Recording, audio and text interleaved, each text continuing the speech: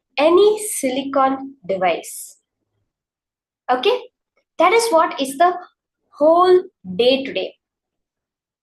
But first we have to start with connecting to the silicon. See, we are all used to connecting with our hand, right? When we do the consciousness over matter on our hand, we feel that, okay, this hand is me, so I can move something on it. It seems more connecting. So in the first few rounds, the first round, we'll start with moving an object on a silicon device. See, today's power manifestation will be completely mastering the silicon. You'll be able to charge a battery. You'll be able to open an app, click a picture. There are so many variations, so much possibility for this power. But to bring that space of oneness, for us to learn to connect with the silicon, we're going to start with moving the object, moving a deity or any object on the silicon. Let's first start with the Shastra Pramana for this power. Swamiji has said, more than the Shastras, more than power manifestation, the Shastras are important. Shastra works. So every power manifestation, we refer to the Shastras. We refer to that powerful cognition, that click which Paramashiva is giving us to manifest this power. So let's start with the Shastra Pramana for the power of consciousness over matter.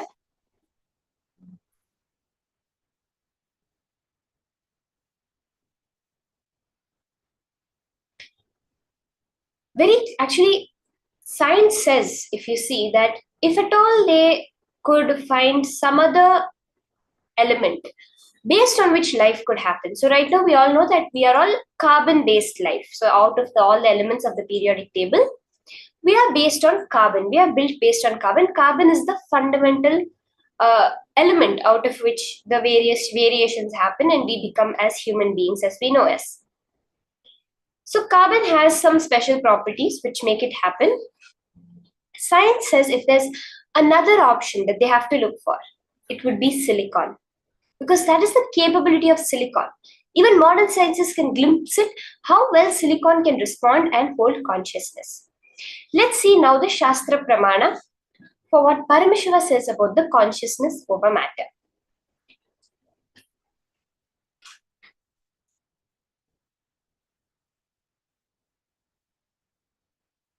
So the Shastra Pramana for the power of consciousness over matter is from the Vijnana Bhairava Tantra, Dharana 95, Sutra 120.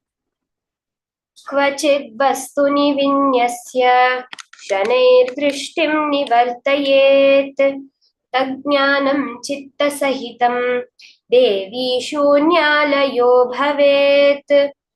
Bhagavan Paramashiva says, having fixed one's eyes on a particular object, one should slowly withdraw the sight from that object as well as slowly eliminate the knowledge of that object along with the thought and impressions of it. Then, O Devi, one abides in Shunya, the state where there is nothing other than this exists, which is the state of all-inclusiveness or infinity. Paramashiva so powerfully gives us the science, the technique behind how to manifest the power of consciousness over matter. What is Paramashiva saying? Withdraw from any duality of perception. Now, when I think that I am here and the object is there, it creates a duality.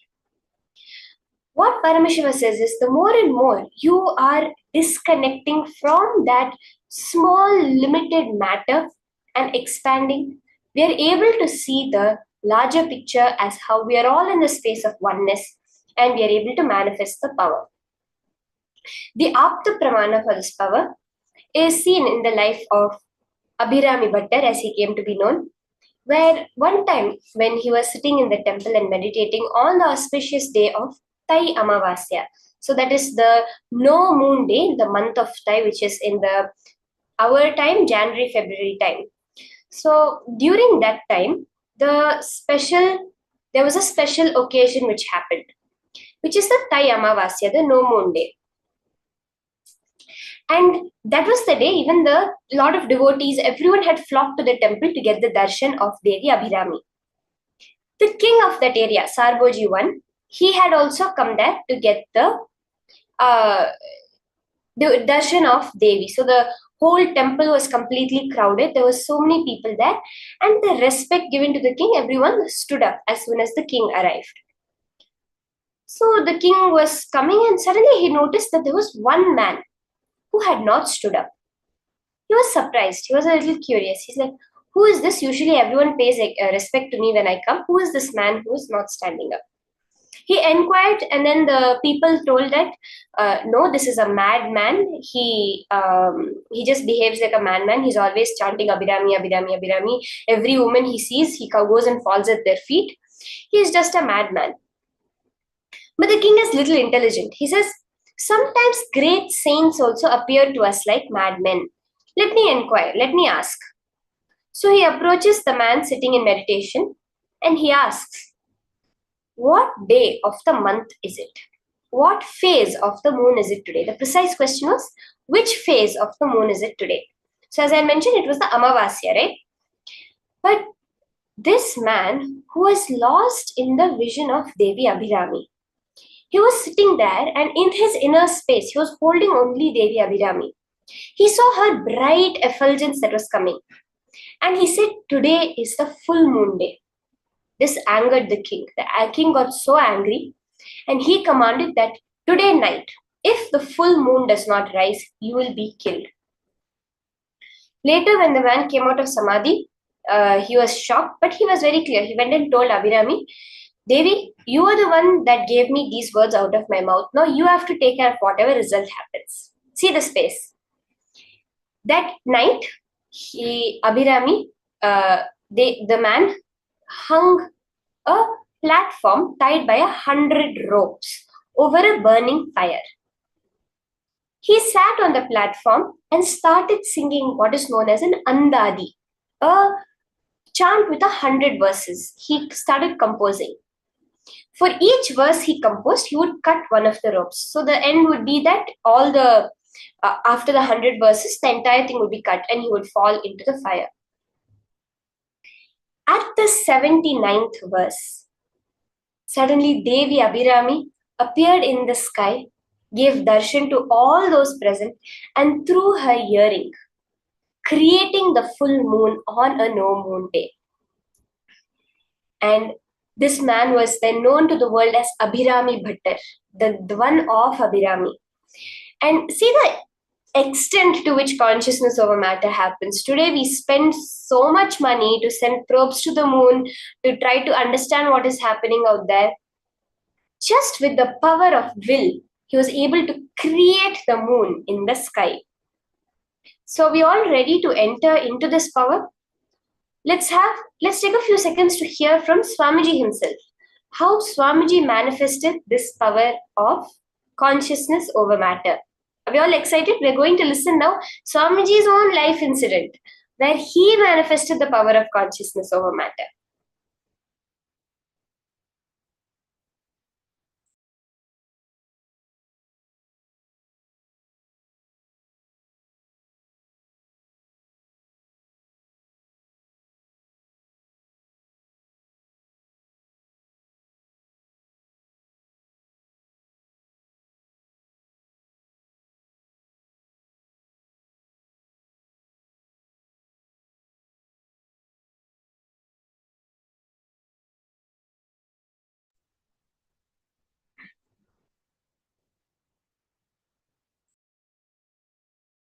Raghupati Yogi. Raghupati Yogi will do all kinds of this weightlifting and everything. He's a amazing yogic body. He will show visibly the power of yogic body. He will tie the iron rope in his chest and break it, blast it just by breathing. And lift any size rock, just like that he will lift, or he will roll. There is one huge rock in Arunachala hill which has rolled, and at least some 200 feet it has rolled and stopped. Nobody knows how it happened. I know. It's Raghupati Yogi's work. One day we both were sitting and talking, and he was explaining on Yoga Sutra When you feel one with nature, nature listens to you. I said, how can that be? He asked me to feel one with the rock. I just contemplated, meditated, and I was feeling one with that rock. Huge boulder.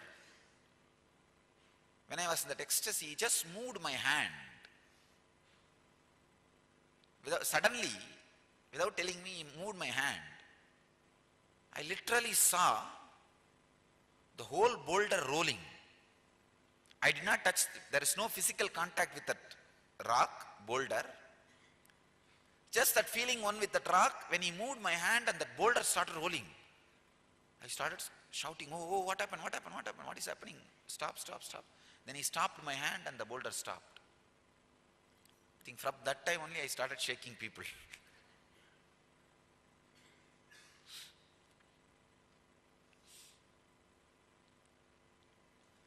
That was the first object responded to my movement.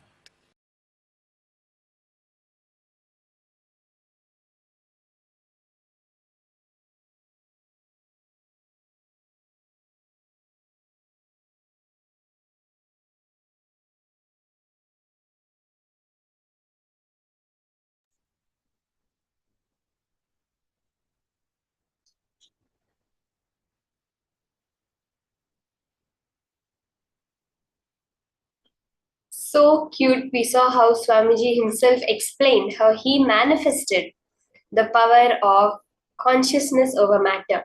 You have to understand the key. What we saw through the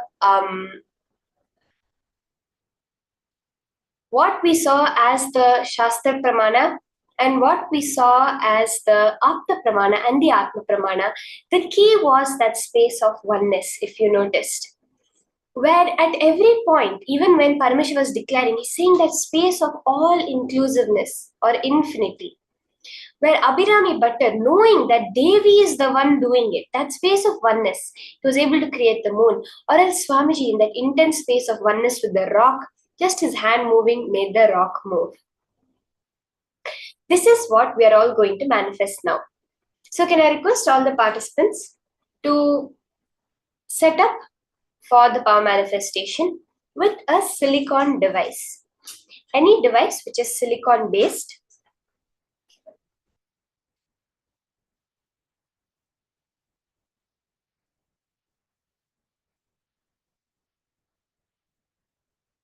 So can I request everyone? You can get any silicon based device, your phone, tablets, and set it up in the camera.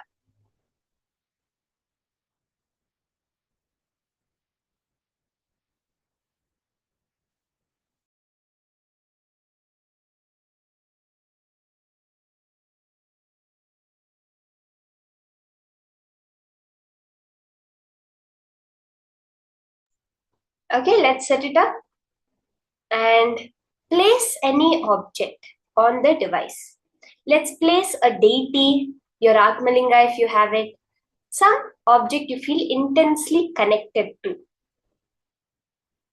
You can place a coconut if you have it. Usually the coconut is a very powerful storehouse of energy. Even during the various rituals, we use the coconut to invoke the Devata. So you can use a coconut, any fruit, vegetables, orange apple, or any deity that you really feel connected to. Now, once we have set this up, all of you listen very carefully, okay? I'm going to just take you to the process. You're going to sit, you're going to declare the manifestation. Only when that limited I that you have, that thoughts that we have, the feeling that, oh, I am separate and the cosmos is separate, when that moves out of the way, Paramashiva flows. The way Abhirami Bhattar said, right? Devi, you are the one that brought these words out of my mouth. So you will manifest what needs to happen. That same way now, understanding that Paramashiva is the one, Swamiji himself has told you to sit now and do the power manifestation. Therefore, he will manifest. There's nothing you have to do today now. Sit completely in the space of unclutching. chant the Mahavakya, Om Nithyananda Paramashivoham, and intensely connect with Swamiji. Swamiji says, why silicon? Because the silicon has that ability to amplify your will. When you give the signal to the silicon, it will amplify the signal and send it to the object. You just now sit. Chant the Mahavakya, that intense vibration, and let Swamiji do the manifestation. Let's all start. Sit straight, chant the Mahavakya, be in the space of complete unclutching. You can look at the Sakshi Pramanas, the video being played where the participants of the program have moved the deity on silicon. Entangle with it and do the manifestation.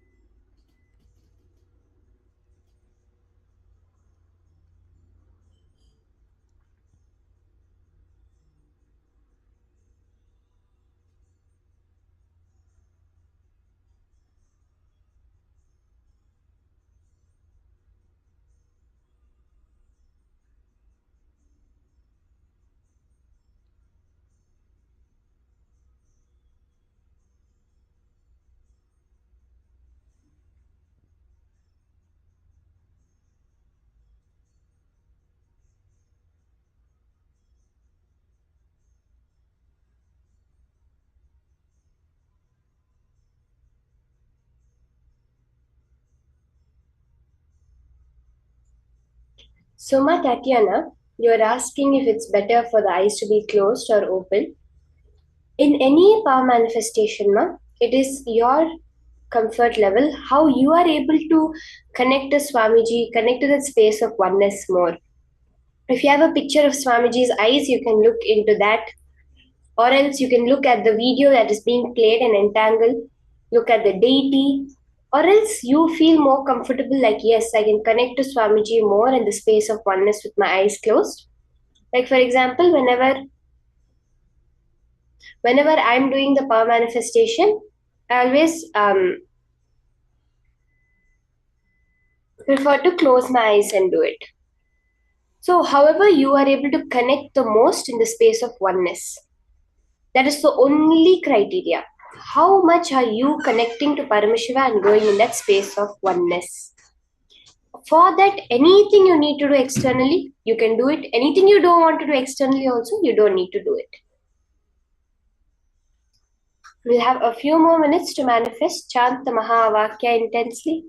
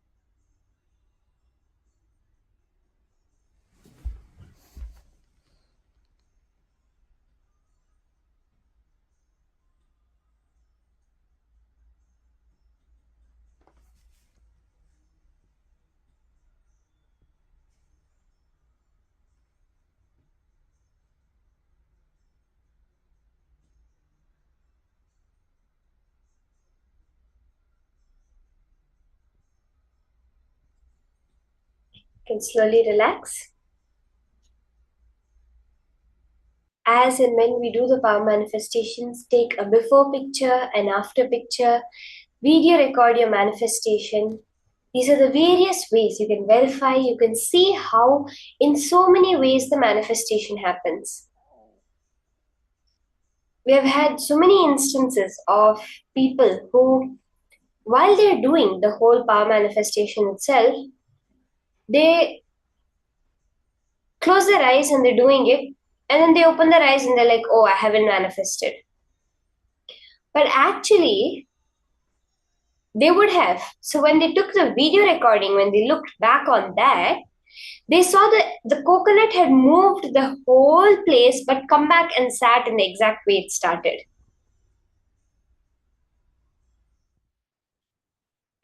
So because of that, make sure you're taking a video, a photo of the whole power manifestation, especially when it comes to consciousness over matter. There'll be so many subtle movements, vibrations that you may miss when you're looking at it, when you get distracted a few seconds, or you close your eyes, when you blink.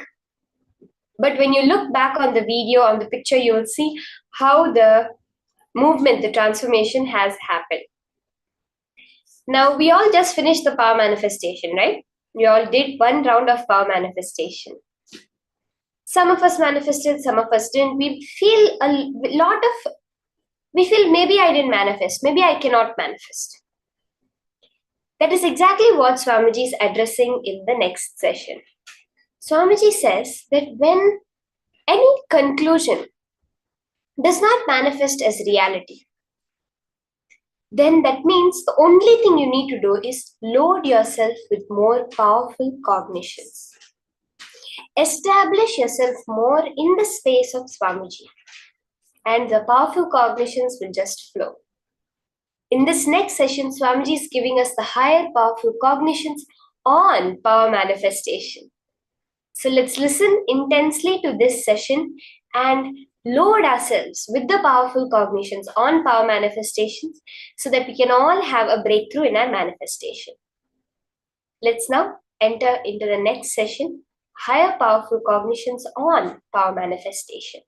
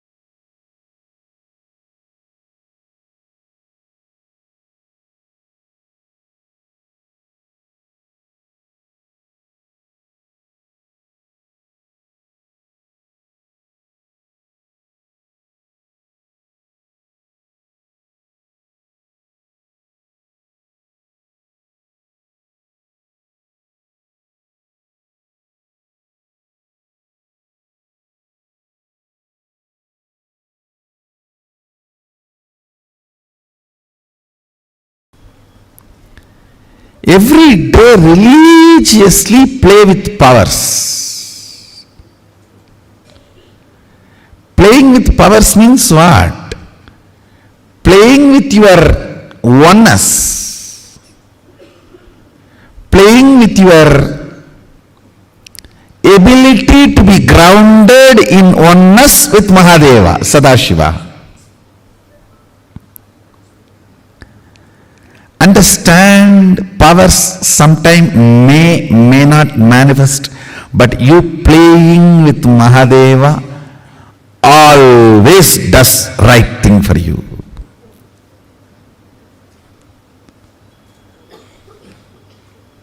That's the best thing for you. Sometimes the food you ate will be digested, sometimes may not be digested. That does not mean you will stop eating.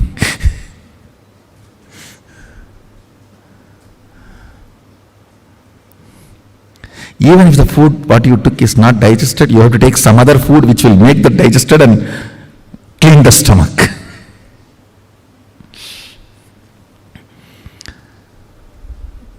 Some people ask me, what is the solution for power not manifesting? Solution for power not manifesting is power manifestation. That's all.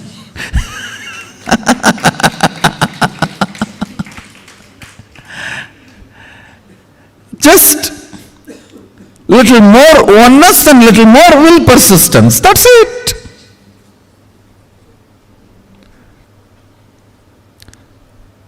Power manifestation will automatically make you integrated. Man with $1 billion will not lose his integrity for a penny on the street. Law of life. Understand? Law of life. Integrity is a law for the poor man, moral for the middle class man, way of life for a rich man. I am not talking just in ordinary money sense. I am talking from the sense of powerfulness. Integrity is the law to be enforced on a powerless poor man. It's a moral to be taught for a middle class man who faces ups and downs. It's a royal way of life. Raja Vidya for powerful being. So all your energy, your effort, your will, persistence should go on power manifestation. So naturally, your idea about you will be raised. Understand? You just need to feel all the time you are Harry Potter. Means we can create a new word, Hara Potter.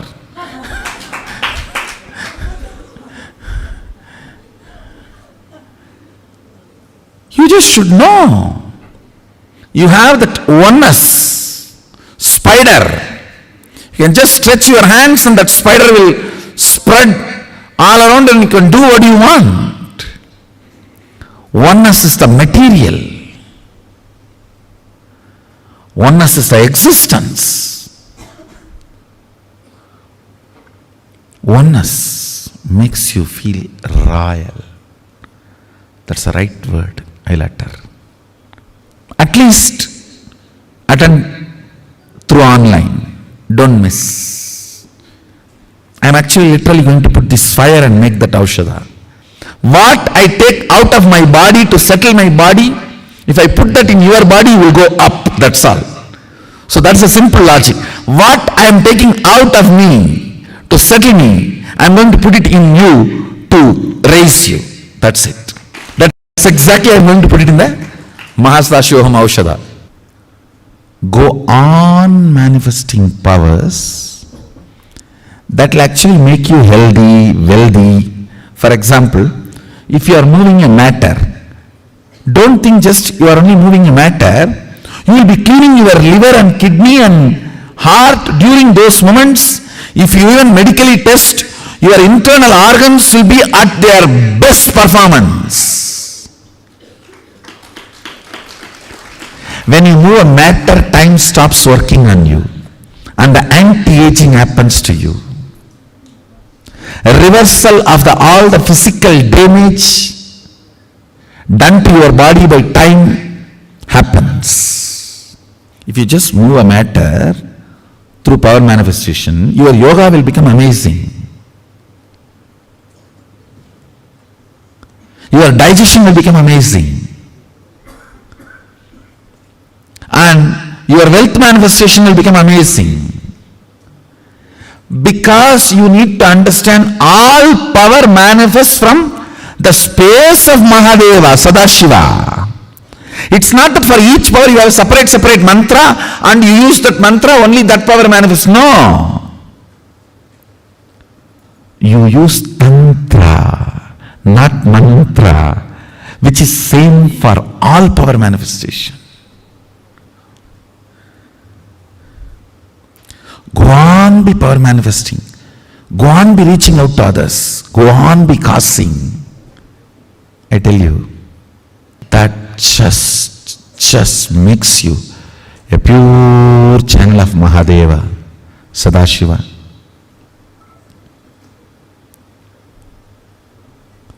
That makes you a pure channel of Sadashiva.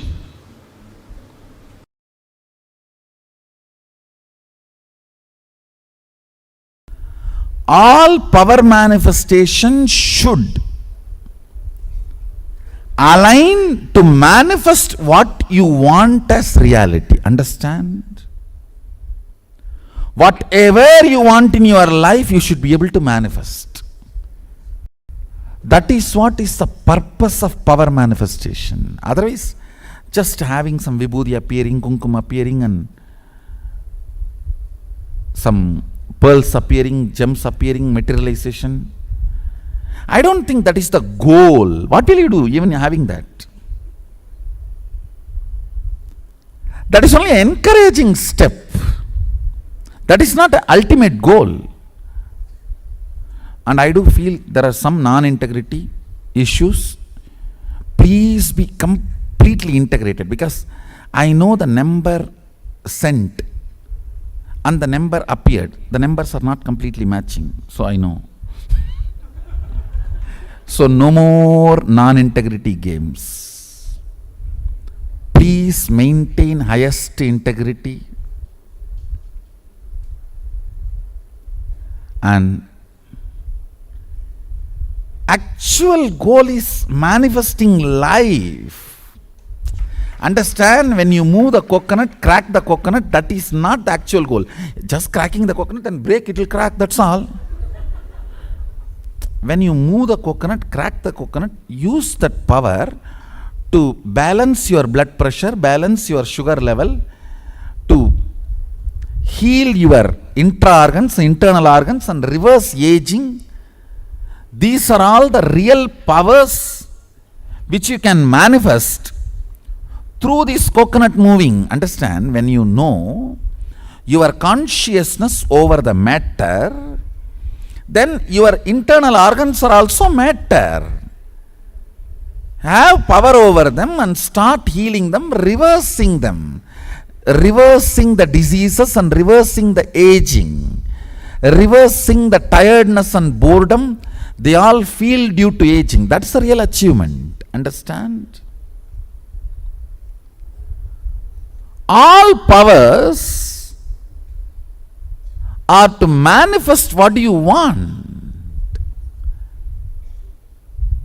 in your life as reality. If you are able to materialize something, then start using that power every day in your profession, in your career, in your everyday life. Start moving things in your life. Otherwise, what is the use? What is the use of the so-called materialization or other manifestation of powers? So understand, manifestation of powers is to manifest Ishwaratva. Means, Ishwaratva means being Lord of your life. at least your life. Be Lord of your life. Manifest whatever you want. Go on, be. I tell you, when you start manifesting whatever you want very casually, with a lot of fun, without much effort, without feeling difficulty or anxiety, even once you feel, will it happen or not? Over. You are no more Ishvara. Without even remembering like that once, moving things, moving life as flow is Ishwaratva. Understand? Ishwaratva is the smell of Sadashivatva. State, space, powers, manifestation. In this 3 level, Ishwaratva is smell of Sadashivatva. Ishwaratva is flavor of Sadashivatva.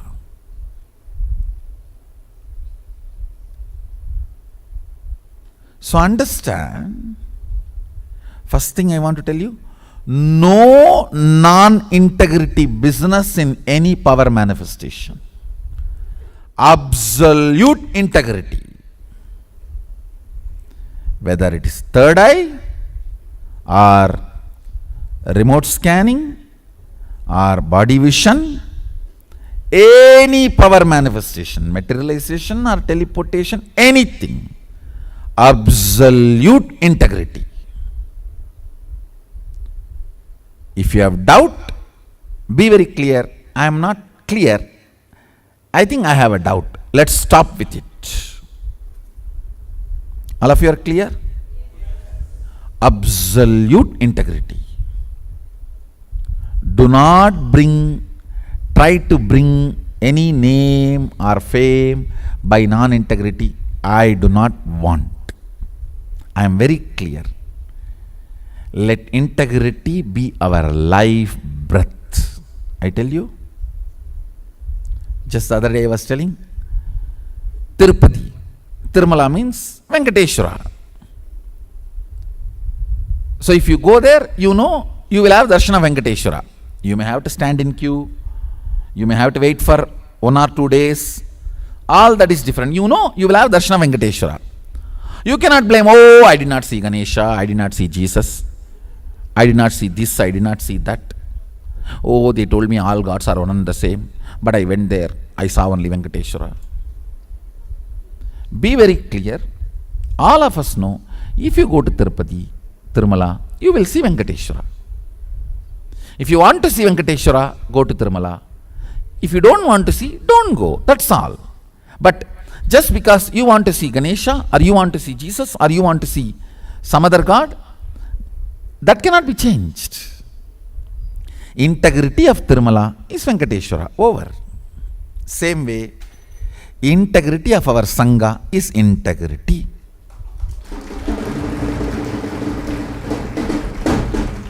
If you like, come here.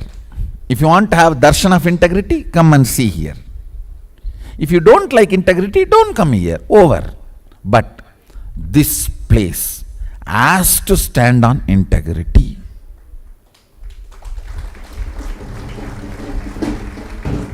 If we have not aligned ourselves to integrity in some corners, some places, there's blind spots. That cannot be the reason to lose integrity in other places. No. The blind spot need to be cleared. Not that you will use that as a reason to build more blind spots or more non-integrity. No. Flag will fly high.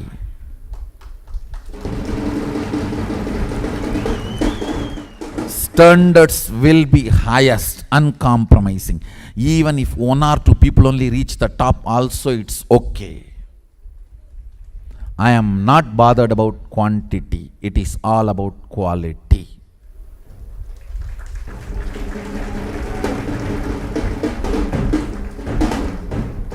Understand, feel blessed. You have a guru who is uncompromising on integrity.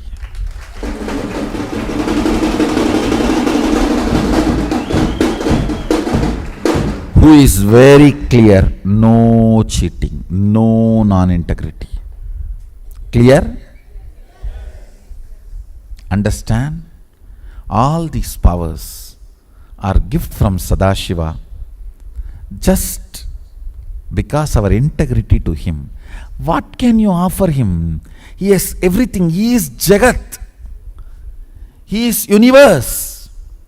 The only thing we can offer him is our integrity to him. One of my disciples, she was asking me something. I casually asked, what will you give me if I give you this? She was laughing, what can I give you, Swamiji? I said, you can give your integrity to me.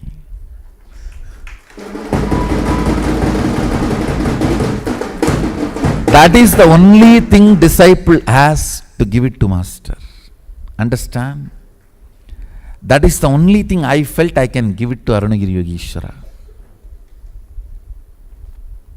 When I was in love with him, I said, oh God, why are you so sweet? What can I do? Finally, I melted into only one thing. I should be integrated to him. That's all.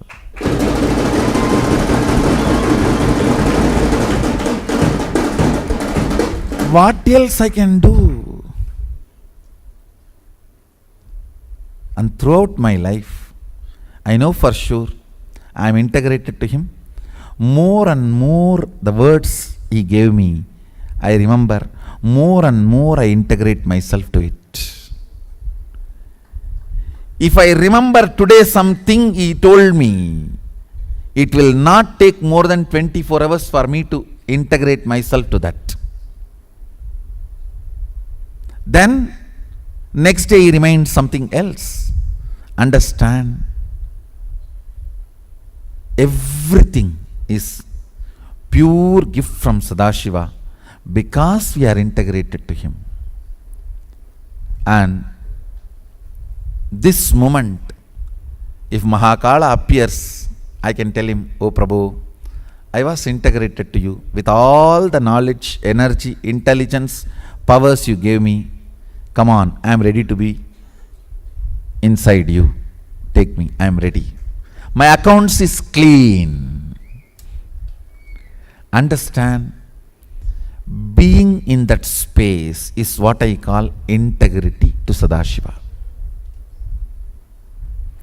Keep your accounts clean.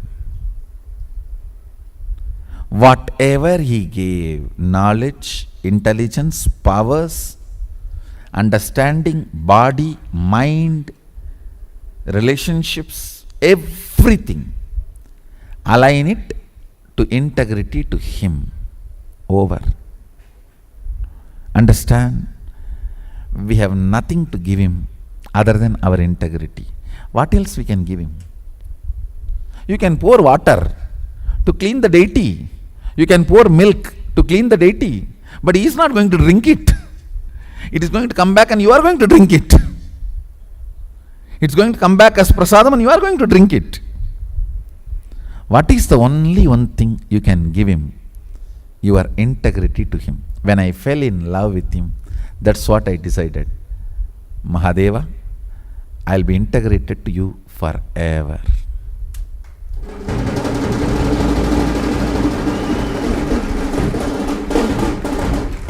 That is the symbol of love.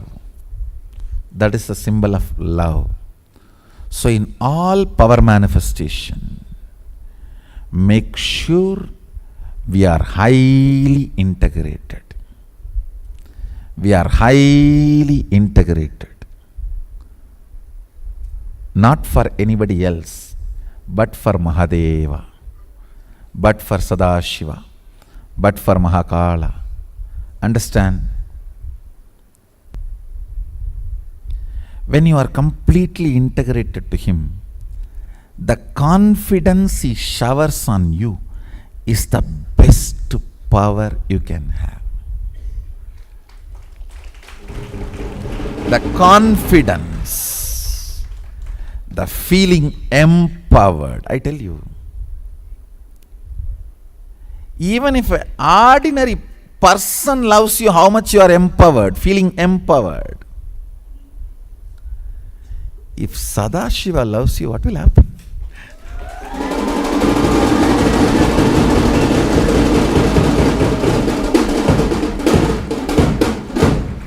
Whole universe empowers you. Whole universe is empowering you.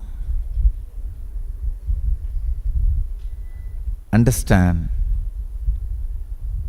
His love is the most empowering, intoxicating, new word, not intoxicating, intoxicating.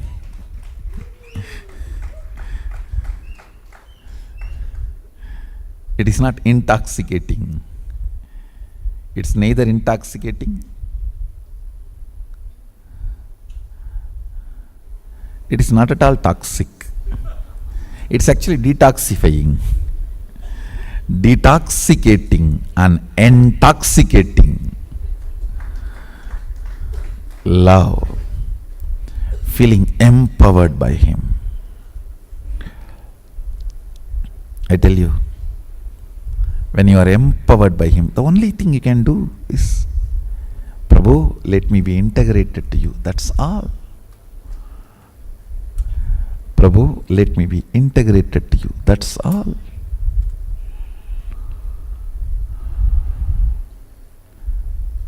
I tell you, more and more and more integrity to Him, more and more empowers your being, strengthens your being.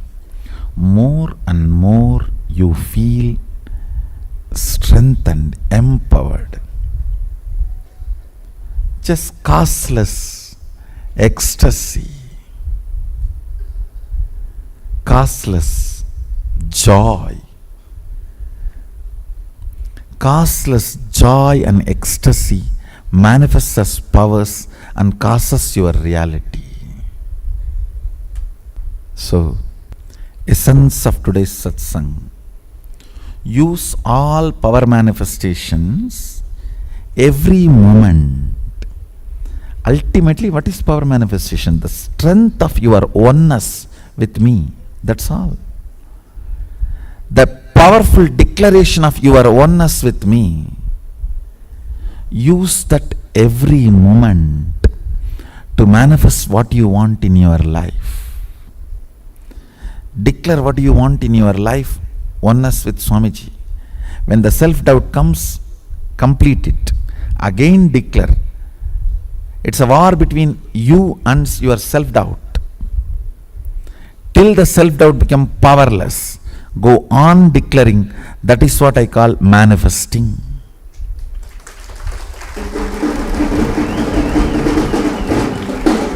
Even materialization should be in 3 seconds of your declaration. When you bring yourself to that oneness, let Swamiji express through this body and let it materialize. It should be only 3 seconds. The moment the sankalpa comes out of your mind, within 3 seconds it should come out of your hand. Then it is materialization.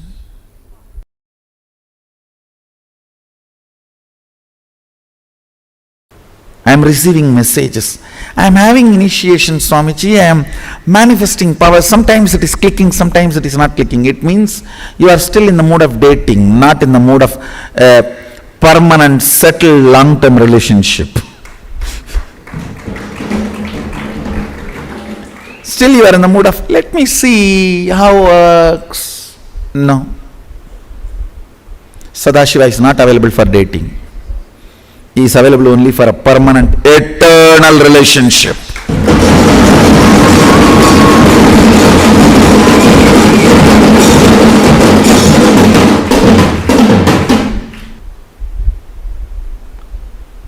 Understand,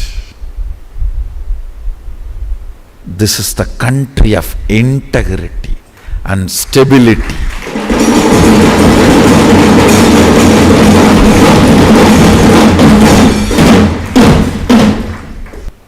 The society derives its stability from the integrity of the individuals.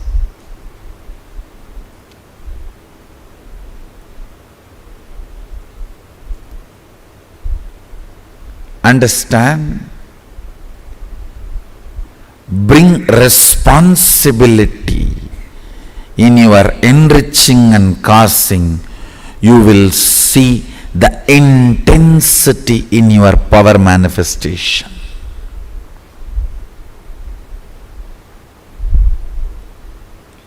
Responsibility in your enriching and causing, you decide. It is your integrity, your responsibility, your stability.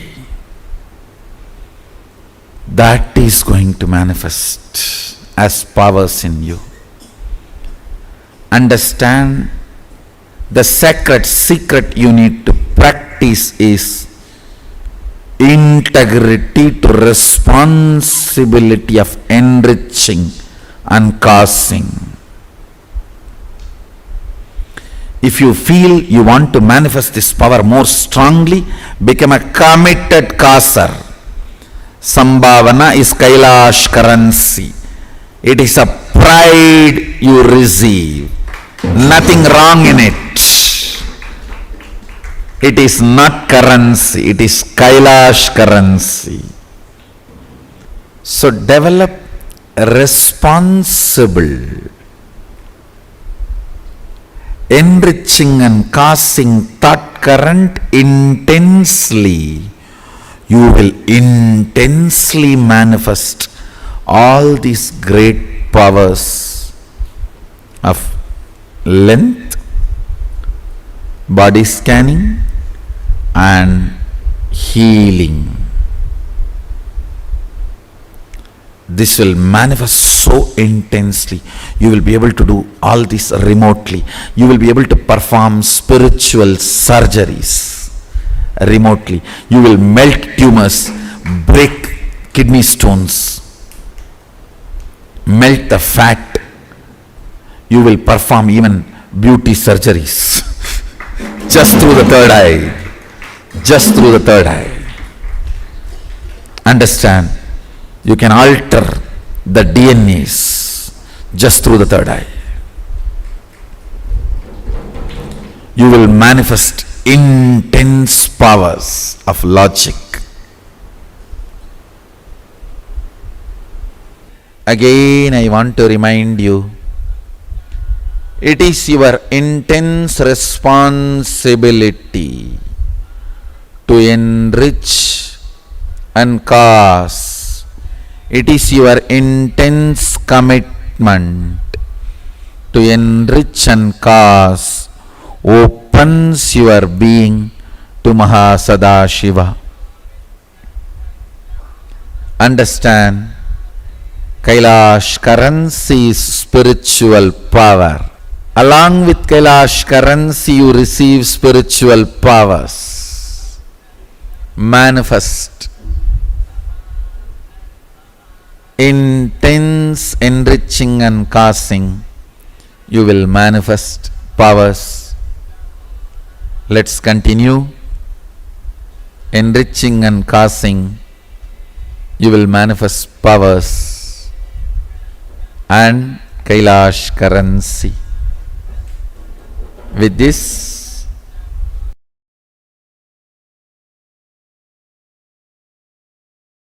anything which happens as a natural flow, spontaneous flow in your life is powerful cognition in you.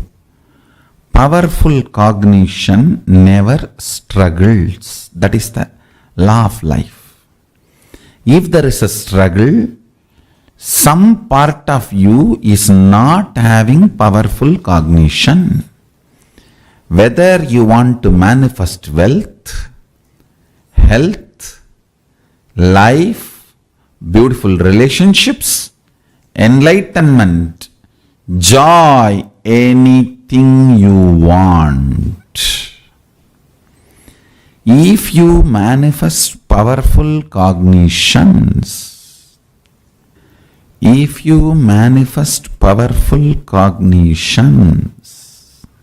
one of the most fundamental thing will happen to your life is a free flow expression. Dharma is a spontaneous natural law, manifests due to conscious decision.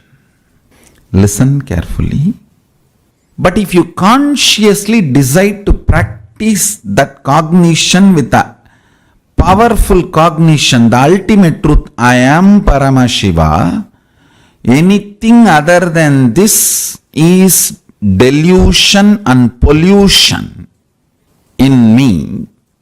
When you start practicing this powerful cognition, first it will start expressing in the form of peace. You will find more time you are spending in peace, then more time in bliss, more time in the space of completion, more time happiness, more time settled, more consciousness, more alive, more active, more brilliance. You will naturally manifest all this in your body language, in your biology, in your chemistry, in your physiology, and you will automatically inspire this oozing powerful cognition in others' life, people around you, a natural organic enriching.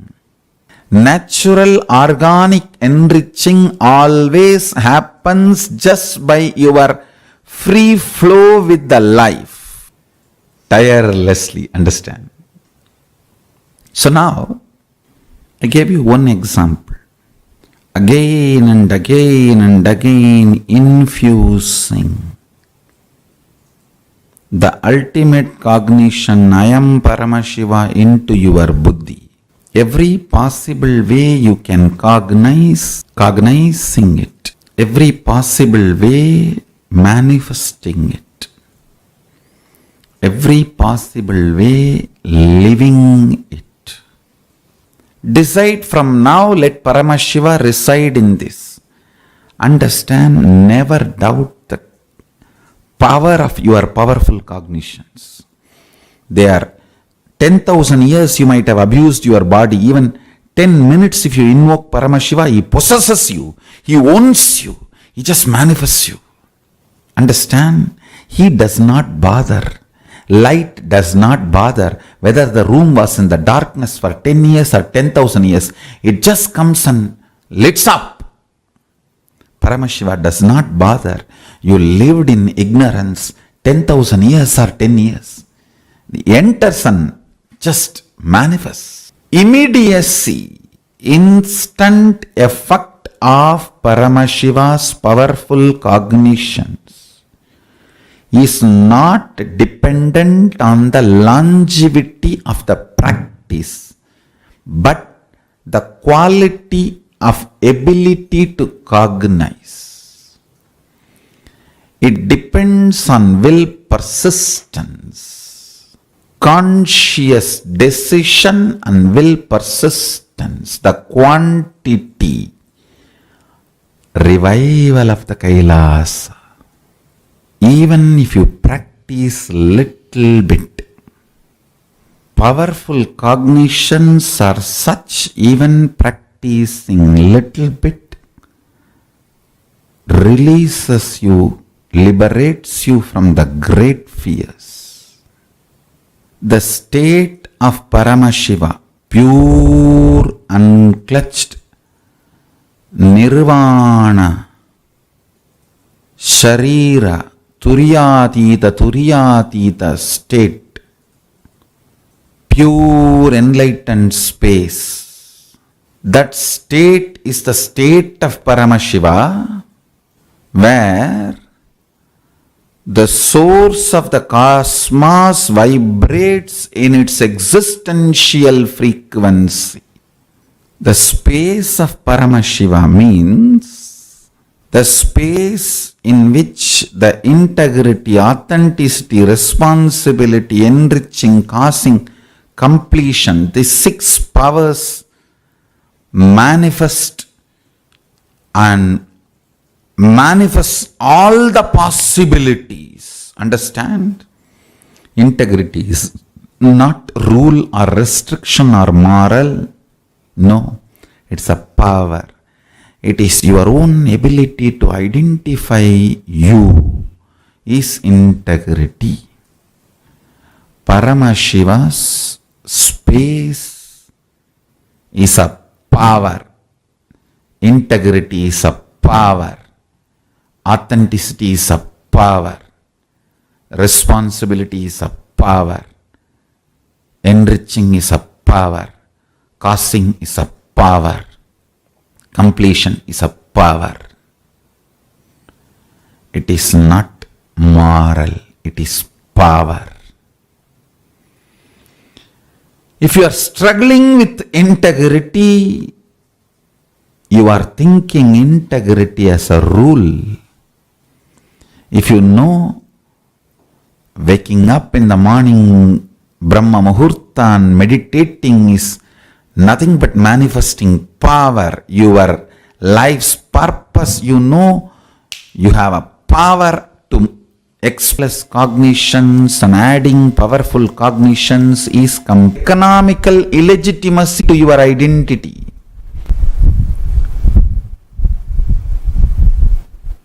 Spiritual legitimacy to your existence, to your identity.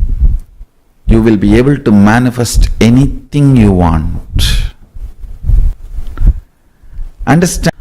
Of Paramashiva, listen.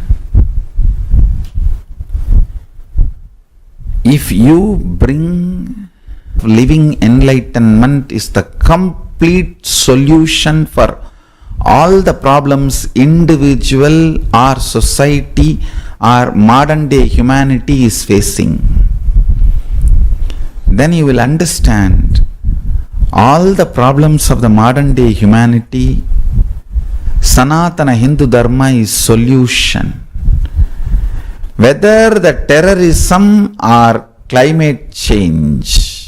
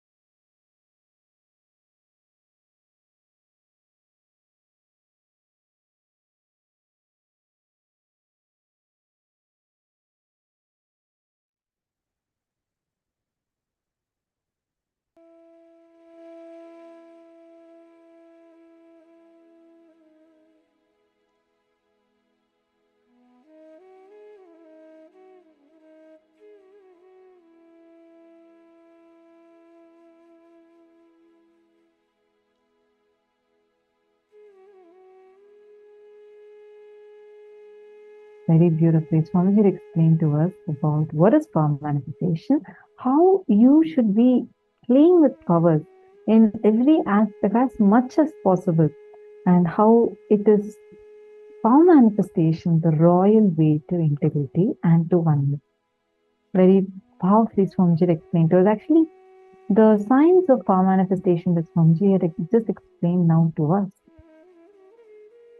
it will help us tremendously in experiencing and manifesting the ultimate aspect, the ultimate reality for ourselves. Take a few minutes. Now, pin down all the places where you feel integrity, authenticity, responsibility, and enriching as the binding moral rule that is suffocating. Take a few minutes, pen them down without any editing. Just take a few minutes and pen them down.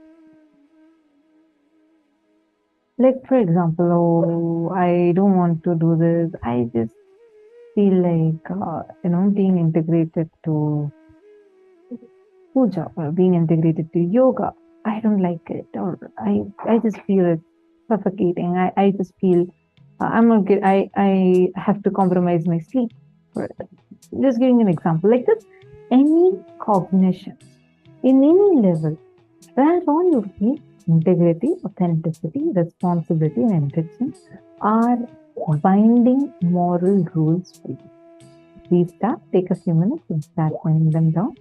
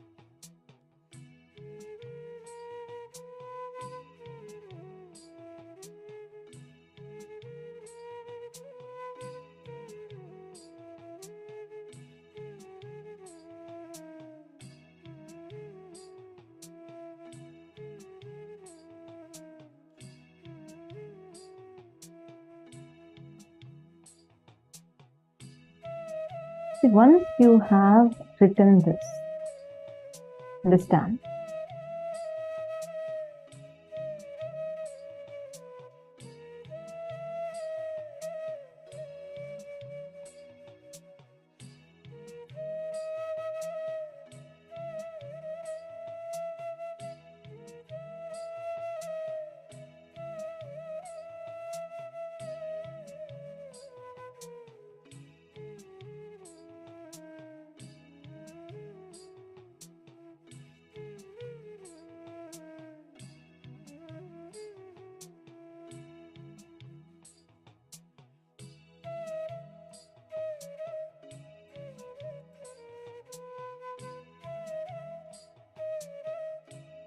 what the best is so far.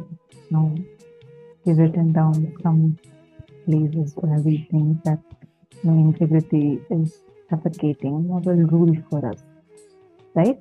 Or any of these four tattvas, where you feel that these are binding you. Have all of you written this down? How many of you have written this down? Nithyananda, Megha Sharma, Maheshwari Kumar Vinayagam, Martina, Nithyananda. Have all of you written this down? Actually, one of the most important statements Swamiji made when we all are writing this down. Swamiji said, most of the times we think integrity, because we think integrity is more as a moral value, like you have to have good manners, you have to walk, if you have to say please, sorry, thank you, these are all thought as a moral value for us, correct? But as long as you cognize integrity as moral value, you will not see how integrity leads you to Sadashivatva. Integrity makes you manifest Paramashiva inside of you. And as long as you don't see that, you are going to be always using it only as a rule. But as long as thing is a rule, we always tend to break it. And at some point, we will follow the letter but forget the spirit. Swamiji tells beautifully, power manifestation makes you manifest integrity. Most of us think only when I become integrated, I can manifest power. Swamiji said something very beautiful. Swamiji said, only when you manifest powers do you actually become integrated. It works both ways. The more you manifest powers, the more integrated you become. The more integrated you become, the more you manifest powers. It goes hand in hand. That is why as long as you keep integrity as a blinding moral value, something that just is binding you like a rule. If you break the red signal, you have to pay the traffic charge. Even if a road is empty, you stand there, you wait, you don't break the red signal. But it is not out of the right context. Most of us follow it just to not pay fine. You don't speed because there is a speeding limit. But you don't cross the speeding limit. Why? Because a policeman will come and he will stop you and he'll fine you or probably arrest you. Now, why does that happen? Because we only follow it as a moral value. It's a rule. Okay, I should not do it. If I do it, I'm breaking a certain rule. Integrity can never be a rule. If you put integrity as a rule, you'll only find it as a binding principle. Only when integrity becomes your living, your lifestyle, because you want to manifest Paramashiva, when you become integrated, that is when you will experience the real essence of what integrity stands for. And integrity will not be a binding moral value for you. Are all of you understanding?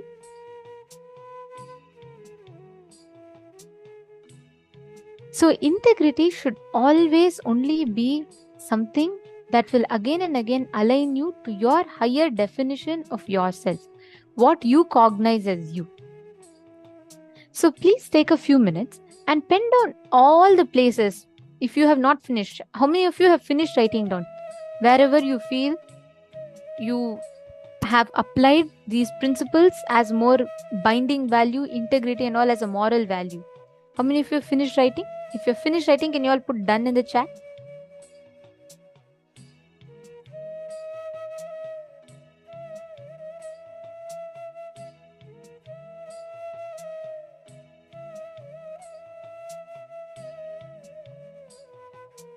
Wonderful.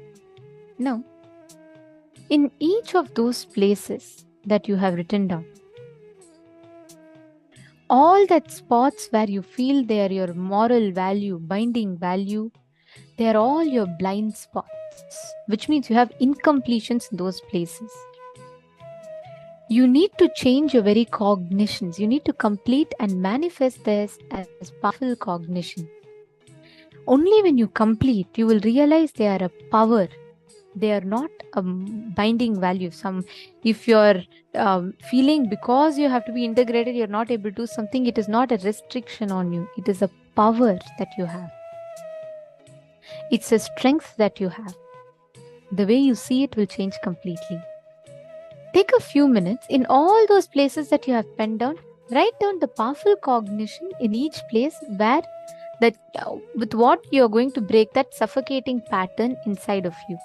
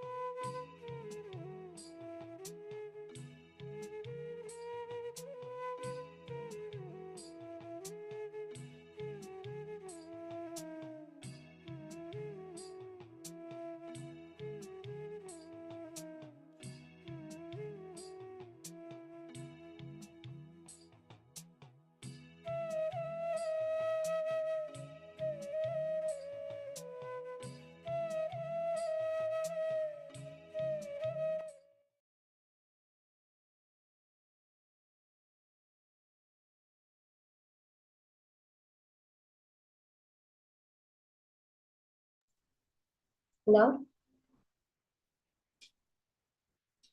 with that powerful cognitions from Swamiji, as Swamiji says, it's the powerful cognition that manifests as a power.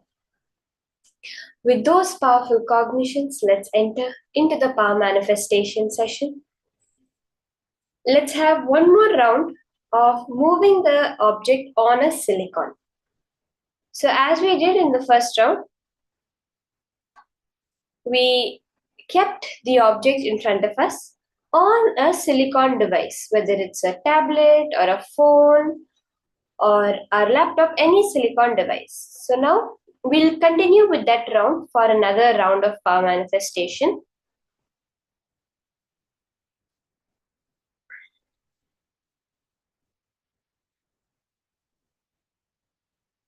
So can I request all the participants to set up the place for the power manifestation? You can use the same object as last time. You can get the deities, some vegetables, fruits that you feel very connected to, and use that for this round of power manifestation.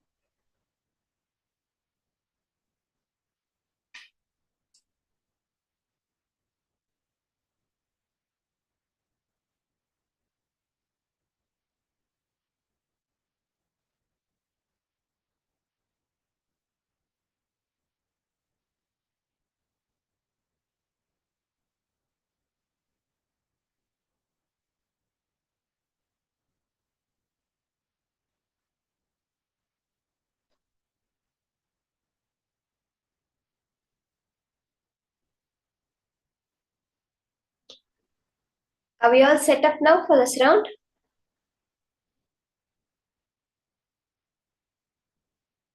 So let's start now. As you're doing the power manifestation, just close your eyes and listen to what I'm saying. So if you are more comfortable with looking at the object in front of you with your 3 eyes, you can do that. Or else you can close your eyes and do the power manifestation. Just be in the space of intense listening. Chanta Mahavakya Om Nithyananda Paramashivoham. Connect to Swamiji. See, power manifestation happens when you are completely established on Swamiji, on Paramashiva. See, power manifestation is a science that happens beyond the length, breadth, and depth. As long as we keep on going back towards length, breadth, and depth, oh, has the object moved? Did the deity move? It moved left, it moved right. That's all again collapsing into matter. Are we all understanding this? How, when you see, when you look, has the deity moved? Has the deity moved? Again, you're separating you and the deity. Every time you decide, if I say now, raise your hand. Everyone raise your hand. It's happening immediately, right? There's not even a second gap. Because that has become your cognition. Now, power manifestation, the powerful cognitions have to become your cognition. Then it will automatically manifest as reality. Our only job is to continuously internalize, and make the higher truths our cognition. Now, what you have to do is you have to completely understand that I am not manifesting here. Whatever you call as you, this body and mind is not the ultimate, right? It's something you own. That's why when the body is died, we said the person has left and gone. He left the body. It is that Paramashivatva in us reflecting in as our individual consciousness which is running our life. The more and more we look towards that, recognize that, the power manifestation happens.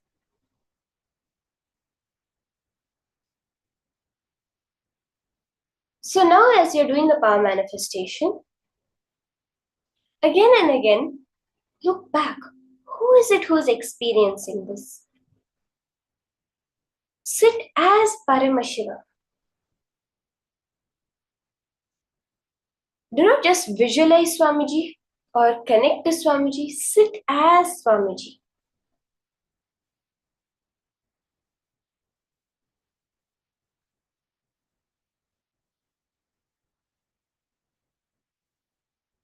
Let's all start. You can sit straight with your head, neck and spine in a straight line. Connect to Swamiji.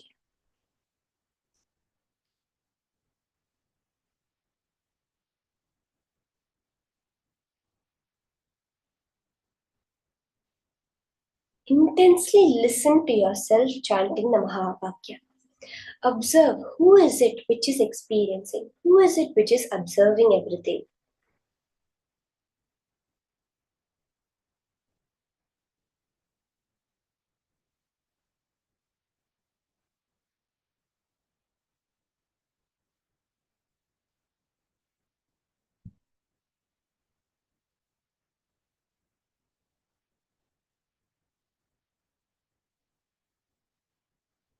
Take a video recording or a picture of the whole manifestation so that you are able to verify, you're able to look back and see, yes, the manifestation has happened.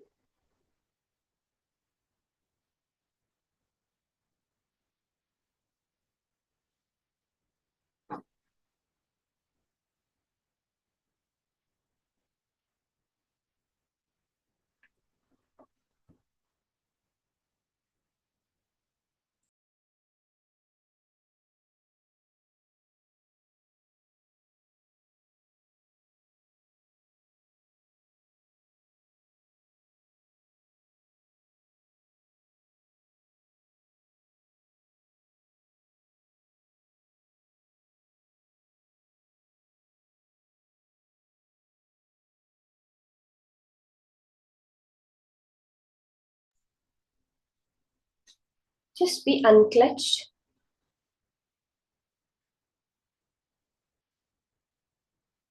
Let your entire awareness listening beyond Paramashiva and Swamiji.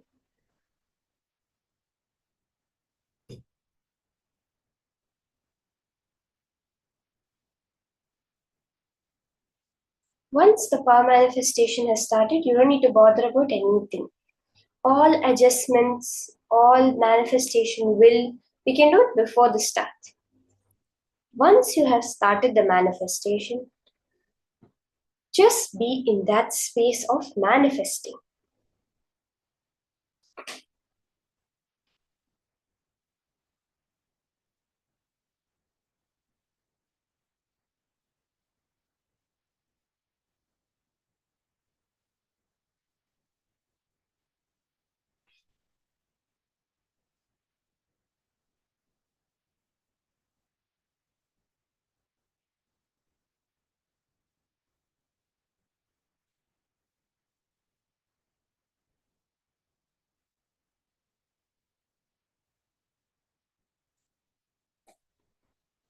When you connect to Swamiji, when you become Swamiji, all his conclusions, his powerful cognitions manifest as your reality. Once you have made the declaration, go away, unclutch completely from anything related to the external world, the sounds, smells, the thoughts that are coming up. Completely unclutch from all of it.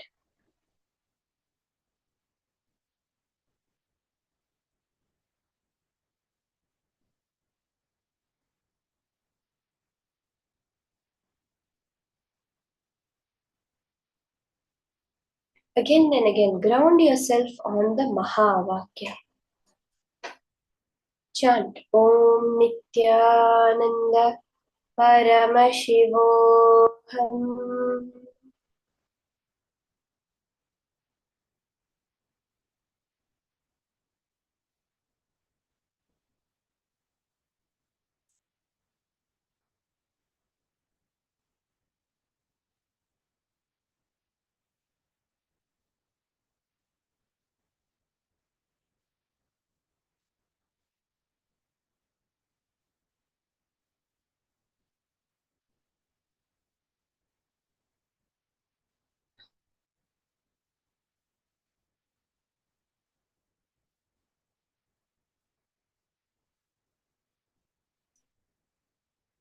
Anything comes up, any thoughts, any emotions, any distractions, Don't feel guilty about it. Don't be like, oh, I missed. No. Just center yourself back on the space of unclutching. Every time, bringing yourself back to the center of the tornado, which is the center of it, but it's untouched by anything happening. Everything revolves around it, but it is untouched.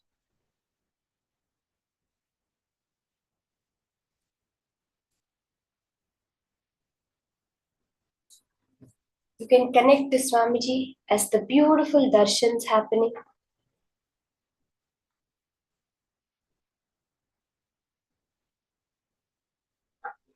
You can connect to your Ishta Devata, any deities that you feel connected to.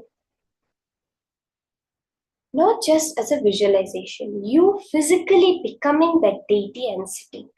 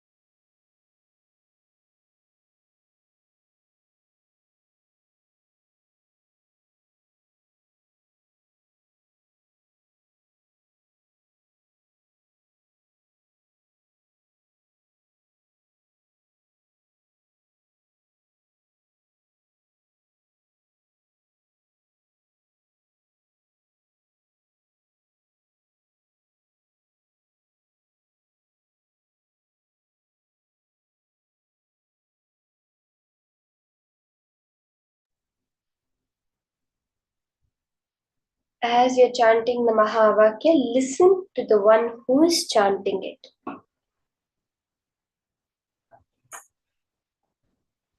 You can sit without any movement in your body. Just sit straight and don't let any restlessness, any movement come. Sit absolutely still. Reflect that stillness of the body as the stillness of the inner space. Just disengage. Whatever happens, let it happen. But be unclutched.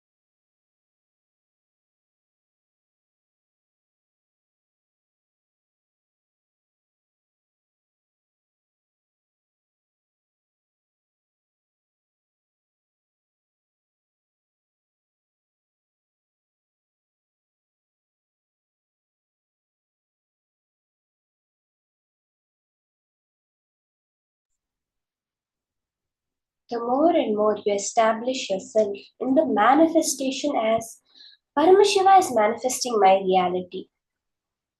Whatever he wants to show me will happen. He is the one who has asked me to sit.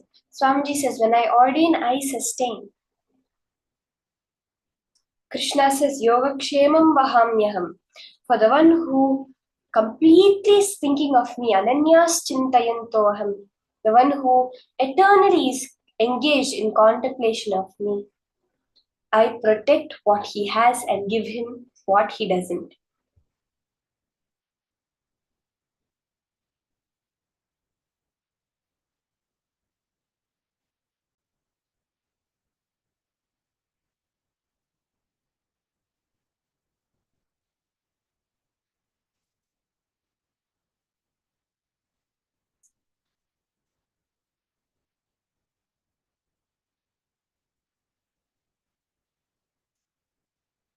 Let's all now relax. You can check back, look how the manifestation has happened. Take another picture, another video.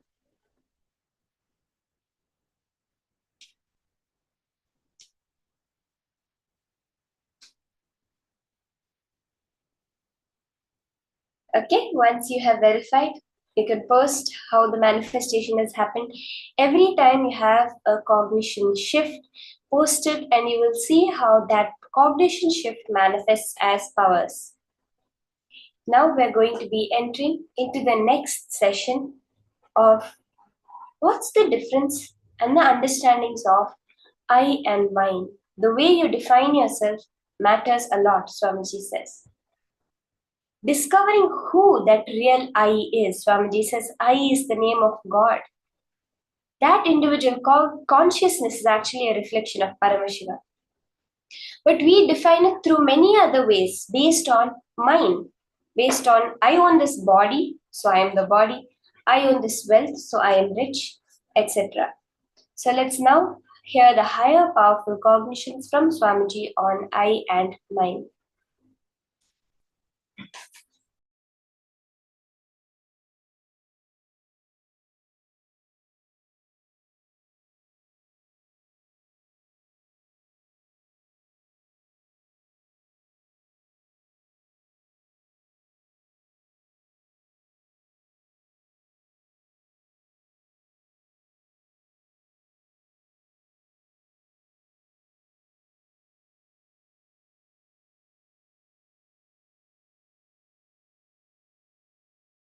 The reason for enmity, please understand.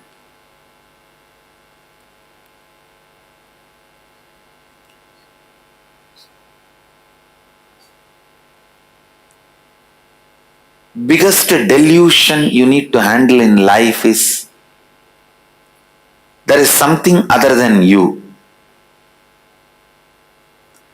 Underquote, there is something other than you. Everything exists is you.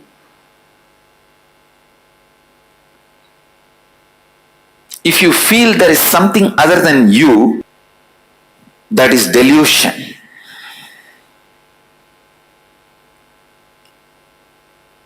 Handling the delusion is very important. For that you need to know what or whom you feel as other than you and why you feel that or them as other than you. Please understand. If a bamboo is thrown in the Ganga and the bamboo is floating, it looks like Ganga is become two now, right side, left side. But Ganga never became two. The bamboo makes Ganga look like two.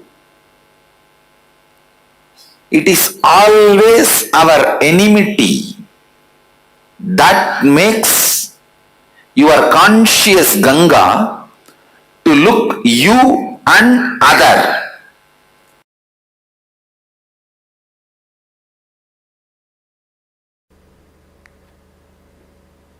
Understand?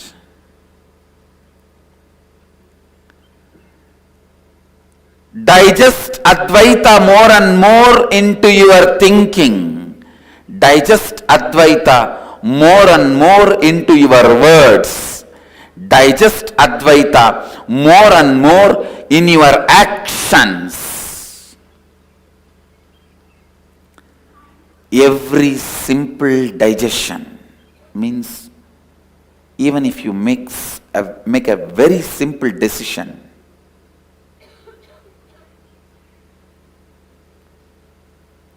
I will not use the word I and mine in my words, in my speak. When I speak in my speech, I'll use only the word we, us. Even this simple decision will go on be reminding you. If you take it from the context of oneness, if you take this simple decision from the context of oneness, even this simple decision will go on be reminding you the Advaita. It will go on be reminding you the Advaita.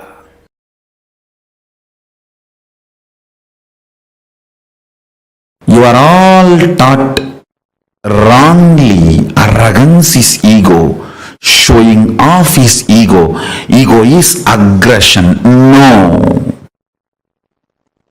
I want all of you to realize, please understand, showing off, aggression, activism is not or cannot be thou hold into the concept of ego. That is not the definition which can solve your problems. I'll tell you from the vision of Paramashiva what is ego precisely.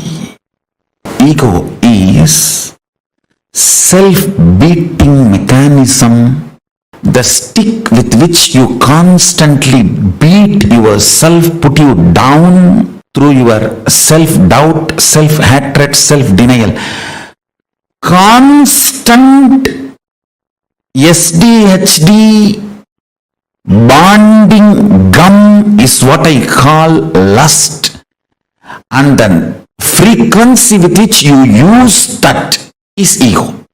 Second important thing, I, the identity I is not the source of mine, but mine is the source of I. This delusion, listen carefully. The truth is, I is not the source of mine, mine is the source of the I. This is the truth. The real I you have, it is from Paramashiva. The I you experience is from mine. But due to the delusion of the lust, you start feeling the mine is from I and constantly legitimize decisions of the mind as the decisions of the I. Please understand. Decisions of the mind, when you associate that as the decisions of I, you have fallen into delusion. For example, some small chemical imbalances in your body, hormonal imbalances in your system, if they decide something, it is decisions of mind, not decisions of I. But you pick those decisions and attribute them to you and start thinking it is decisions of I, then you execute it. That delusion, The decisions of mind getting attributed to decisions of I. Decisions of mind becoming part of the decisions of I. Decisions of mind due to the lust gets attached and made to feel experience as decisions of I. I tell you, this is the worst shade of the lust. Worst shade of the lust is not the body's attachment or craving for another body or person. The worst shade of the lust is the actions and reactions of the mind being portrayed to you as the actions and reactions of the I due to the extreme attachment, lust between mind and I. Listen carefully. Shanti means able to see the gap between what is the instinct of the I and what is the instinct of the mind. That is Shanti. Able to see inside your inner space. The thoughts generated in you, are they from mind or are they from I? Always the I realizes and releases only powerful cognitions. Always mind realizes and raises only powerless cognitions. It's an eternal law of life. Ability to see the gap is Shanti.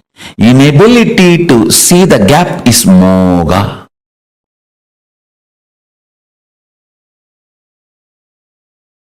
The I and mind, these two are the root of all your incompletions. I and mind. People always think the I comes first and then mind happens. No. Mind comes first, then I happens. Based on whatever you cognize as yours, you cognize who you are. Listen. Based on whatever you cognize as yours, based on that you cognize you. Many times the yours, that mind, becomes the source of I. So if you give away all of them, the incompletions also will disappear. You will evolve a new I which can be reinvented, which can be rebuilt based on completion. I tell you. Poor man is a man who has never seen poverty even once in life. Understand? I am defining who is poor man. Poor man is a man who has never seen poverty even once in life. Because this country has already suffered in poverty. We are not understanding the richness it can cause. Please listen. I am not promoting poverty. All I am trying to tell you is, even once, if you have not realized poverty, you will not have the free space in your being to reinvent yourself. That is why in the science of enlightenment, at one point you have to break, renounce everything, be in the street empty-handed, till that you don't own anything. Nothing can be the reason for your cognition of I. Your I has to be just dependent on I. The mind cannot be the foundation ground for I. For that understanding to sink in, at least 1 year in your life, you should have been empty-handed, nothing, without anything, no relationship, no friends, no money, nothing, I tell you, that 1 year will give you the strength to reinvent who you are. And I can tell you, 9 years of my accepted poverty, self-imposed poverty, not imposed on me forcibly. I may not want to say my Purvashram family is rich, but they are decent. They were able to provide food and clothes and shelter for me. That much they are able to do. But when I renounced all of that, and family, friends, all the known contacts, everything, that 9 years of self-imposed poverty gave me tremendous space to reinvent myself and rebuild the new I from the space of completion. Because of mine, you build I. When that mine is taken away, the I can just be rebuilt. Many people come and tell me, rich guys, filthy rich guys, Swamiji, there was a time I declared bankruptcy, I did not even have food. This scene which I am describing will be a typical part of all big rich guys. There was a time I declared bankruptcy, I did not have anything, there was no friends to help me, nobody to support me, I was homeless, I was begging and eating in the streets. I tell you, that part of the life is a blessing. They may not know, but that is the blessing, because that is the time when mine is taken away, I melts down, all the incompletions disappear, you will have an inner space where you can reinvent and rebuild yourself from the space of completion.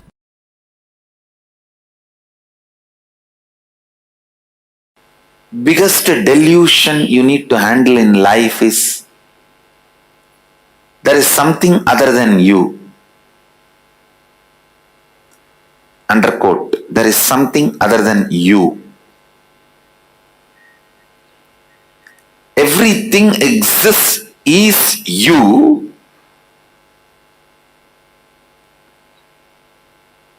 If you feel there is something other than you, that is delusion. Handling that delusion is very important. For that you need to know what or whom you feel as other than you and why you feel that or them as other than you. Please understand, if a bamboo is thrown in the Ganga and that bamboo is floating, it looks like Ganga is become two now, right side, left side. But Ganga never became two. The bamboo makes Ganga look like two. It is always our enmity that makes your conscious Ganga to look you and other.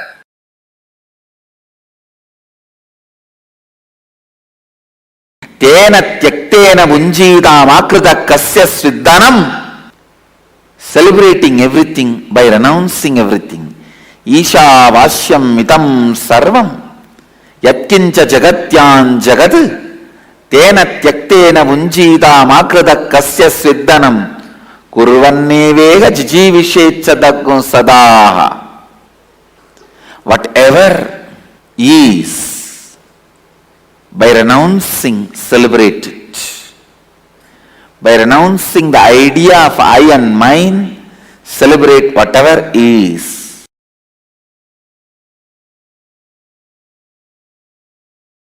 A sublime poet, Isha Vashyam Idagum Sarvam, Yatkincha Jagatyan Jagad, Tena Tyaktena Bunjita Makrida Kasya Sviddanam.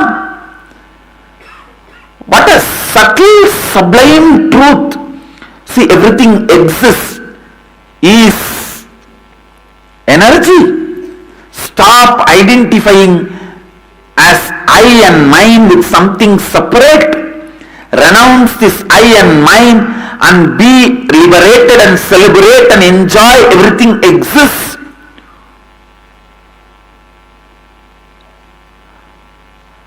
Are just remembering this verse without food and water and sleep, I can spend days together.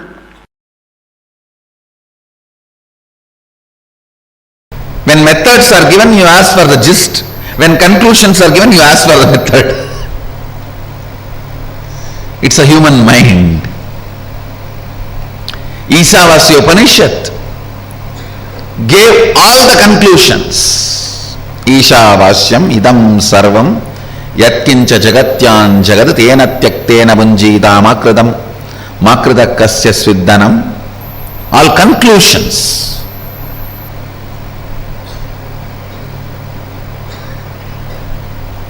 Ishavashyamidam sarvam, the conclusion about the universe, the life image you need to have.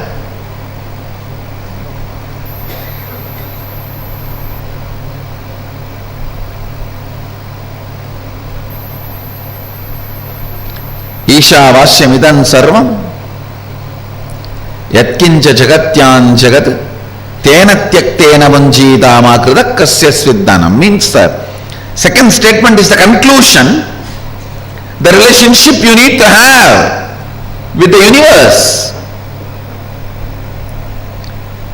Everything is part of you, be part of it. Not having an individual I and mine, celebrate the whole. The whole Ishavasya Upanishad, if you see, conclusions, that's all. Conclusions. If you just pick up the conclusions declared by Ishavasya Upanishad and start living, cognizing, you are done. Nothing more need to be done. You are a Jivan Mukta.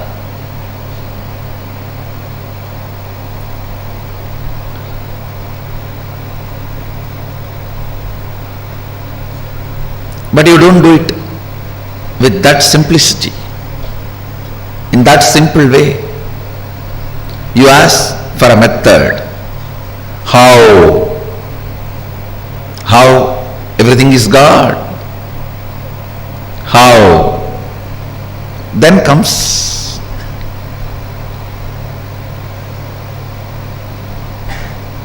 the answer from Upanishad.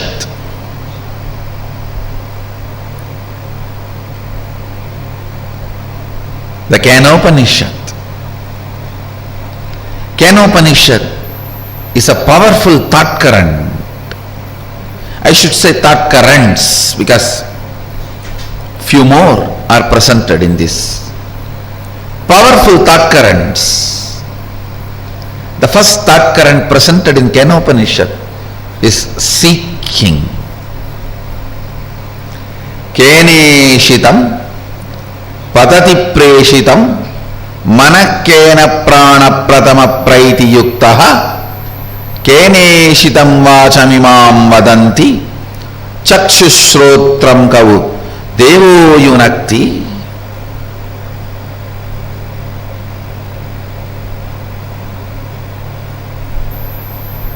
By whom willed and caused does the mind go towards its object? What a question.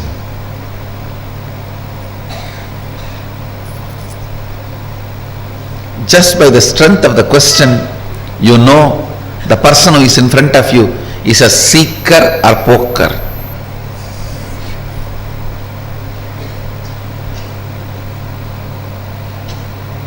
are just an empty cooker.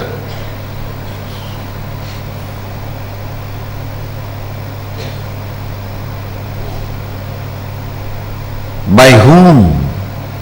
Keneshitam patati preshitam mana kena prana pratama praiti yuktaha. By whom willed and caused does the mind go towards its object? By whom directed and united with which does the first vital life energy, the chief cause, comes forth towards its activities? At whose will does the speech gets activated and speaks? Enlivened and directed by what luminous divine power? Indeed, do the eyes and ears engage in their functions. Understand?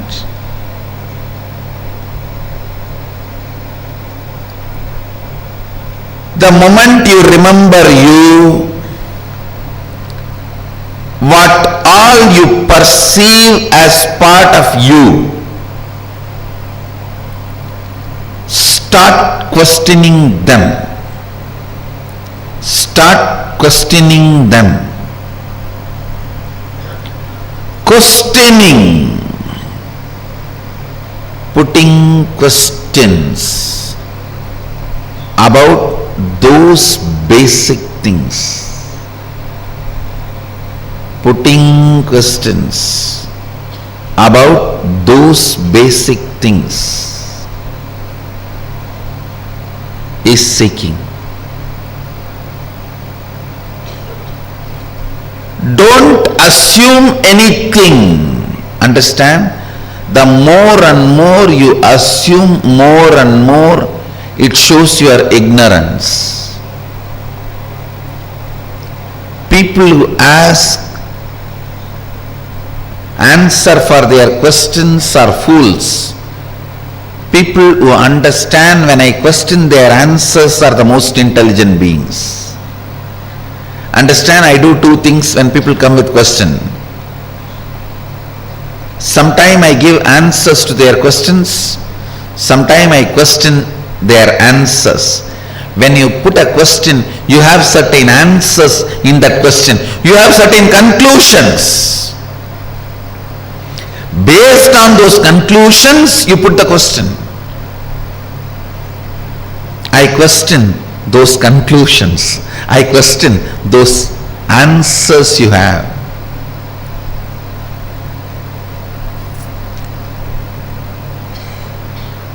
Understand? I am defining seeking. Seeking is having questions without any assumptions as foundation.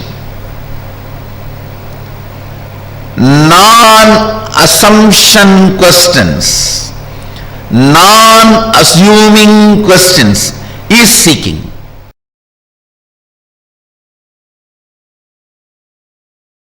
All of us are completely connected in the space of oneness. I am not saying all of us are one. All of us are in the space of oneness. All of us are in the space of oneness. If you see goodness from outside, you are in the space of completion inside. If you see bad things outside, you need to complete inside. Let every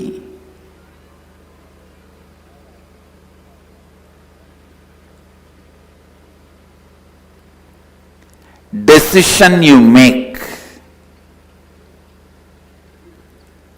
let every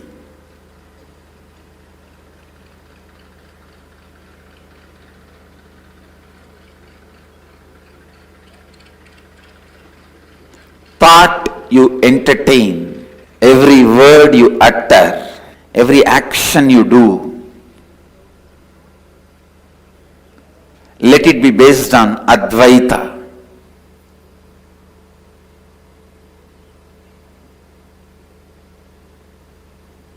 let it be completely based on Advaita. Understand, living Advaita means your self-drive, your inspiration, your energy, your experience,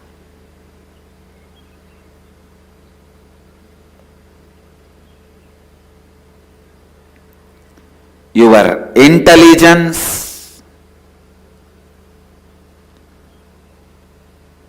everything operates from Advaita, from the truth and fact, sacred secret of the oneness.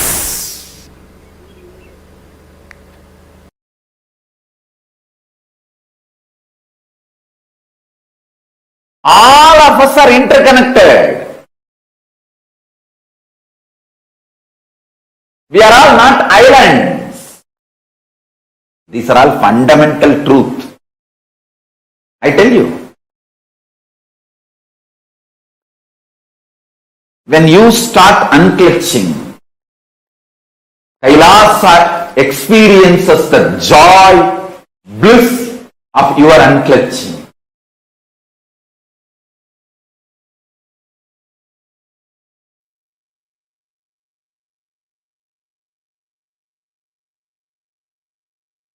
Nithyananda,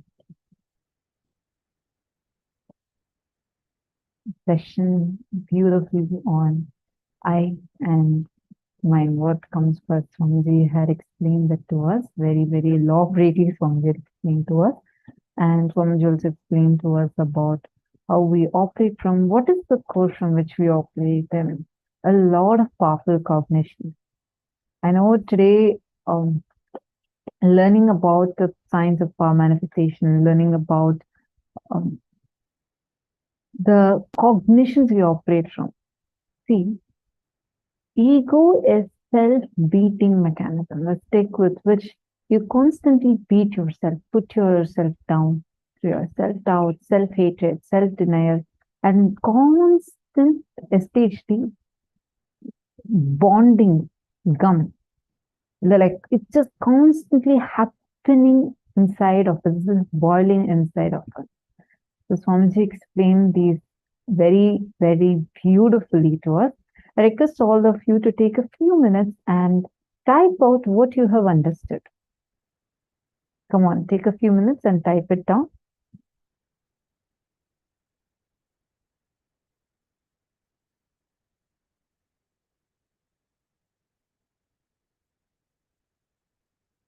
Okay, Magitanjali Khanna has asked a beautiful question. Sorry, Magitanjali, I just saw your message. I think you've asked this a while ago.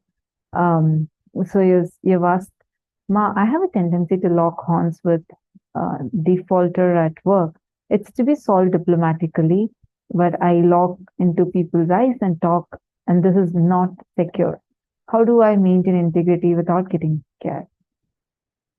Ma, Gitanjali Khanna, if you're listening, could you please give me a thumbs up? If you're able to hear me clearly, please can you give me a thumbs up?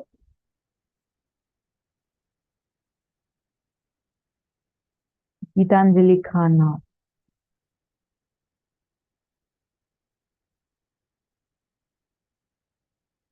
Okay. See, listen carefully. I think your video is frozen.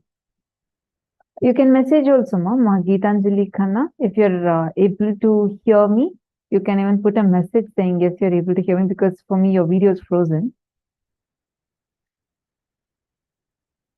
See, first and foremost thing, maintaining integrity does not mean you having to deal with someone in a way how you think is righteous. For example, you may think that, look, no, I'm just being straight to them. I'm just wanting to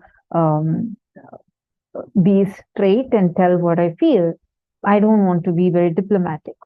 You don't need to be diplomatic, because the moment we use the word diplomacy, we start coming to a thinking that, okay, I need to be something inside and be something else outside. No, there is no necessity for it. You can genuinely be complete inside.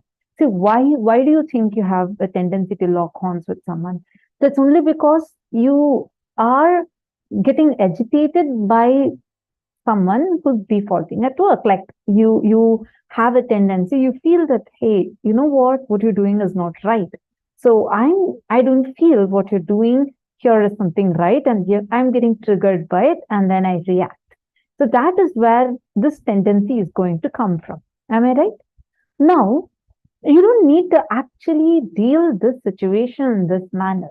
You can still maintain integrity and still not be in a situation where you need to lock horns with another person. You don't need to get into a conflict with another person.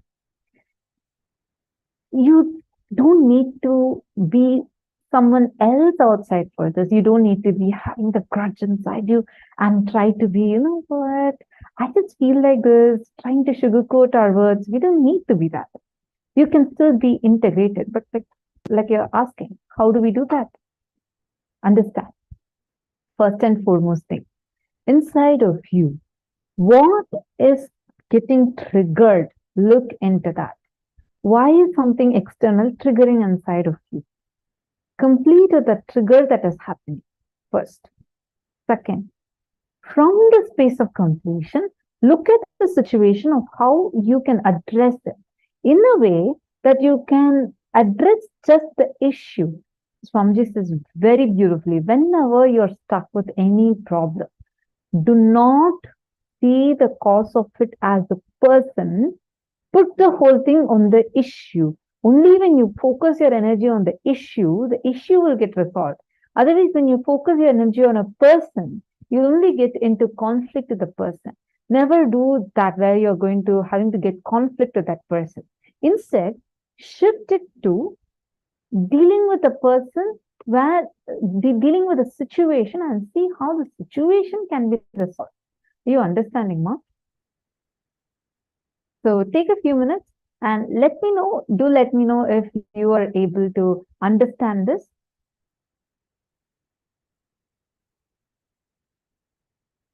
Nithyanandam, Maitriyanandaya, and Raj Guna, and Stephanie Daitiers.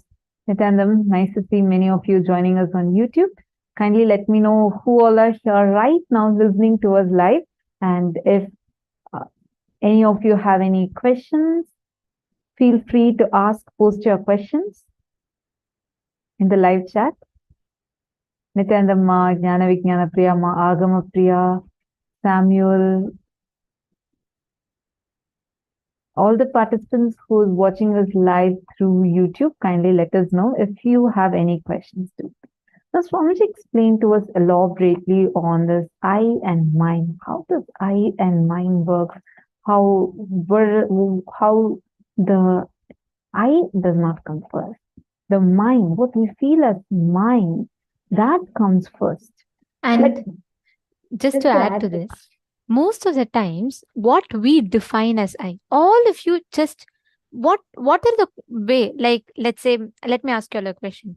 If I have to ask you all to define yourself, like, what are you? How will you all define yourself? Can each of you define yourself? Like, if I were to ask you, tell me about yourself.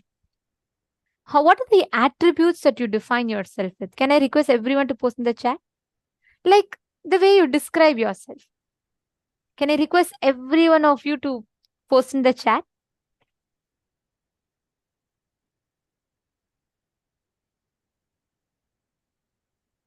Can I request each of you to describe? Please post in the chat. However you will describe. When I ask you, if someone asks you, okay, tell me about yourself. Not necessarily. Ma Prithvi Prasad, it could be anything. It's not just about physical attributes.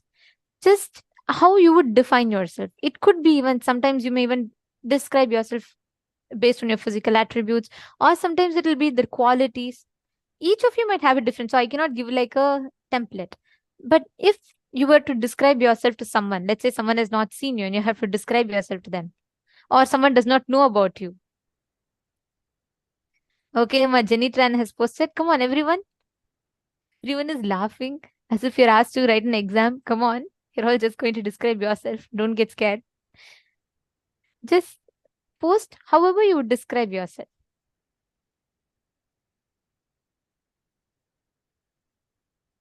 Come on, Ma Nithya.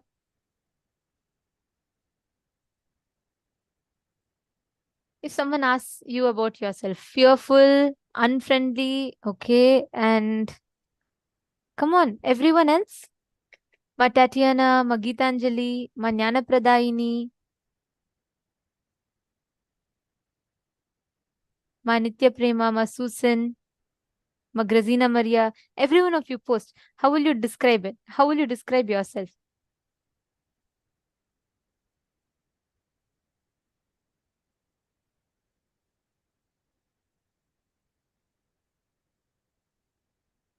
See? Okay, great. I see many of you have posted. Most of the times, all of our definitions about ourselves, we define based on the attributes of what we have. Because I'm a good singer, because I have a lot of wealth, I am wealthy. Because I have a lot of people, I am friendly. Okay, now let me ask you the second part of the question. Ma Prithvi Prasad, you have also posted, I'm bold and independent girl. Okay, now based on what do you give the definition? What makes you define yourself? Don't feel she's feeling shy. Come on, every one of you defining yourself. Ma Alicia T, what makes you feel you're friendly? Spiritual being. Okay. Ma Jennifer, what makes you feel a spiritual being? Ma Tanja Devarne. Ma Jennifer Poirier, it depends on the context. Okay, let me tell you. Like, imagine I'm going to ask you to explain yourself to a person who doesn't know you, or you're going to introduce yourself somewhere. How will you introduce yourself? The definition that you carry about yourself. How do you define yourself to people? Ma Priyatma Surupini is saying, think it's based on the situation. You remind me of a joke that Swamiji always tells. One guest goes to his friend's house and he sees his young son. And he asks his son, oh, you're so sweet. What's your age? The son says, I am normally 7 years old, but when I go in the bus alone, I'm 5 years old. Your introduction can't be based on the situation. Just for getting the extra free ticket, the mom makes the child tell he's 5 years old. It should not be like that. Normally, what definition do you carry? Okay. Each of you have posted so many different things. Now, explain what makes you feel that way about you. Why do you think you're a bold person? Why do you think you're a friendly person?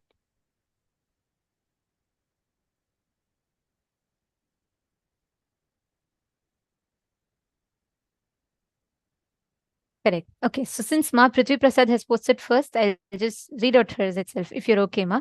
So you have posted that I told I'm bold because I was told I'm very timid and only found that I'm not. Independent girl because I was told to be dependent on someone all the time because I'm a girl again and again. And I grew up to be the opposite of it. Okay. Now, Ma Alicia T has posted from the reaction or facial expression shown from others. Undecisive is, I feel, struggle in making the decision. Okay. And Samuel Higaman, I see your message on the YouTube. I request if you can be a little more clear. You're saying caring very much about making others go towards Hinduism. Singer, artistic, caring very much about being Hindu. Good, but go a little more deeper. A little more about deeper level cognitions. What do you think when you're all alone by yourself? How do you feel about you? What's the cognition you carry about you? Take a few minutes and try going deeper and write that down. And even in what each of you have posted, even Samuel Hegemanaya and every one of you, see, the moment you're asked to define yourself, our first definitions of ourselves, the attributes that we give to ourselves, always comes from what you cognize as mine. The way you define your I, you are telling you're a bold girl because you feel what People tell based on what you cognize as mine. Something outside gives you that tag of you're bold, you're intelligent. As long as you feel that the person living around you is not earning and giving you the money, you are able to earn yourself, it makes you feel you're independent. As long as you feel that you are not very shy, or you can go and stand on your decision by yourself, it makes you feel you're bold. All of you see 100%, every single person, I'm seeing all of your messages, not just Ma Prithvis, Ma Marva, Madonna, Ma Alicia, and in all these rooms, Samuel Hegemanaya, and Ma Priyatma Swarupini, Ma Herilyn Gomez, Ma Jennifer Poyrer, each of you, Ma Ely, every one of you have posted, you're a seeker, this, that, and each of you have given based on what, and most of you have also put it depends based on the person that I'm telling. Most of the times, the tags you give yourself are always based on your mind. Your mind is defining your I. As long as your mind is defining the I, when that mind is removed, your I gets shaken. Please understand very carefully. The moment you lose your job, your definition of yourself as independent will be shaken. The moment you lose your voice, the definition of you being a singer, excellent singer, will be shaken. The moment you lose something where you build your definition of intelligence, your I will be shaken. Swamiji, this is one of the most beautiful definitions. We would have never cognized it this way at all. Till the time Swamiji told, I never ever understood it this way. But the moment I cognized it, I was like, oh my God, so true. Why do people fall into depression? If you've seen so many celebrities and actors, once they reach their heights of fame, but even one small movie goes into a flop, they all get into the mode of suicides, and so many things happen. Why? Because 100% of us, all of us, build our I based on our mind. My people celebrate me, so I'm a celebrity. Once I remember Swamiji said, one of the sannyasis had told, like, when Swamiji was supposed to go to a place, there was so much of crowd and people were standing there and for selfies and everything. So they were like, they said Swamiji is a celebrity. Swamiji said, I am not a celebrity. I celebrate my existence. Cosmos celebrates my existence. And that is why people celebrate them, the whole existence around me. Like that, Swamiji said, celebrity is too shallow a word, because as long as people attribute that to you, you define yourself. As long as people follow you on Instagram, you feel you're popular. As long as people keep telling you, I love you, you feel you're loved. As long as you don't, based on some situation, you have defined yourself, and understand all of these are shaky ground. The moment one person, let's say if you have defined yourself as a very independent person, the moment you lose the source of which makes you feel independent, like your job, you're going to fall into depression. Your identity about you being independent will be shaken. Actually, I remember a recent news I read, wherein a couple who they had built their entire Instagram profile showing about how loving couples they were, and some issue over one of them got more followers than the other, and they went into such a conflict. They divorced each other, and one of them killed the other person.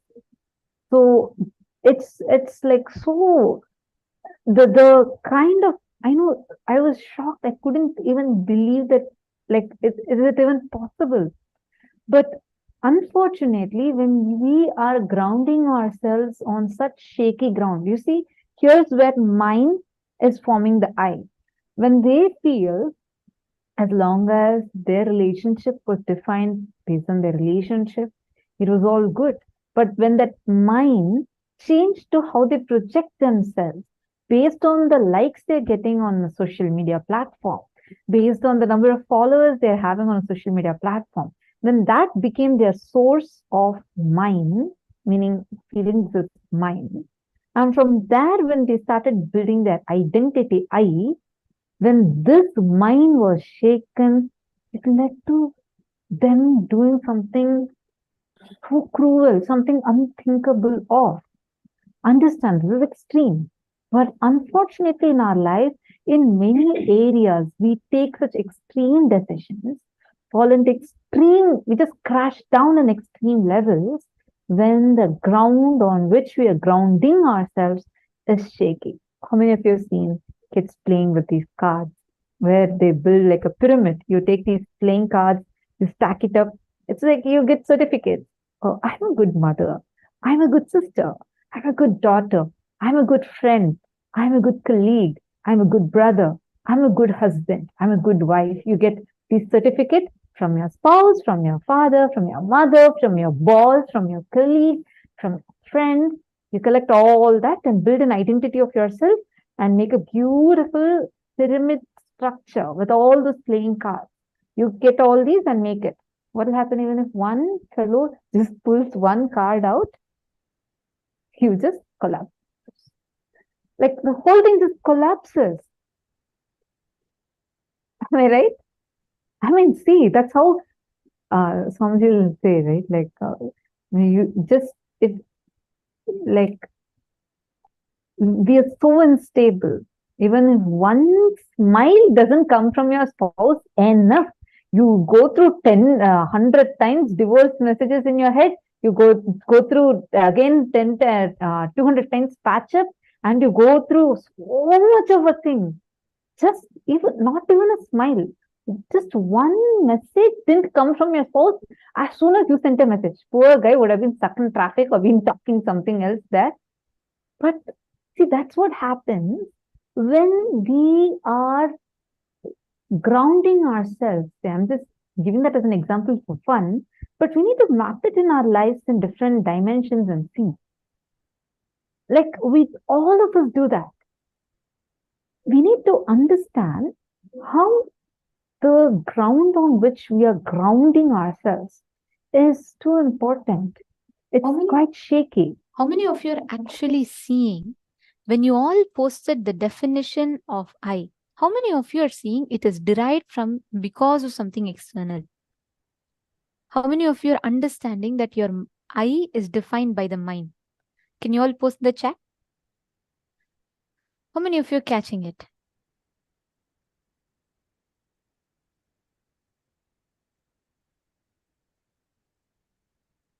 Yes. Understand, as long as, beautiful. Okay. As long as you define your I based on the mind, it can be shaken. You're always on that insecurity. That is why you constantly seek for attention or acknowledgement from the outside. As long as you are having the definition of I on the mind, you go around asking people to validate it. Isn't it? That's why we all ask people to validate us, right? We all wait for people to tell us that we are intelligent. We feel happy when people acknowledge that. Why? Because our mind defines the I. So you want to make sure, fundamentally at our very core, we all build ourselves on insecurity. We all always say, oh, okay, let someone tell me. Let people tell me, even if you think you're a loner, you just like to be by yourself, you hate people, even that certificate you want to get from people. You want to fit into people's definition. All of us at our very core are like that. You know why? Because fundamentally, we all live in that insecurity of people should not withdraw that certificate. Then your mind is collapsing. But if your mind collapses, your I will collapse. That is why Swamiji beautifully tells, the only thing that is unshakable is your existence. The moment you start defining yourself based on your consciousness, the Paramashivatva in you, whatever happens outside, your way of operating will be completely reversed. Right now, what you're saying, oh, because I have 100 people or 500 people following me, liking my photo, I feel I'm loved. Because I have my spouse who's constantly supporting me, who's taking care of me, I feel I'm loved. Or because I'm going to a job and I can pay my own money, I am independent. Instead, change it. Instead, operate it from the other way around.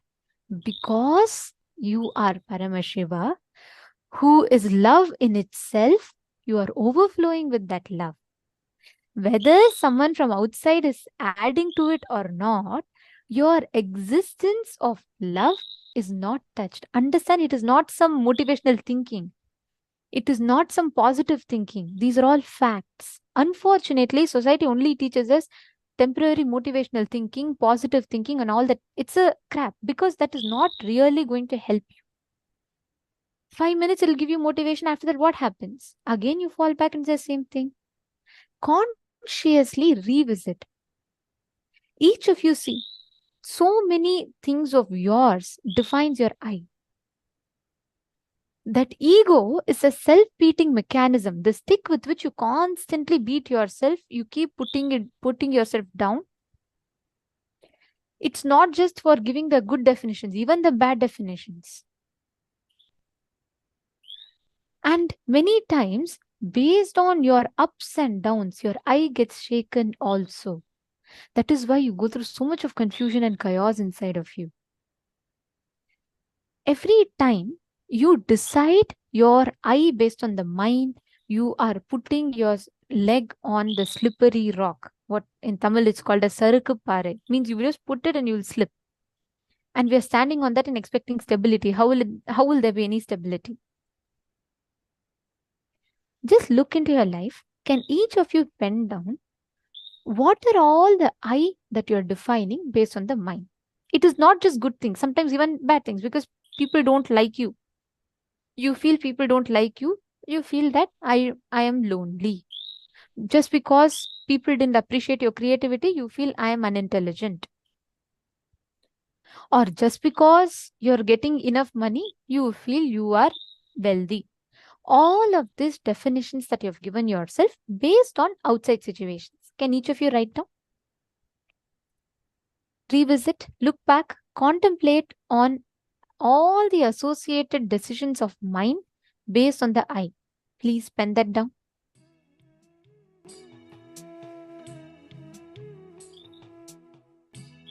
Look back into your life and pen down.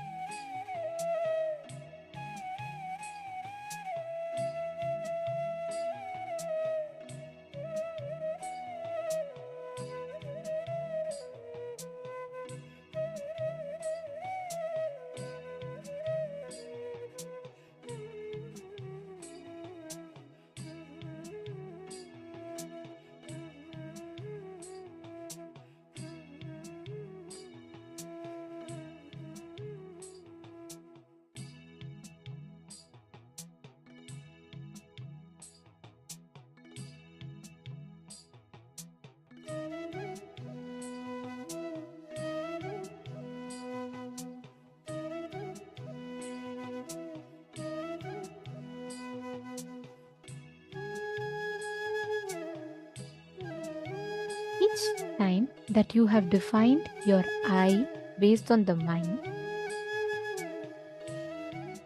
look back. Identify all these times, all these definitions.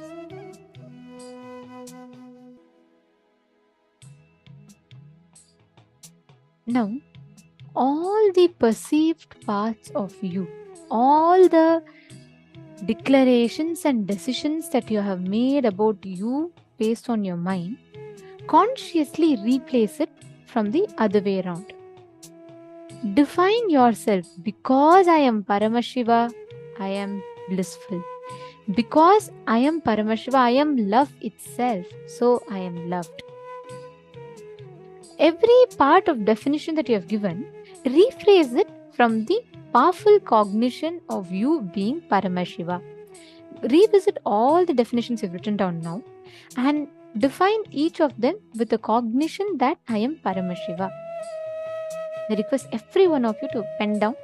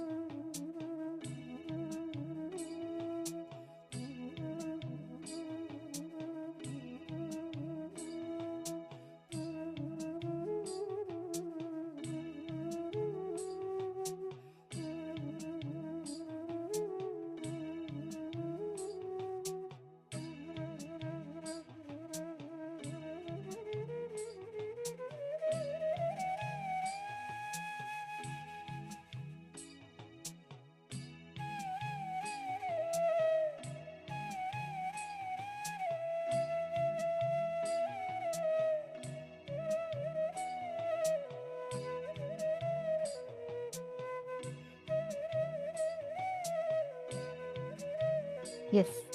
Now, if you all have written down, please relax. How many of you finished writing? Could you all please put done in the chat?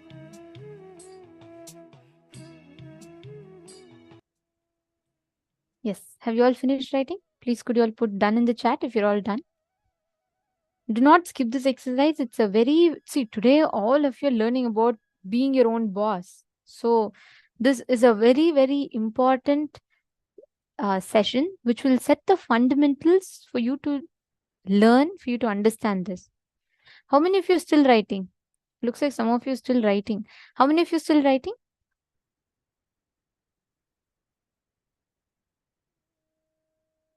Okay.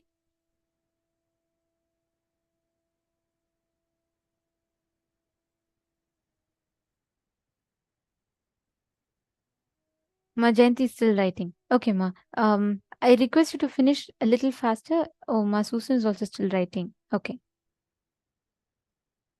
I'll give you all a few more minutes. Let's make it a little bit faster. Please finish writing so that you all don't miss the session. Finish writing this. Ma Hogs is saying, finally understand who is the boss. You are the boss. You are the boss of your life and you have all the power in your hands. You are the decision makers because inside you is the real boss, Paramashiva.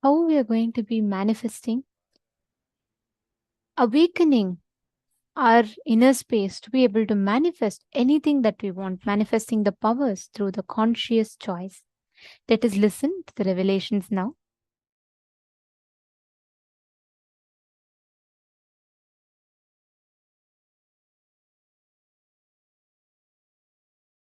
Let me give an introduction about what is Shaktipada process. Please understand.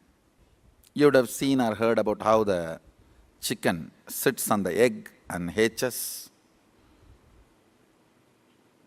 Of course, in the modern countries, this does not happen. Machine sits on the egg and or egg sits on the machine. In those days, originally when hens and chicken were getting produced on the planet Earth, the hen used to sit on the chicken and hen used to sit on the egg and the chicken will come out of the egg. See, same way, Sadashiva sitting means the ultimate cosmic energy sitting on the individual soul and making the individual soul into cosmic energy is Shaktipada. Hen sitting on the egg and making the chicken happen, same way. You may think, how come, what is going on here? That hen is only sitting just by the body heat of the hen, the egg is becoming chicken. Because no surgery is done and nothing goes inside. It's only sitting. Same way, it is just sitting. It's only the presence, the Shaktipada.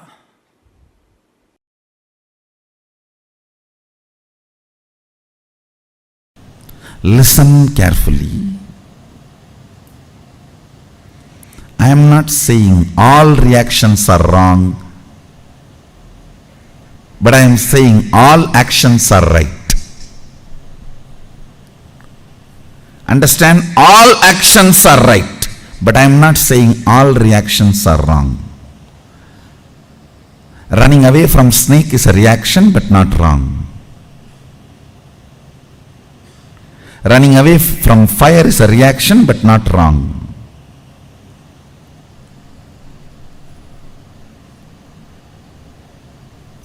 All actions are right, but all reactions are not wrong.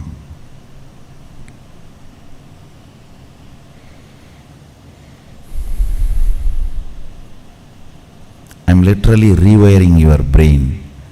That is why you feel, oh God, what is going on?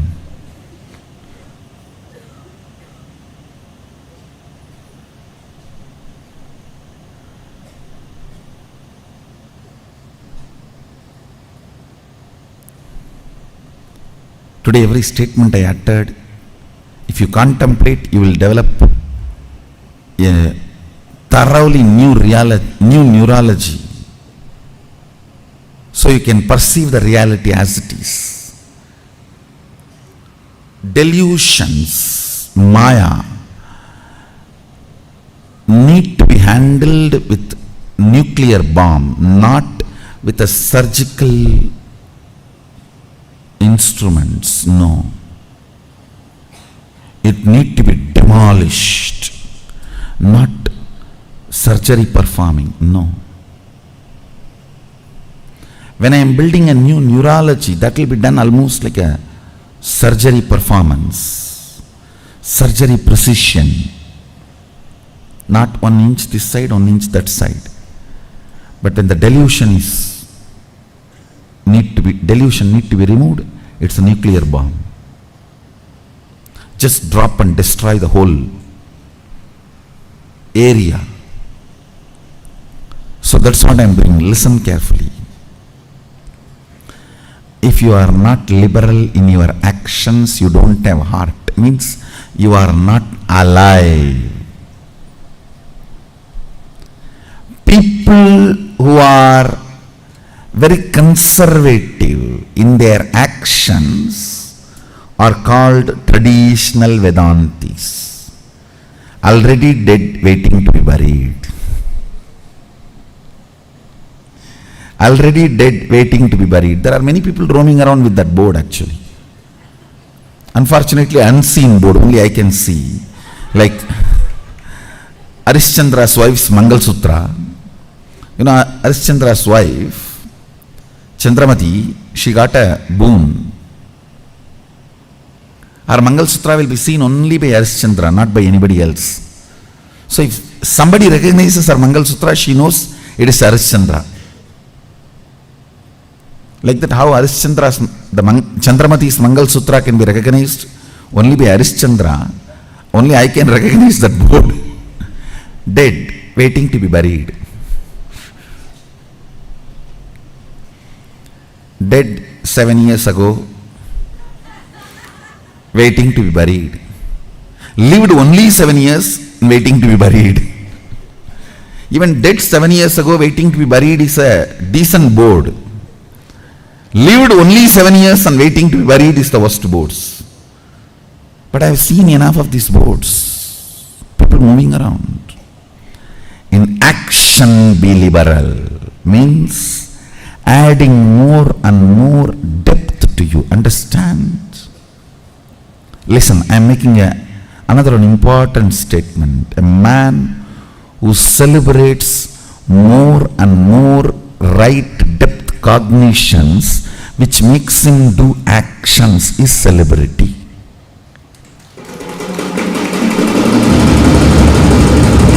Who has amazing depth cognitions in him in large quantity, they make him do actions without repenting.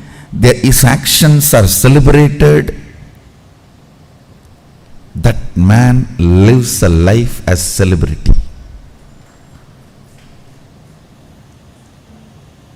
Add more cognitions in your depth.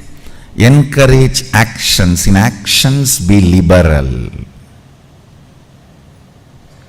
In your reactions means going cranky, crazy, berserk, chaos, weird. I can read out the whole dictionary.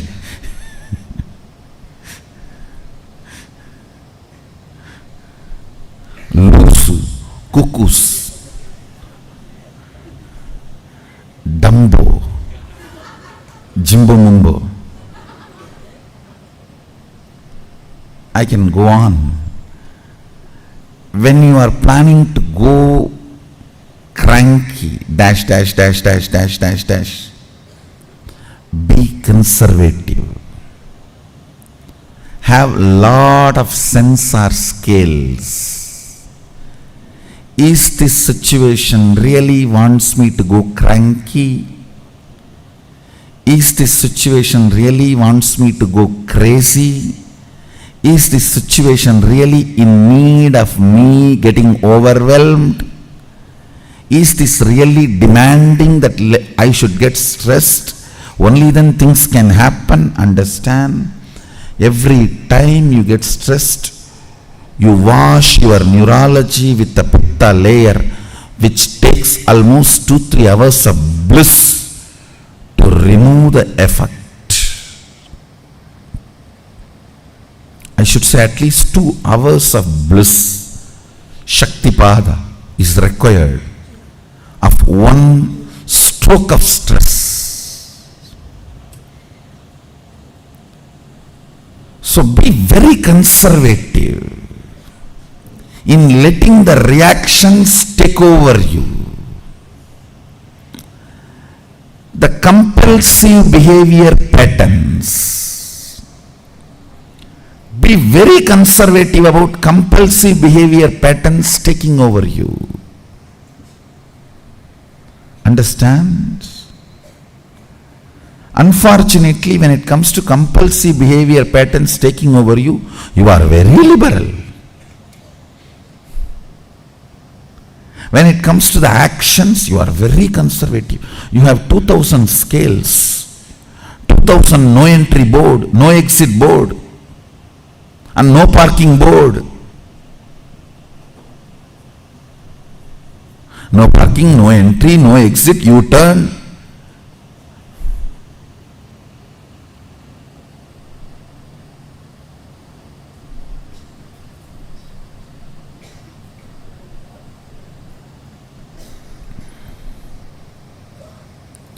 U-turn is frustration. No entry is depression.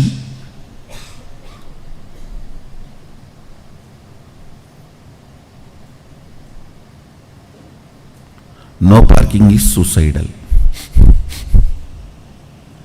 At least U-turn, no entry and all can be tolerable. But what will you do if there is a no parking signal inside you? Then where to park? At least for parking, you need a place. With this no parking only, the suicidal tendencies start. Understand in your existence and action, functionality of your neurology with the reality, you are too conservative, orthodox. Thousands and thousands of stoppages.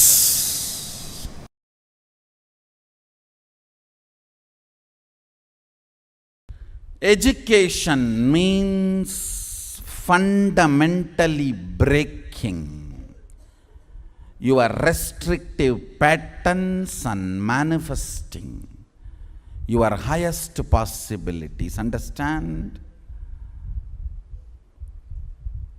Education does not end when you leave school.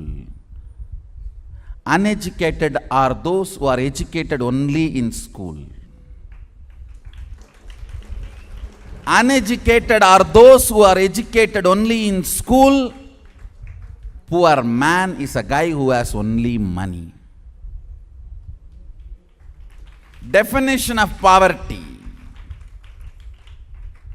Man is poor if he has only money.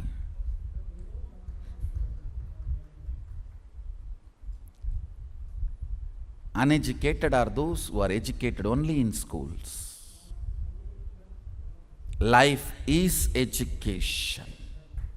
As long as you breathe, education continues, continues, continues.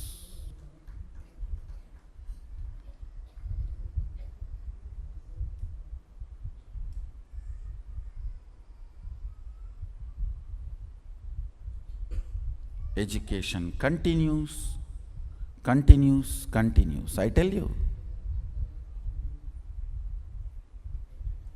it's only by education you keep yourself alive. It is education which makes you a mystical being. One of the Guruji told me personally, I don't read books at all. Then why don't you die? Good for planet Earth and for your disciples. There's nothing to be proud about. I don't read books at all.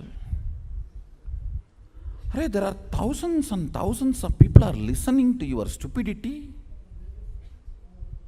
Whatever you vomit, why don't you just freshen up yourself? Be in tune with what is happening with the outer world.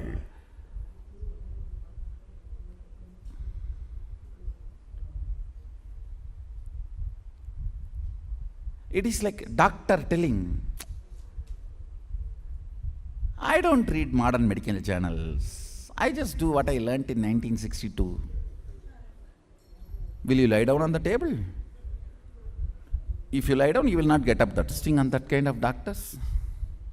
KAILΑSA. KAILASA and KAILASA.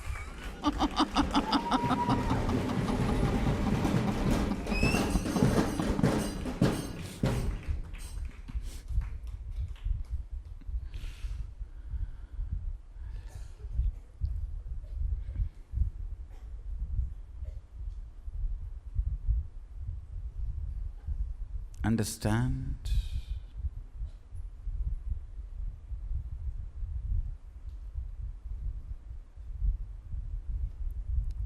Integrity to your brand and updating yourself with what is happening in the field, in your chosen field, is cute. Not ignorance. Ignorance pre-declared does not become intelligence. Understand? Ignorance declared by the self before your discovery does not mean he is intelligent. Of course, the moment he opens his mouth, everyone understands he neither reads nor thinks. But he himself declares, I don't read books, does not make him intelligent. It's not cute. Then don't do this profession. Get lost. There are many professions where you don't need to be updated about yourself and your field.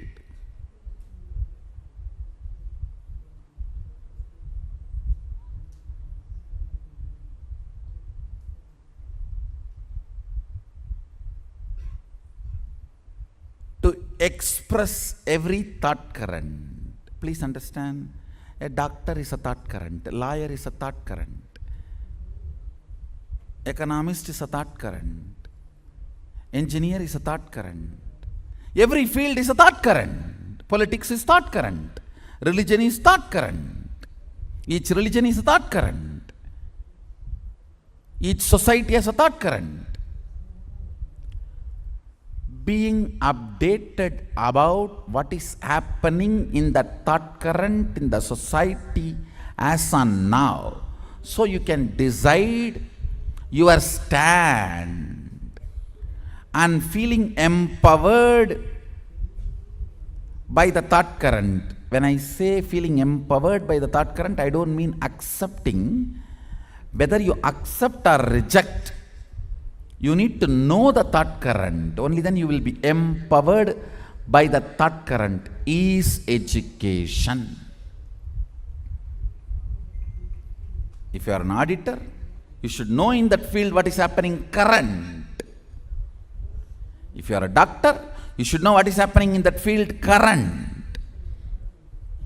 If you are a lawyer, you should know what is happening in that field current.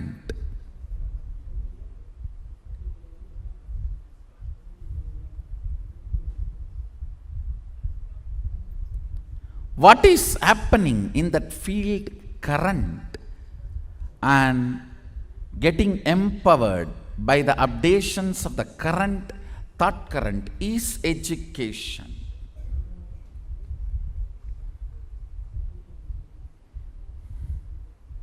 Thanks to internet revolution,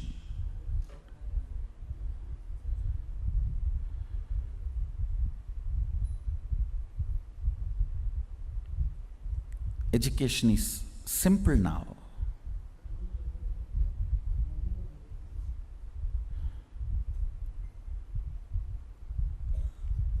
Very simple.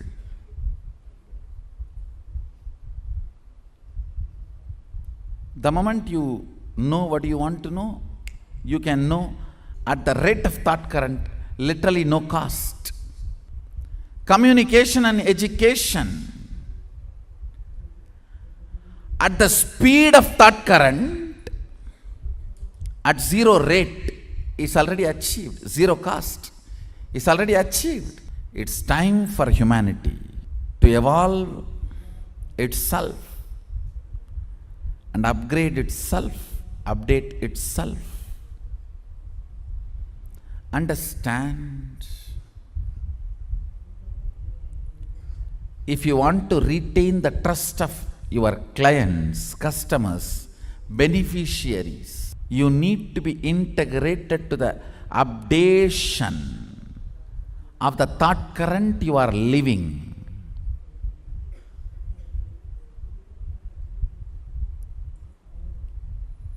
Unfortunately, education lost this context. Education has lost this context. Education has become so unscientific and infrastructured system.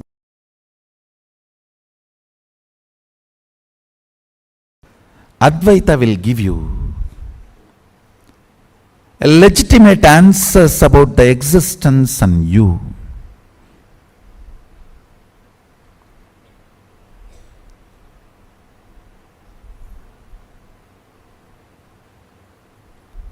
Will bring legitimacy to your existence.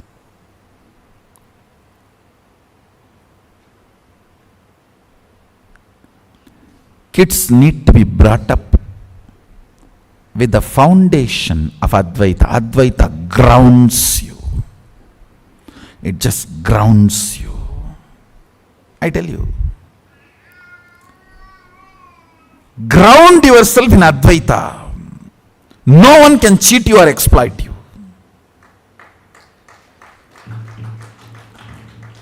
Upanishad should be taught in all schools.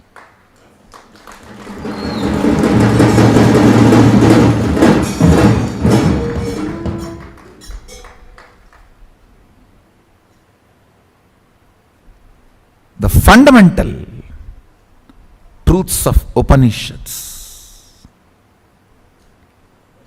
A kid, whether he wants just a candy or he is thinking of his future vision, everything he should be grounded on Advaita and cherish and plan. He will be amazingly grounded, I tell you.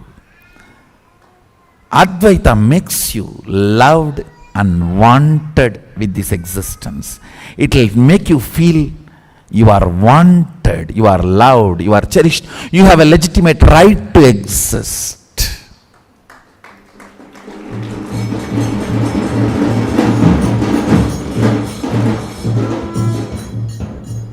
Because you are still able to feel you exist, you are wanted to be exist.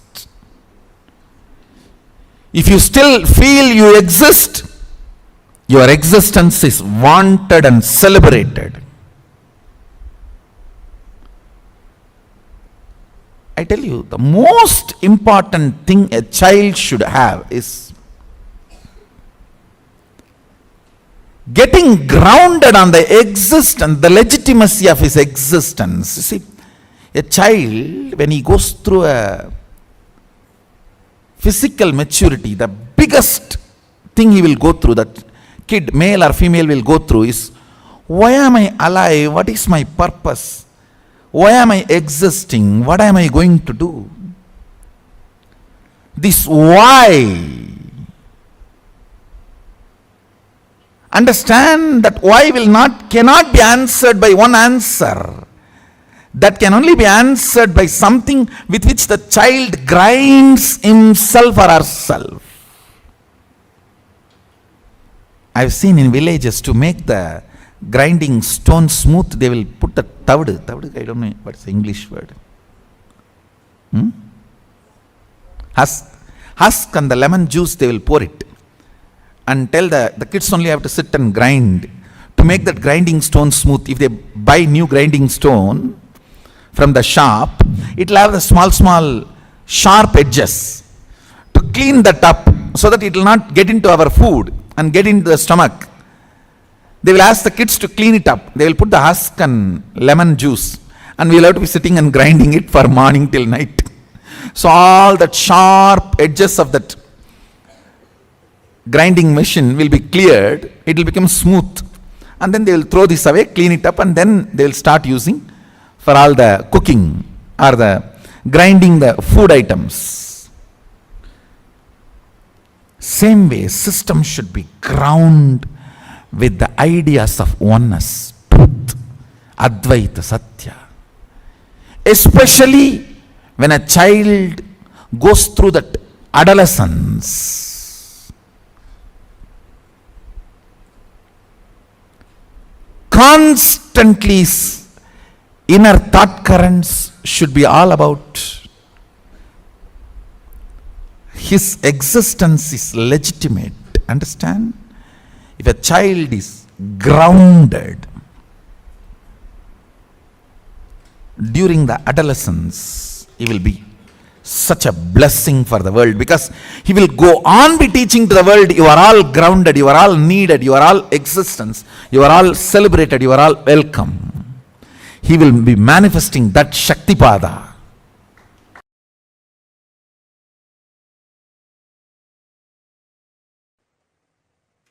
Conscious sovereignty can be manifested in you just through the Shaktipada and Shaktinipada, most simplest way.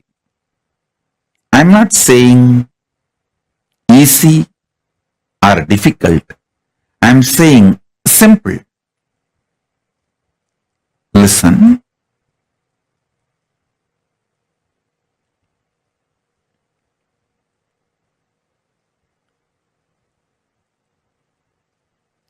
Mind always works in the language of quality and quantity. If your mind, which can relax from this constant engaging with qualities and quantities, and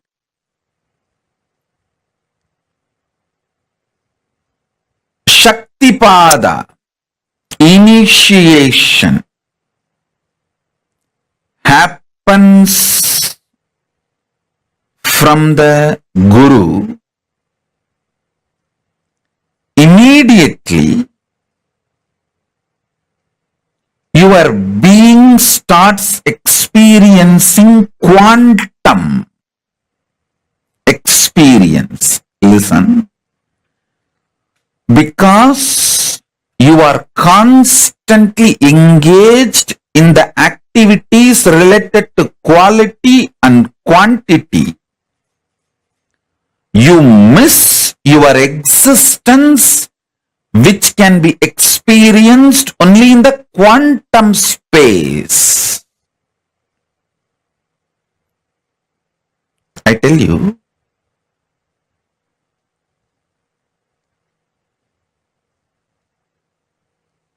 you can achieve conscious sovereignty in multiple ways.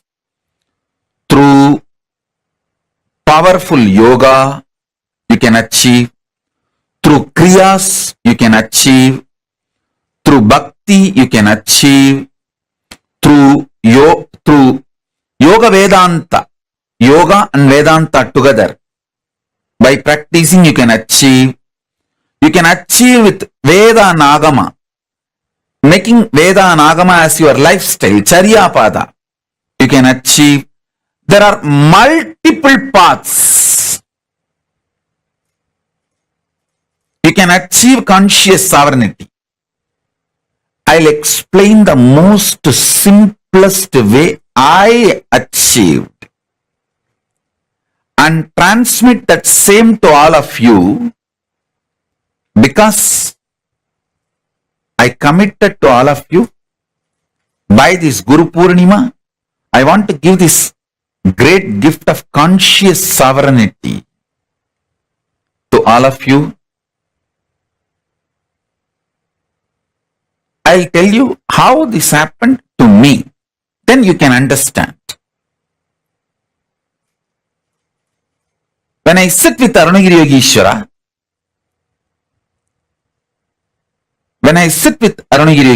my Guru,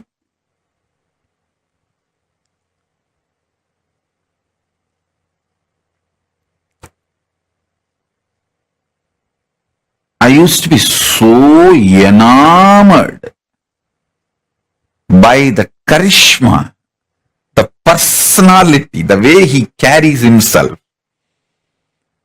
I just used to be lost in him. I used to be so attentive, so much into his eyes. When I ask a question, the way his eyes react or respond, I know I asked the right question, or I asked the useless question, or I asked the wrong question, or I was just trying to poke him. More or less like an attention need, not the real question. I know everything just by the way his eyes react.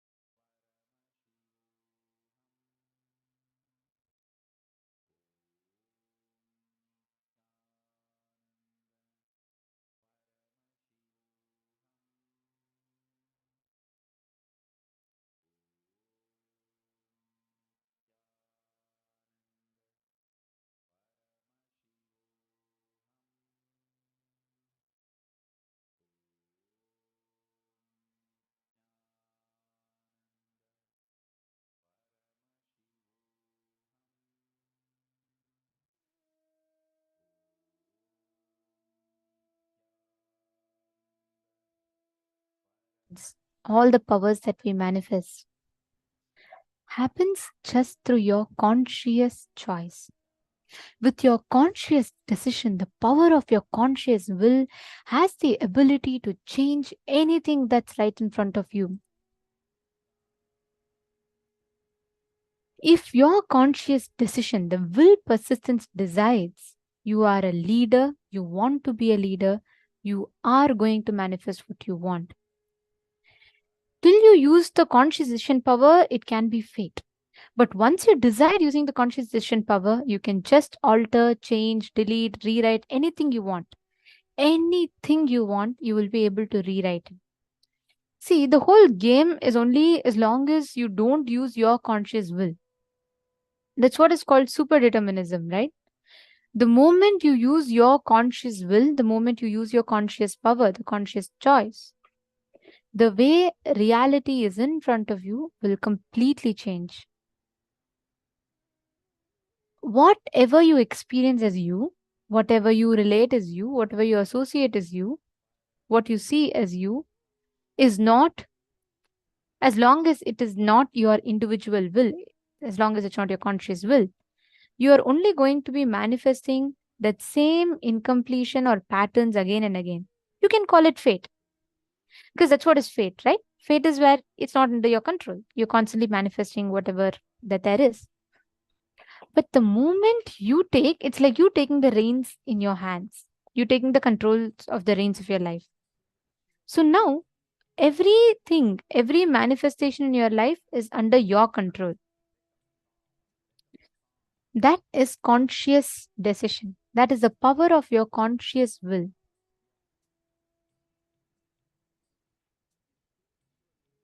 If your conscious decision, will persistence decides you are a leader, understand you are going to become a leader.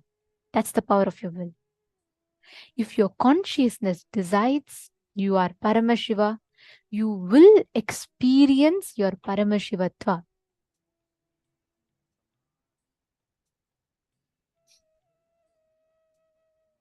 That's the power of your conscious will. This is what Swamiji calls a super determinism. Everything in your life that you see in front of you, it goes exactly as per what you will. If you keep thinking, oh, it's just fate, this is what is fate, this is how life is going to be, then life will only keep manifesting that. The moment you decide it's not fate, it is not individual, as consciousness, I am deciding to manifest this breakthrough, life has to give you the breakthrough. That's the law of life.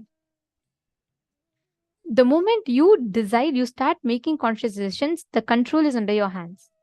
And understand, use the conscious decision power, you will be able to decide and manifest anything that you want. Whether job, whether relationships, whether miracles, whether power manifestation, all of it is the exact same thing.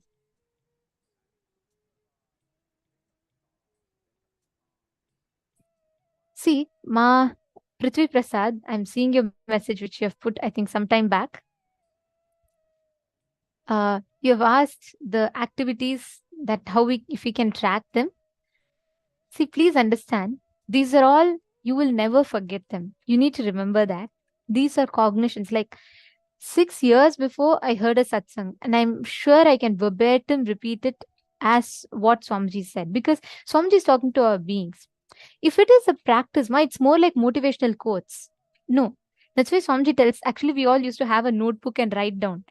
One satsang, when Swamiji used to give physical satsangs, we all used to sit in front of Swamiji and we all be having like our book of hearts and we'll be writing these powerful cognitions. Then one satsang, Swamiji said, Swamiji paused the satsang suddenly in between and Swamiji said, all of you close your notebooks. Then we all put our notebooks aside. Then Swamiji said, I am talking to your being.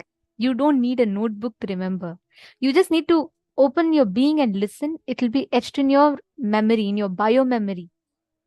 So you don't need to take notes. Of course, you can always write it down later. Like as soon as you click with something, you can make a note of them. That's absolutely right. That's the right thing to do. Even Swamiji has said you can record. That's not a problem.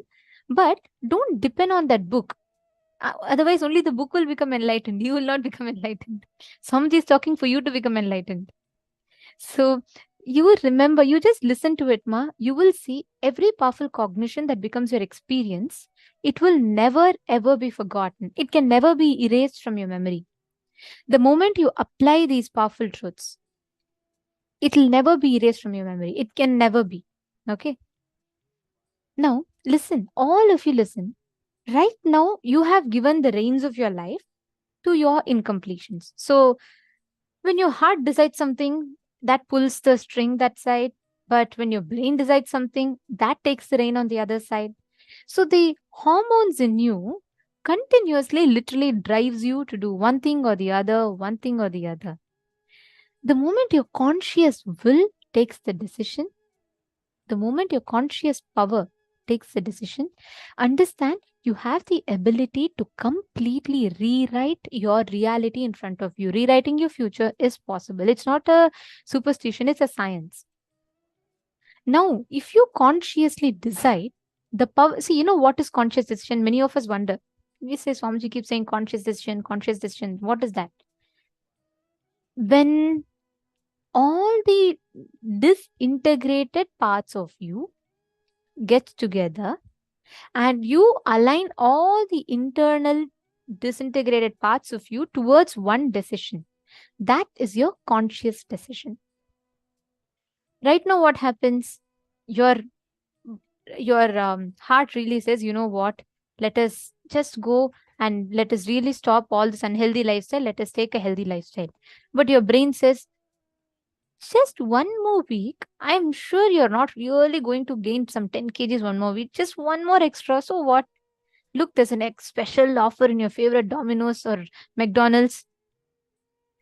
There's a fight always inside us, within each part. That is what is called non-integrating. Your heart pulls you one place, your brain pulls you one place, and needless to say, your pattern pulls you in the totally opposite direction. Each of it pulls you. Now, your ability to take the reins of your life, saying, no, let me come back to the space of unclutching and let me make the decision. Whenever we tell, right, whenever we get too excited, Swamiji will say, don't make a decision. Whenever we get too afraid of something, whenever we're like, Swamiji, it's all going haywire and I want to do this, Swamiji will say, relax.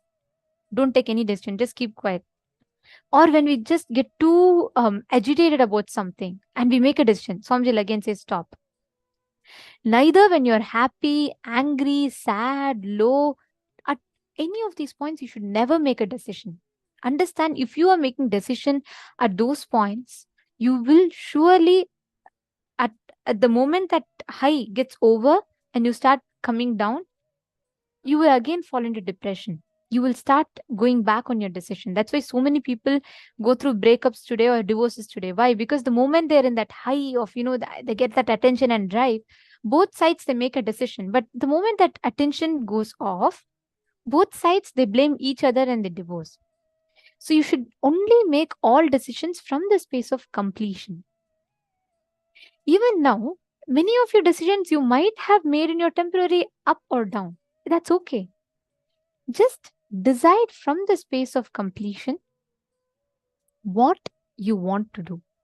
Make it as a conscious decision. Sit and make a conscious decision how you want your reality to be, how you want your reality to manifest. Please take a few minutes.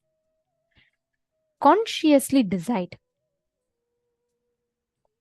Your conscious will has the power. Your conscious decision-making power has the ability. Anything you decide, anything you will, your conscious will can manifest that as a reality.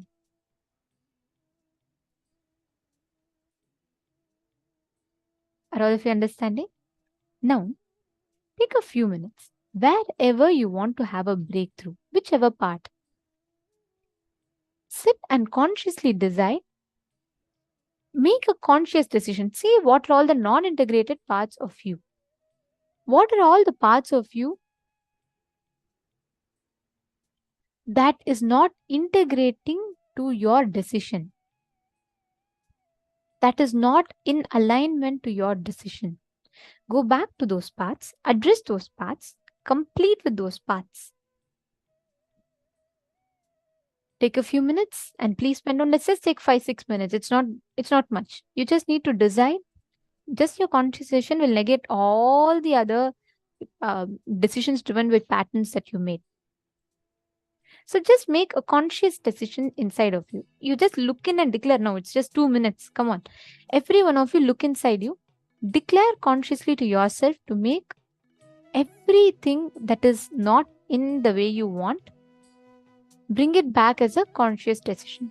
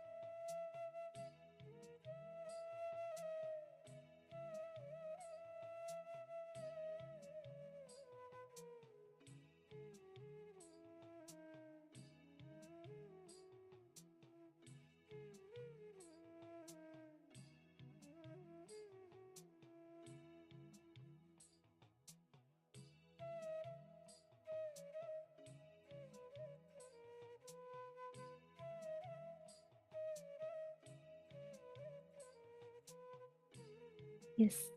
Now, please relax.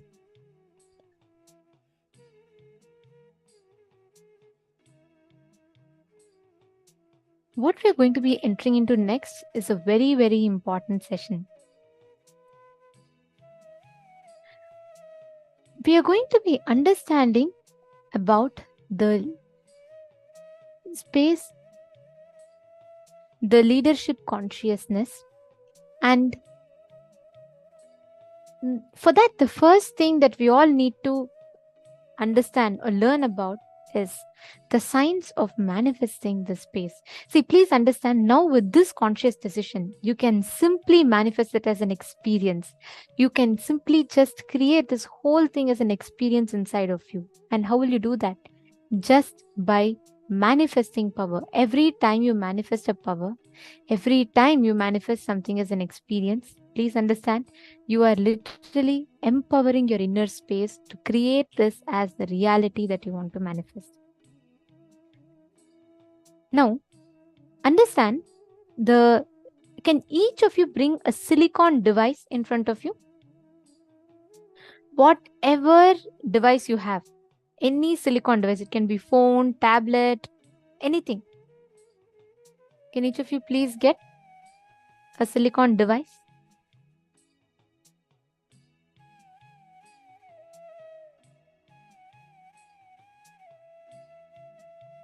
Now, please understand, silicon is actually made of mud. From earth, the silicon material is derived from one of the basic elements from mud, basically earth element, right? Silicon has the power, the ability to cognize and respond to your commands. By nature, silicon has that ability to cognize and respond to your commands. Even if you have an eroded, corroded third eye, you can manifest this power. If you feel like my third eye will not work, you don't know it's rusted, eroded and corroded, it will still work. This power is not dependent on third eye. This power is independent of third eye. So it's a good news. Swamiji says this power works from the Hara center. So this is a very, very beautiful power that we are going to be manifesting, where just by your conscious will, you're going to be able to command and move a silicon surface. Listen very carefully. Everything that, all the things that comes under length, breadth and depth needs to be plugged into the third eye. Okay? So you will have to manifest through the third eye. But this is directly from your Mooladhara. So even if your third eye is corroded or eroded, you can still do it. Anybody alive can manifest it, because this is literally a consciousness over the matter. It is directly connected to the Hara center. Okay, you all want to know where Hara center is? It is right above the Swadhisthana and below the Manipuraka. So which means right below your navel center, just right below your navel center, that region is the Hara center. This is exactly just above the Swadhisthana chakra and below the Manipuraka chakra, right below your navel center. That region is your Hara center. This circuit is directly connected to the Hara center. Actually, when you are connecting with the device, the silicon device, anything, basically any phone, tablet, PCs, anything that you have in front of you, any electronic gadget is a silicon device. Okay, so when you are connecting to it, you will actually experience your Hara center, the bottom of your belly, literally vibrating. So for what this circuit is applied is anything you can visualize, you can download it in silicon matter. It's a very super cool power. Once I was just walking with Swamiji, and Swamiji had actually initiated myself and another person to manifest this power, where we had Swamiji basically initiated us and said we can just manifest this power. We were just casually walking and there was a beautiful scenery in front. So there was this Vaidya Sarovar, there was sunset, and there was Kalabhairava, right, deity of Kalabhairava right under it, and it was all trees around. It's a very beautiful scene. So whenever Swamiji is there, right, he'll just go stand there and he'll watch the sunset and sunrise. So I was just standing behind Swamiji and I was just watching the thing, and along with all the others. I mean, everyone of us were there, and Swamiji just suddenly turned and looked at me, and Swamiji said, "Are you enjoying the scene?" I said, "Yes, Swamiji, it's so beautiful." And what happened was, right at that point, Swamiji said, "Kanna, just look at it and click it through your eyes." I was like, okay, what is happening? Swamiji said, no, like how you click a photo, just click like that. Like that, Swamiji actually just blinked his eyes and showed, just do that. And I was like, okay. Then Swamiji said, Swamiji had actually initiated, and Swamiji said that to one particular person, he said, I will be able to send it because the third eye connection is established. So I was like, okay, what is happening? But still, anyways, so I just looked at it and I just blinked my eyes once and I kind of like visualized like it's actually getting clicked. And I'm not joking about this. I have experienced this. The moment I did that and I sent, Swamiji said, now send it to the other person. Just visualize like how you do it in Messenger or WhatsApp. Just do it the same way. Just send it to the other person. And I sent it. Swamiji actually had one more person call her, the person that I sent to, through the third eye. And Swamiji had one more Adinavasi call her and told that Adinavasi to inform the other person that I sent to, asking her to verify what exactly did she receive in the third eye. Ask her to just close her eyes. See, she would have seen an image in the third eye. Ask her to describe what it is. You will not believe. She described, the phone was on speaker. I didn't even speak to her, just to make sure it's completely foolproof. I didn't even speak to her. It was another person speaking. So this person that I sent it to described, it is a sunset, there's Kalabhairava deity in front, Swamiji is standing, the exact scene that I saw, she received that as a picture.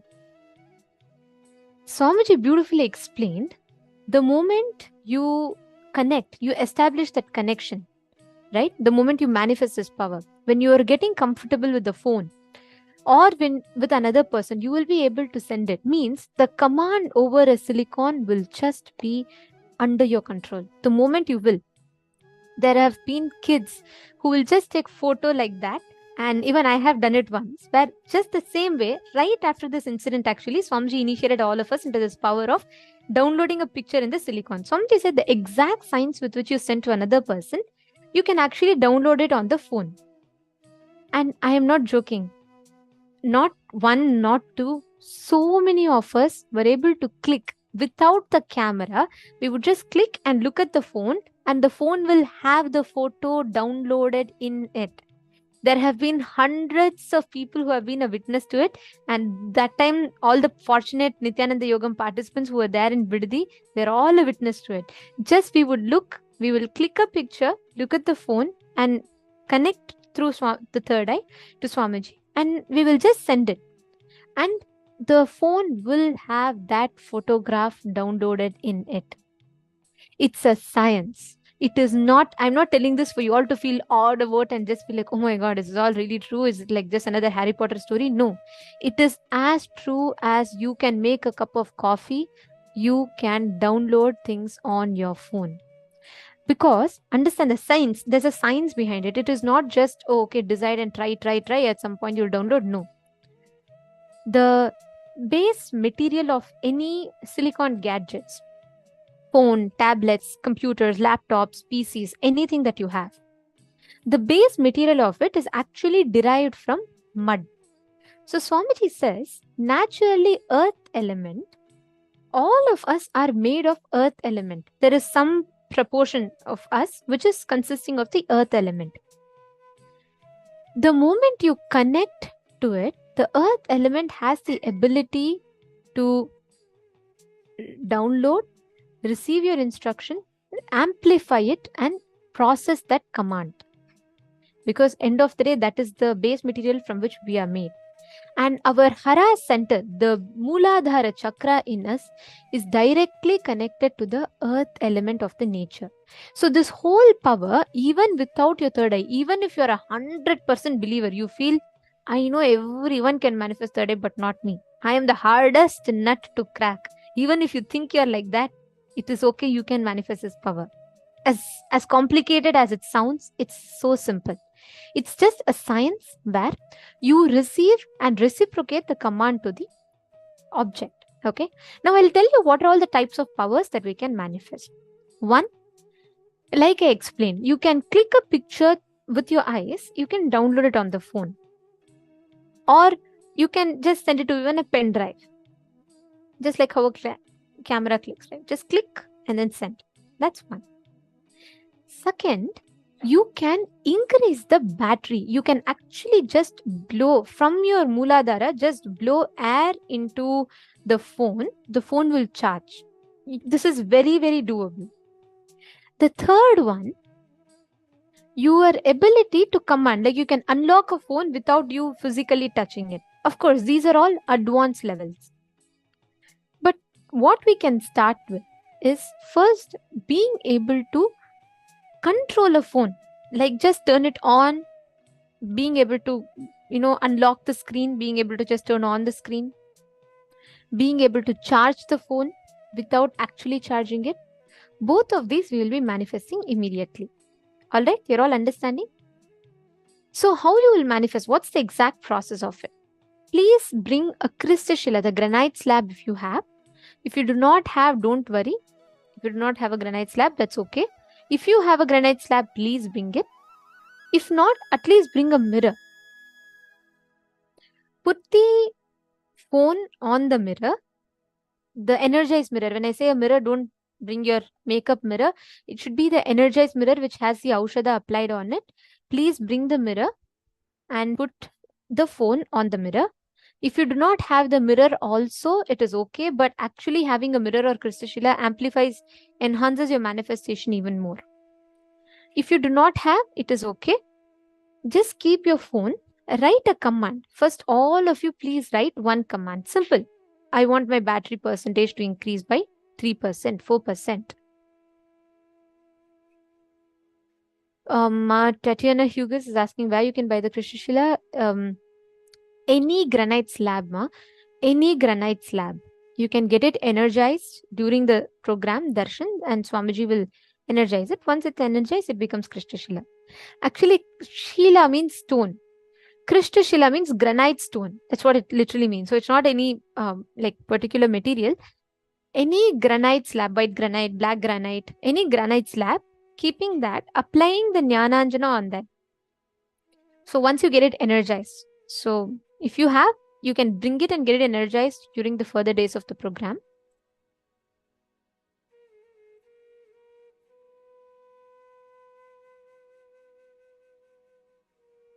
Okay, Tatiana is asking why granite. Actually, granite has the potential to store this high level of energy inside of us. So granite has the ability to store that high energy. So when you're manifesting, actually, that it's not simple, it's not a simple thing. Your granite has to literally receive, it's like more like a transformer per se. So it actually receives the energy, it processes it, and it sends it across. So that's how the whole cycle happens. So any command you have, it has to receive the energy, take your, like how a TV to run, it needs the plug, it needs a current, and then it processes things and it shows us. Similarly, granite needs the third eye energy, which holds the energy and which manifests. So granite is that material which can hold a lot of energy for a long period of time. Other material will very easily break. That is why temples are built in granite stones. Understanding? Okay. Now all of you please bring your phone. Now hold the phone in your hand. Listen very carefully. From your hara center, just below your navel center, visualize that intense gush of energy and transmit that to the device. Prithvi Prasad, if you just manifest powers and apply these powerful cognitions intensely, you will very easily be able to manifest even a breakthrough in your wealth dimension. Seema, you're very inspired. You're very, very intense in listening and participating, which is very beautiful. Every time your being inner space clicks with something, right? Every time your inner space clicks with a certain powerful cognition, Start applying that and just keep chewing on these powerful cognitions. I remember you were telling about your job and the financial condition right now. You will really be able to manifest a breakthrough. Ma Prithvi Prasad. You will really be able to manifest a breakthrough just by doing this completion and manifesting powers. It not just in job, wealth itself will be a breakthrough for you. Just sit. I know you have been sincerely attending the program. Sit, internalize each of these powerful cognitions and work on implementing them in your life. You just do this. Don't worry about the result. You just do what you can from your side. And it is not every moment you're spending here, ma. You're actually gaining a conscious resource. You're not just sitting here. You're actually gaining a conscious resource. You're actually earning conscious currency. Like how every time you go to your job, you sit in your office or you do some work and you'll earn currency to deal with this loka. You're actually gaining conscious currency which will help you not just while you're in the body, even after you leave the body also. So come on, we're going to be sitting now with this powerful cognition in us, and let us all sit and manifest the powers. Ready? Should we all do it? Please sit. Just take this as a decision and you're going to be able to manifest now.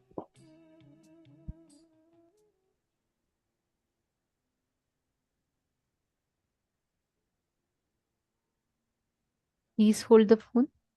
Just look through your third eye intensely. Just blow air into the phone. Just breathe in.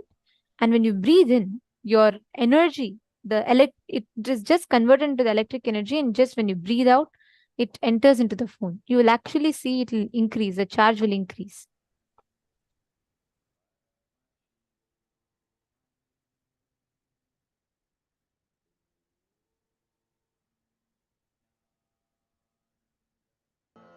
Paramashivoham. Please have the phone in your hands. Om Nithyananda Paramashivoham. Chant the Mahavakya. Om Nithyananda Paramashivoham. Breathe in and breathe out. When you breathe out, just hold the phone and breathe out. You will actually just breathe out into the phone. The phone will start charging. You will actually feel that intense vibration in your hara center.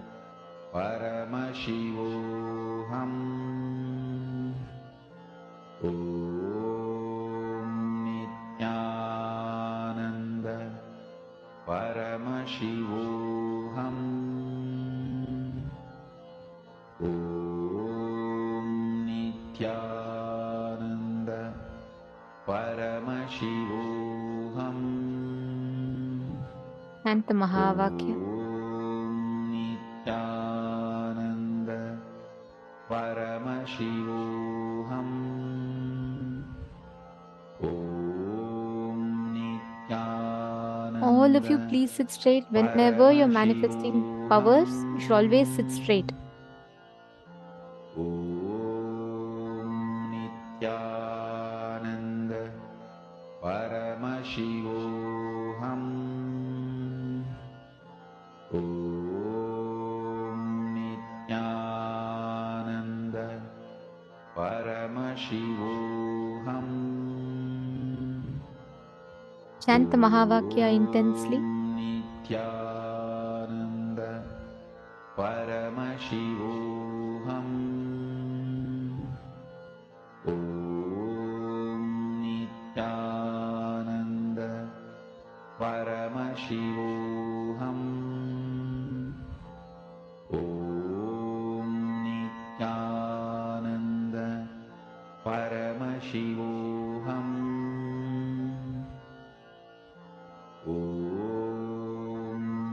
Breathe in and breathe out into the phone. Paramashivoham.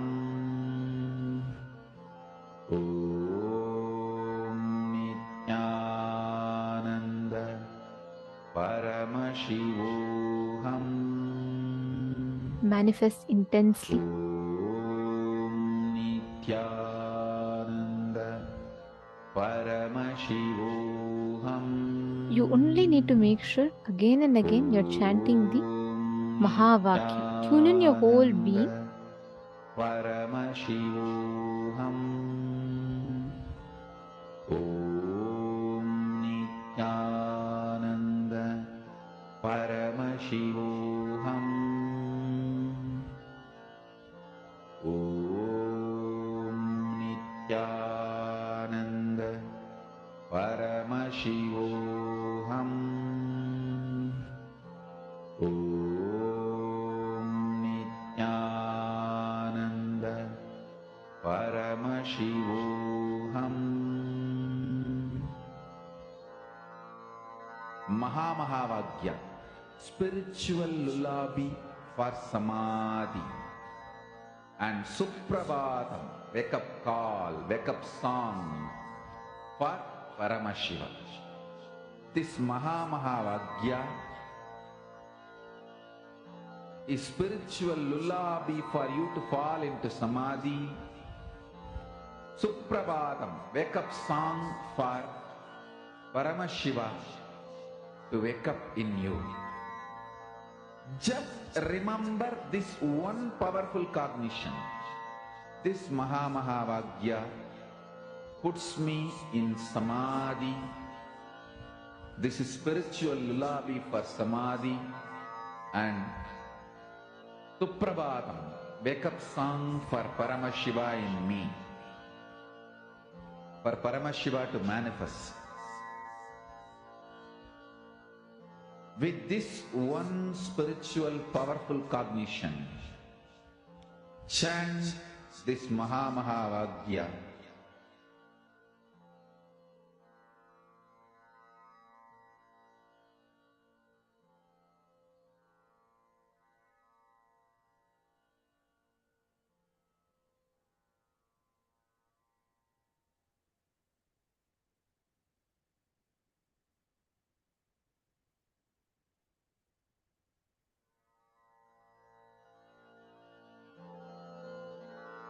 Mahavagya, spiritual lullaby for samadhi, and Suprabhatam, wake up call, wake up song for Paramashiva.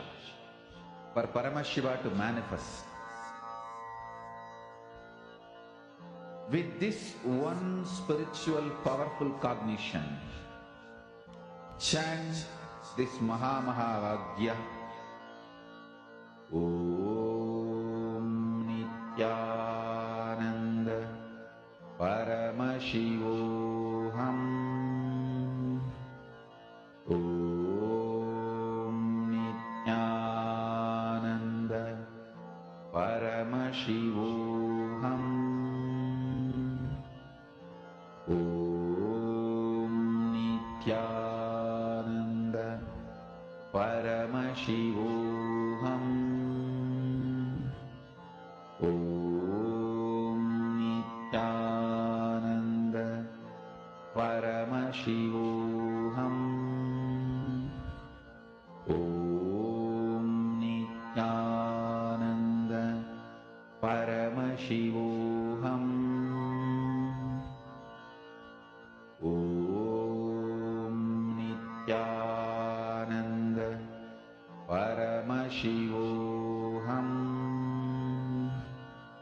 Om Nithyananda Paramashivoham. Om Nithyananda Paramashivoham. Om Nithyananda Paramashivoham. Om Nithyananda Paramashivoham. Om Nithyananda Paramashivoham. Om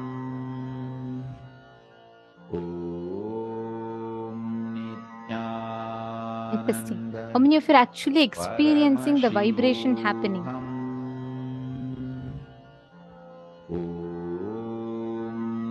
Nithyananda Paramashivoham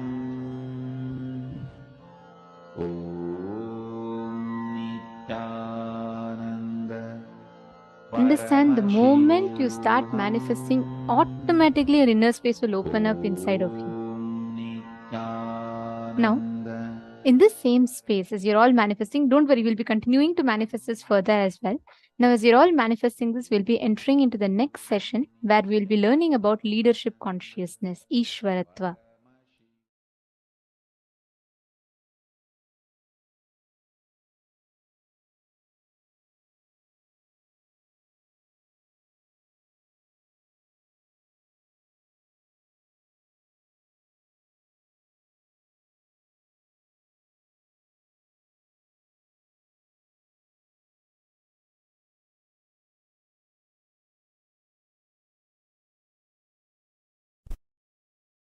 Leaders are born sometime, made many times. Your conscious breakthrough capability is powerful enough to have the life you wanted manifested in you. It is capable of giving a superconscious breakthrough.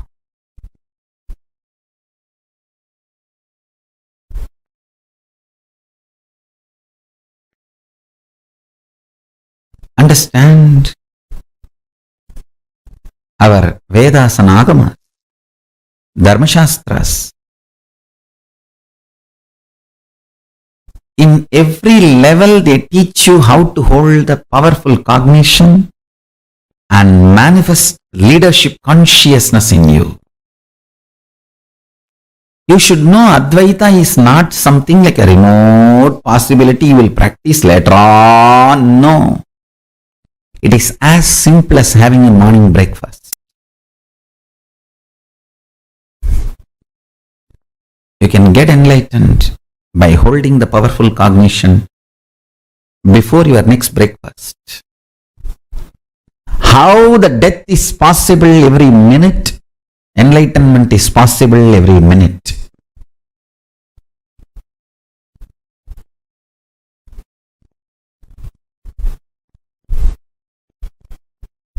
Enlightenment is the purpose of life, and listen carefully.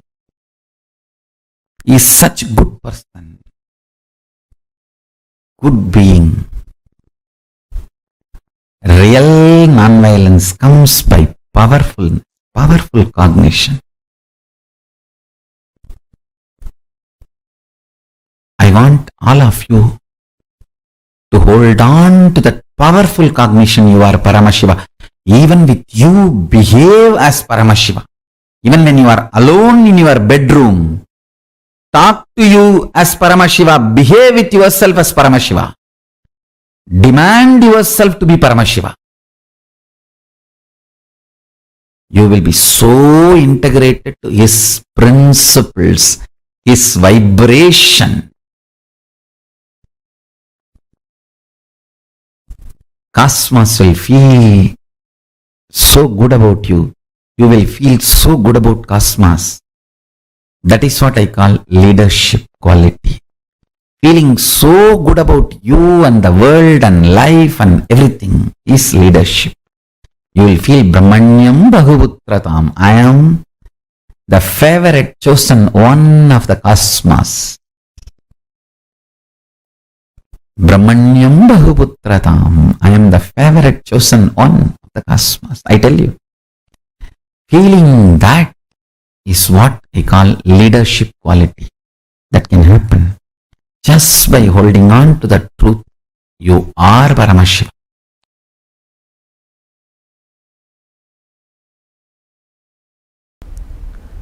Intense but subtle. Listen.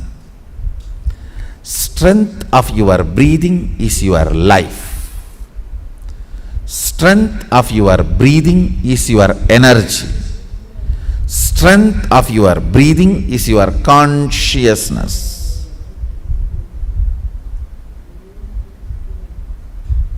Strength of your breathing is your attention span.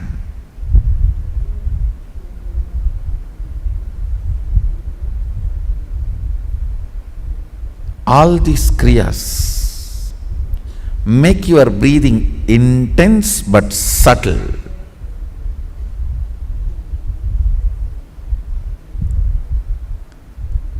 When your breathing is made intense but subtle,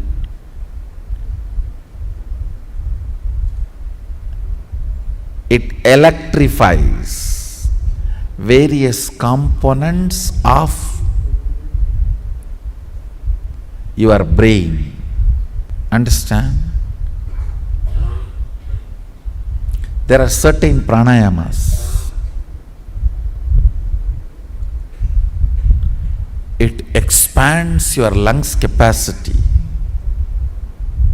It expands the Anahata chakra's power. Means ability to include large number of people in you without judging. Understand? More and more you judge, more and more you exclude. Ability to include without judging is expanded through certain pranayamas. That is why yogis are always become very loving people. But bondhus, buddhus, there is a next level where you form judgments but you include them. When certain components of your brain is awakened, it's not that you don't form judgments. You form judgments, but you don't include them. You don't exclude them, you include them. Having proper judgments and including them without excluding them is leadership consciousness.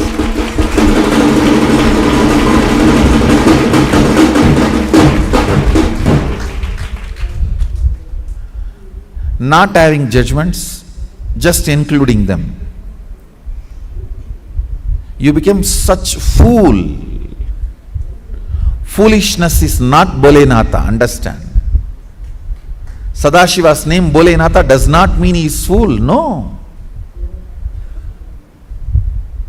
He is in such space, never excludes anybody, but he has a right judgment about everybody.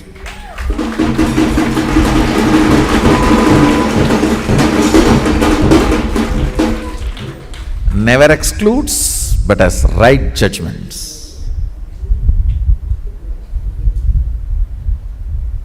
If you exclude because of judgment, you are violent. You will be lifeless. If you include without judging, you will be fool, getting exploited, cheated, finally destroyed.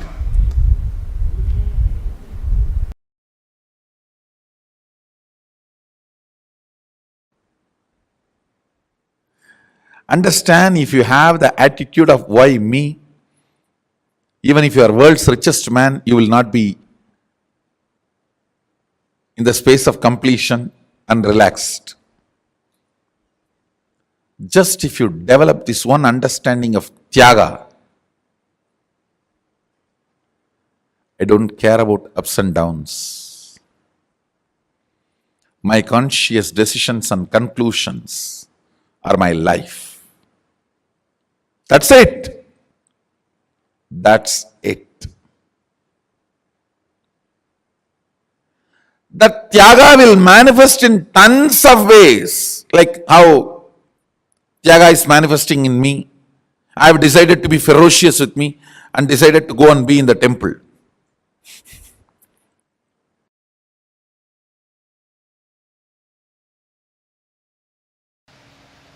whether it is small or big. Only if you make decisions for yourself, you will be complete. And you making decision for yourself should happen from the space of you fitting into the shoes of your responsibility. You deciding to become responsible about your existence.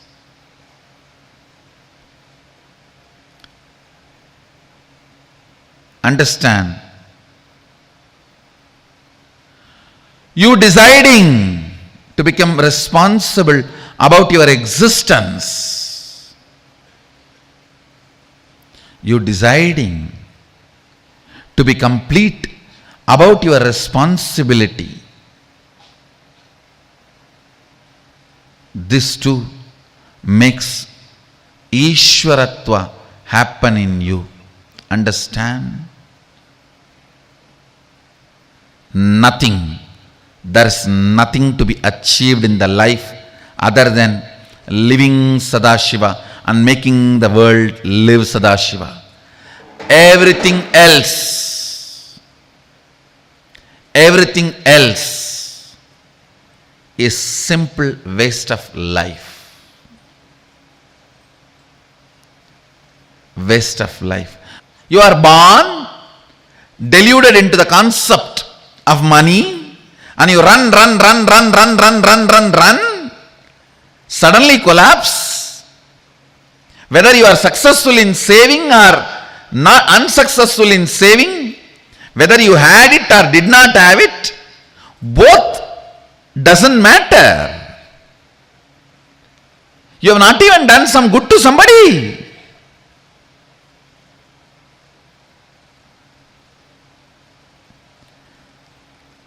Delusion covered by delusion. Understand? Money is great if you use it to fulfill your purpose, if you generate it to fulfill your purpose. But without a purpose of life, money, relationships, people, influence, everything is delusion. By its own existence, which does not bring power, is delusion. By its own existence, Swayam Prakasa, which brings power, is Ishwaratva. Understand, this is the scale. Sit and do the postmortem of your life. Till the last moment, whatever has happened is past. Sit and try to do postmortem of your life. What is the component of me which does not empower me by its very existence? What is the component of me which empowers me by its existence? Purpose always empowers you by its existence. Infrastructural support never empowers you by its existence. It can empower you only if it is added to the purpose. Purpose is the one, everything else is zeros. All zeros will have value when the purpose is added to it.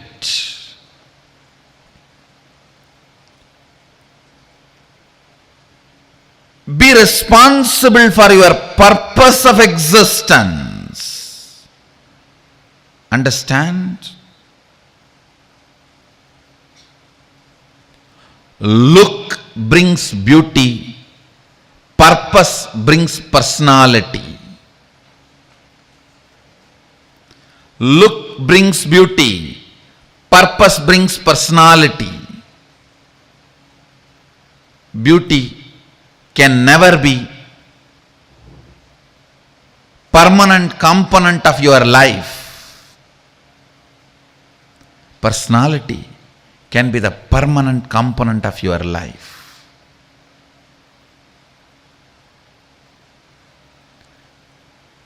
The relationships which are built because of your personality are the most stable, permanent, empowering relationships. The relationships which are built because of your look will collapse the moment look changes. Look changes every 24 hours. Forget about 24 hours. The distance changes look. From distant looks, just the reduction in the distance takes away the look. So all look-based relationships, look-based decisions will bring powerlessness and instability into your existence. That is choice. Listen. All these words understand. Choices, multiple choices, look-based decisions, unstable relationships. All these words, somehow it will be connected. Infrastructure without purpose, influence without purpose, money without reason. All this can go on stealing your life because it is delusion. It will show as if you have something, but you don't have. You don't have. Purpose. Purpose. Purpose. Responsibility for your purpose. That empowers you, I tell you, next secret. All this delusion, the Maya, has no life, purpose and responsibility for the purpose as life. If the life starts happening, all this just follows you.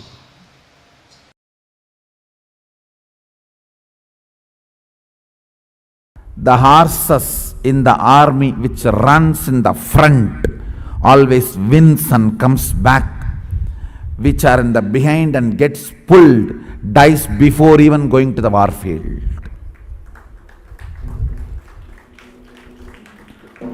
Horses in the army which runs in the front, goes, wins, comes back.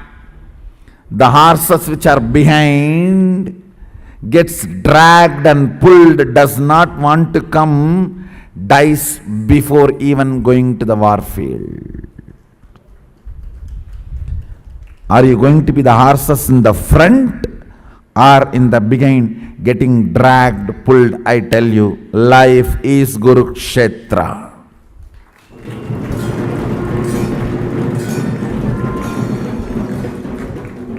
If you decide to be responsible, you are the frontline horses. Go, conquer, win, achieve, be victorious, manifest Shaktis. Or be there getting dragged. Naturally rope is in the neck.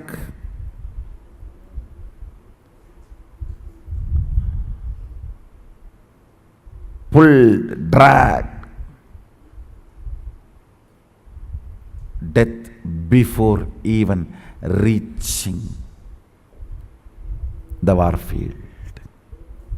Unit of life is responsibility.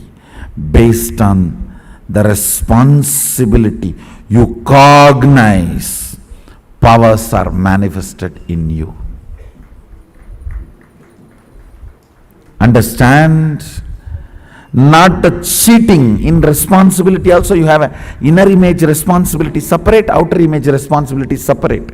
Outer image responsibilities, everyone should become Sadashivatva. Inner image responsibility, let's have a big beach house and vacation house and sleep.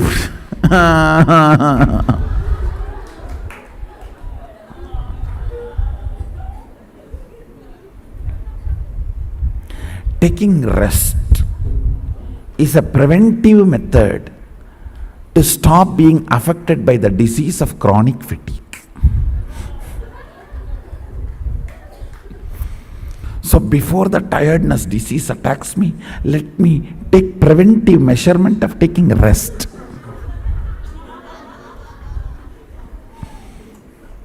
Why are you sleeping whole day? Tiredness disease may come to me. What will happen?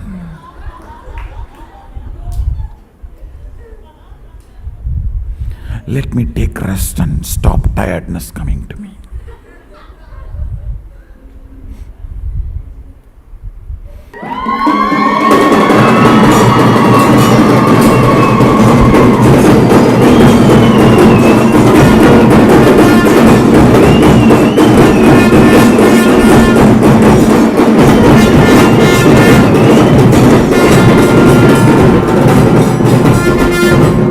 Tongue filled with his name and nose filled with his smell, skin filled with his hug.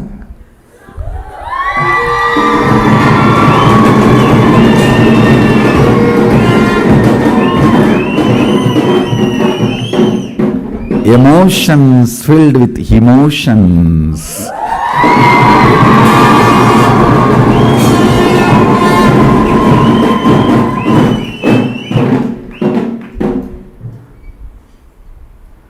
Nyasa means purifying. That is why Anganyasa, Karanyasa. Sannyasa means purifying everything. Sarvanyasa is sannyasa.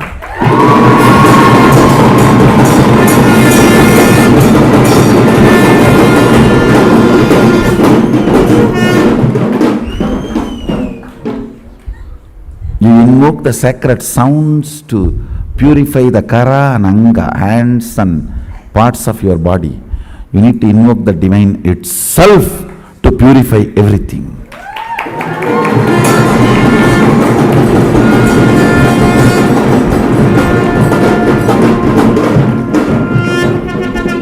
Your will filled with his responsibility.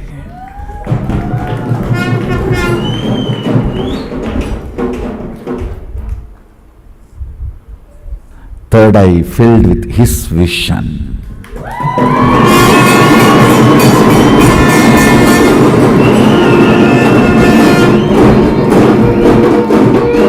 Two eyes filled with his vision. Third eye filled with his vision. Two eyes filled with his vision. Third eye filled with his vision.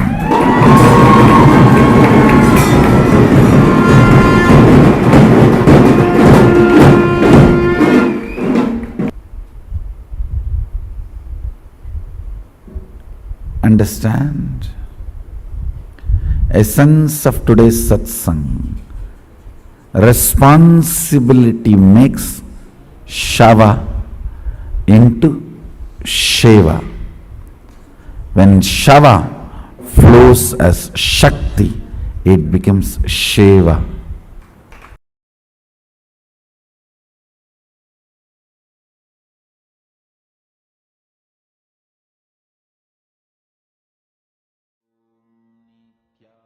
Nithyananda Paramashivoham Nithyananda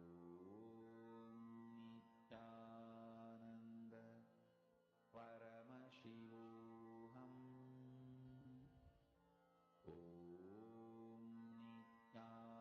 Nithyananda Paramashivoham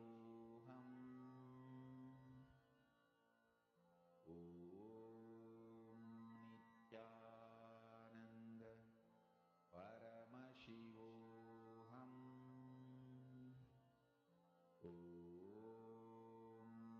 Nithyananda Paramashivoham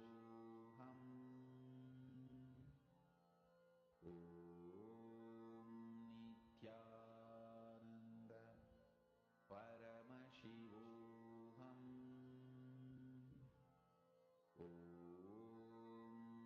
Nithyananda Paramashivoham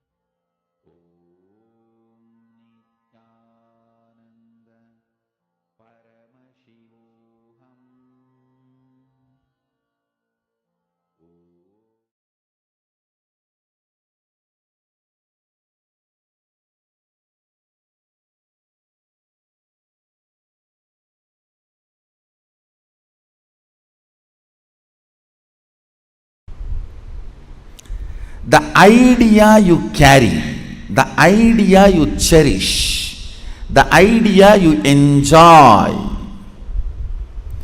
being your own boss. What do you think as being your own boss?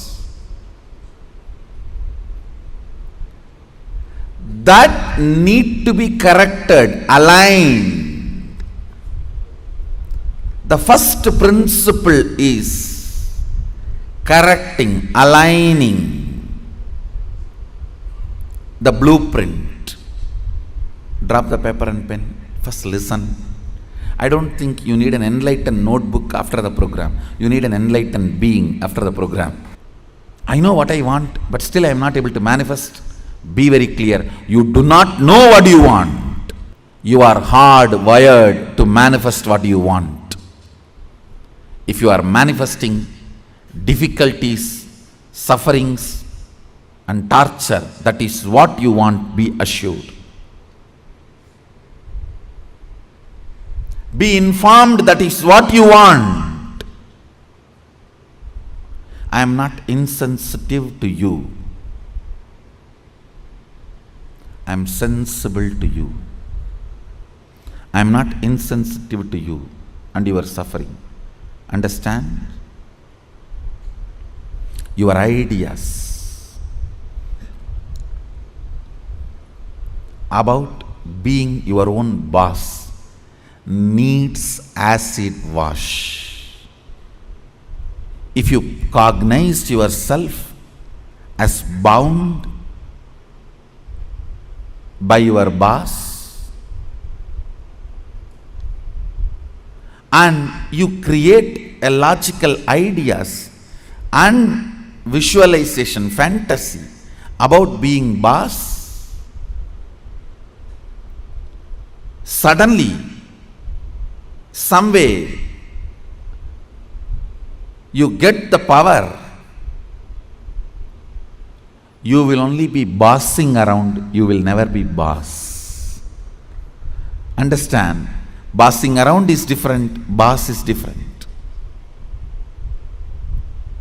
Still in your cognition you are a slave, but you got the power, then you will be bossing around. The first principle, acid wash your blueprint with completion. Understand? Whether you want to manifest wealth, whether you want to manifest power, whether you want to be your own boss, starts with the first principle. What is being your own boss? You decide your health. You decide your whole day. You decide what you should do, you should not do. Above all, you decide your mood whole day, how you should be and how you should not be.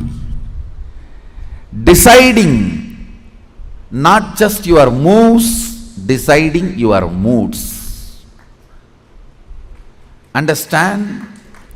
Not just deciding your moves, deciding your moods too.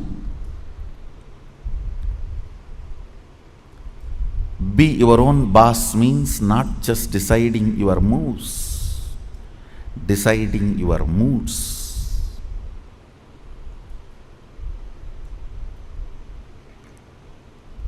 Most of you, I should say almost all of you, cognize poverty and create an idea, an ideology about richness.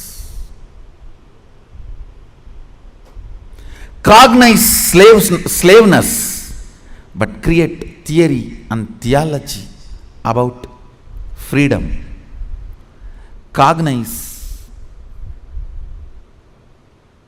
bondage and create filth and philosophy about being your own boss. Understand? creating your own theories and theologies, your own ideas and ideologies, your own filth and philosophies is not going to make you your own boss. The first principle is bringing completion to your depth, not just your thought currents. To your depth, bring completion. What is my idea of my own boss, being my own boss? How much of it is based on my past incompletions? How much of it is based on my integrity to my life? Understand, freedom should be integrity to your existence. When you are integrated to your existence, you will enjoy the pleasures. When body is filled with hormones, you will enjoy peace. When the body is devoid of hormones, you will grow matured when the body stops producing hormones. It will be such beautiful flow of life. Else, powerlessness in the young age, physically, but powerfulness mentally is bondage. In the young age, you feel very powerful in the mind, but very powerless in the body because the society around you, you feel the whole society is suppressing you.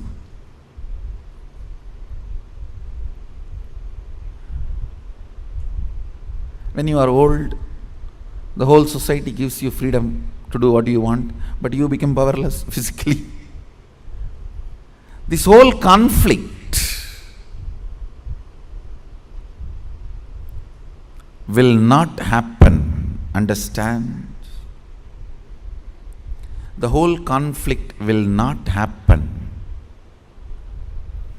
if you acid wash your ideas about richness, your ideas about freedom, your ideas about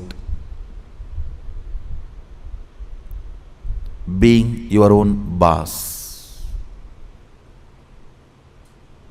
Being your own boss is not deciding when you will go to your office or when you will go to golf club.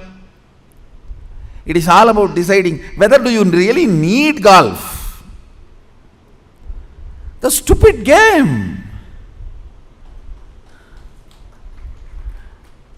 Because your boss was doing that and you were waiting for him to come back, your anger and vengeance against him towards this whole boss idea. When you become boss, you do the same. Making your staff to wait and you will be tuck, tuck, tuck. Fools. It is not about golfing. It is understanding, do you really need golfing? The first principle is acid wash your ideas of being your own boss. I have seen many of you become rich just to take revenge on your relative who was rich and did not help you when you were poor.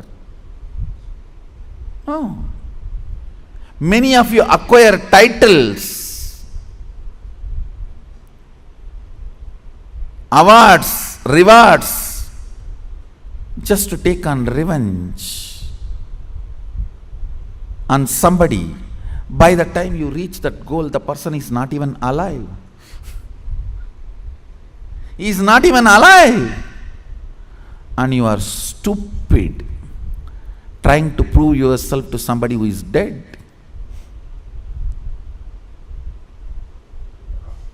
Look around and look in. Look around and look in.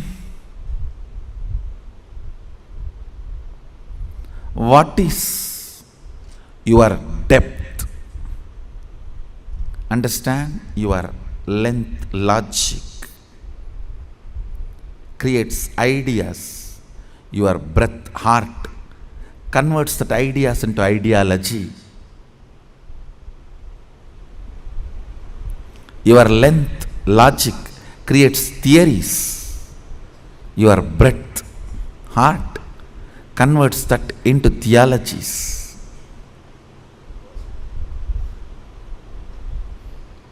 Your length creates filth, and your breath creates that into philosophies.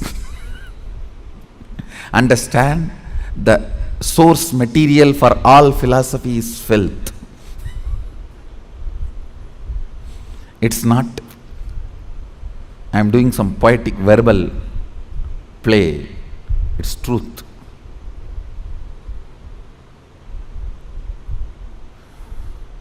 If at all I am able to destroy something on the planet Earth, first thing I will destroy is philosophies. Philosophies kept human beings away from philosia, darshana, the reality.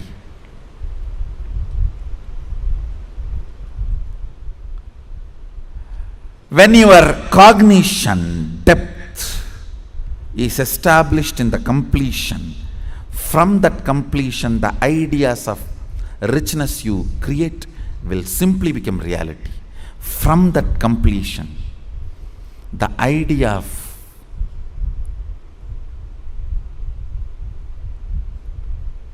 power you create, you will simply manifest. From that completion, the idea of being your own boss you create, you will simply manifest it. Understand? As I said, richness is not always grid bound. Most of us do not even understand there is something called off the grid richness. Experience. Understand? A person with 10 crore grid bound richness, a person with just 1 crore plus inner awakening, off the grid richness is surely much more richer.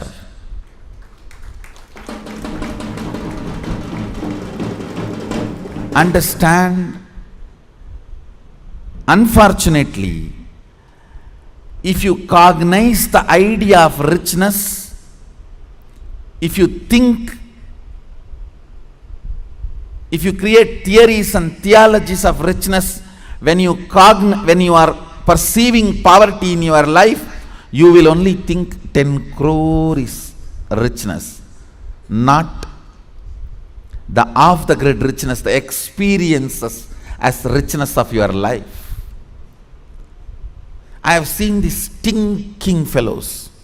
Stinking means believing only grid bound richness as richness. Stinking with money and no experience of life. When you leave the earth, when you leave the planet, your experiences carry you, not the grid bound wealth. Understand? Grid bound wealth is useful as long as you are grid bound. Death is the greatest freedom you receive from the grid. When you are off the grid, it is your experiences that will be counted as your richness, not the grid bound richness. Grid bound richness is great as long as you are bound within the grid.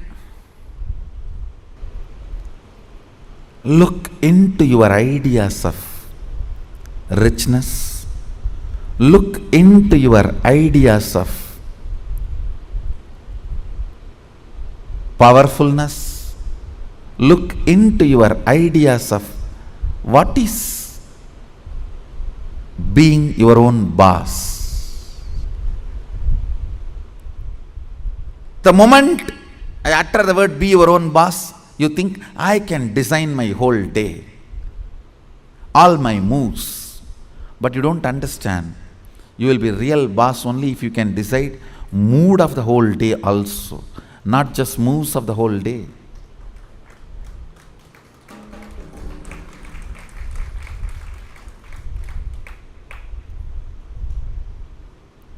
I'll say mood and moves both should be in your freedom. If I have to choose, I'll choose the moods than the moves. I'll choose the moods than the moves.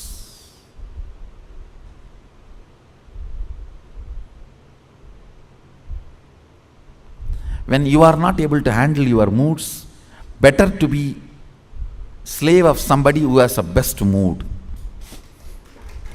That is 1,000 times better than having only freedom to change your moves but not moods.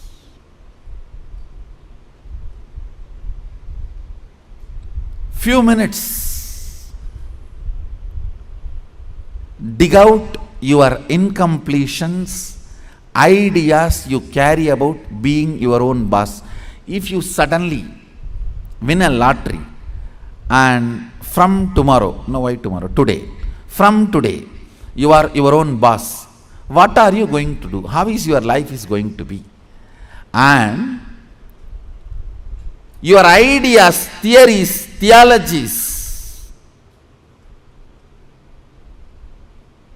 why you want to be like this? What is the reason you want your life in this way? Think and pen down what you want to be, how you will be your own boss. Second, why you will be like that. You may think, I'll be in the golf court all the time, fully drunk. I think better to be slave than fully drunk and being in the golf cart.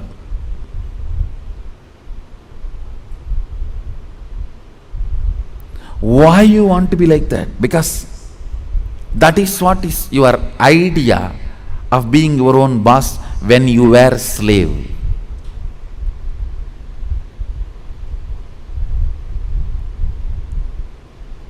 If you are slave and create an idea about power, even if you get power, it becomes politics, not power.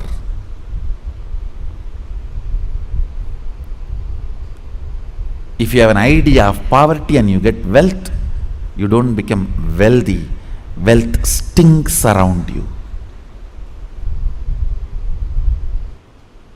That's the reason we are poor. Look into your ideas of poverty, ideas of wealth, ideas of slavery, and ideas of powerfulness, ideas of being a worker, ideas of being your own boss. Write first ideas. Second, ask why that idea got developed into your system. You will understand your incompletions. Incompletion means the past thoughts, emotions, patterns, hangovers, residues sitting in the present and suffocating you, not letting you live your future. Understand? Even if you live richest life as per your imagination which you developed when you were poor, you will not be living rich life. You will be living the rich life as you imagined when you were poor. It will only be the poor man's rich life. It will only be the worker's boss life. It will only be the slave's free life. More than richness, you need to understand what for you need rich life. More than power, you need to know what for you need power. More than being your own boss, you need to know why you want to be your own boss. The first principle is acid wash your incompletions. I'll lead you into the second principle after this. So take few minutes and pen down why you want to be your own boss.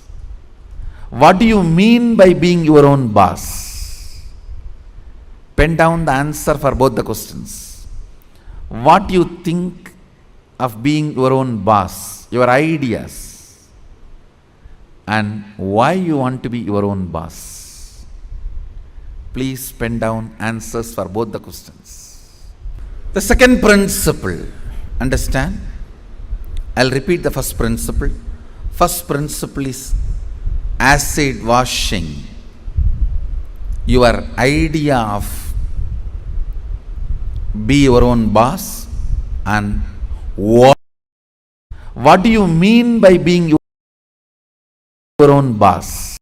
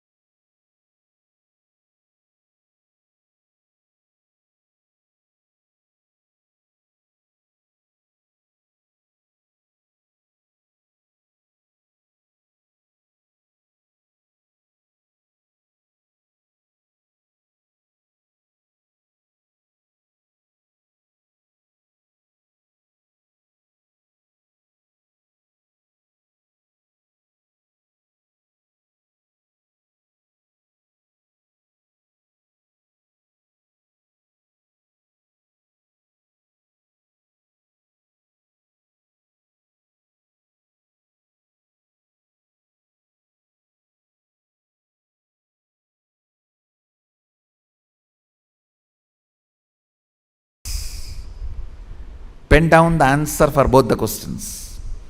What you think of being your own boss, your ideas, and why you want to be your own boss. Please pen down answers for both the questions. The second principle, understand? I'll repeat the first principle. First principle is acid washing your idea of be your own boss and why you want to be your own boss. What you want to be and why you want to be. Understand?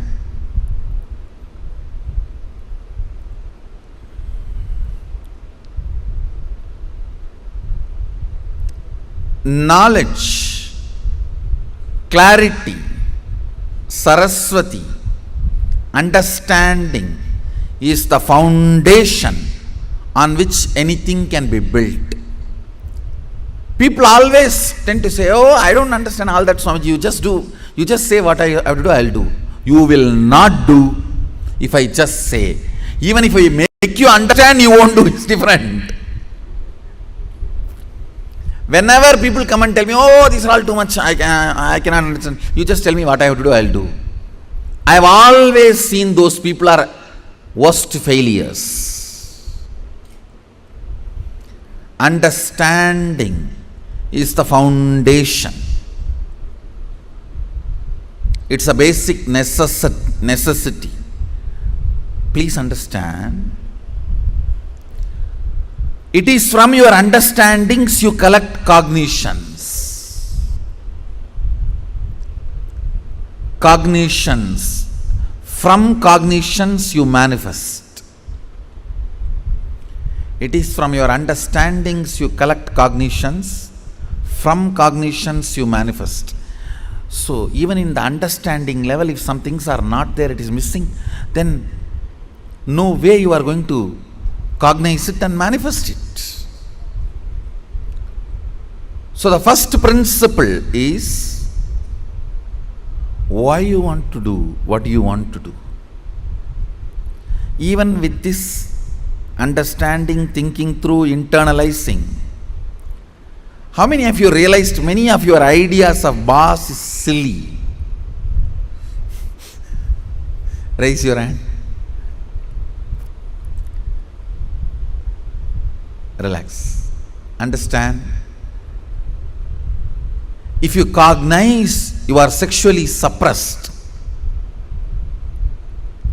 and your idea of freedom, the moment you grow up and get your freedom, first thing you will do, you will become a womanizer. If you cognize you are deprived of food, playing, anything, the moment you get a chance, first thing you will do is going to the other extreme. No extreme is freedom. Understand? No extreme is freedom. Powerfulness is freedom. When Sadashiva describes about the dress in the Agama, Sadashiva beautifully describes about food, dress, place of stay, such precise definitions. If you are new to Hindu tradition, I will introduce the word Agama. Agama means Sadashiva expressed, Devi received, and Vishnu adopted that as a software to run the universe. Agama is oldest and most updated software to run the universe.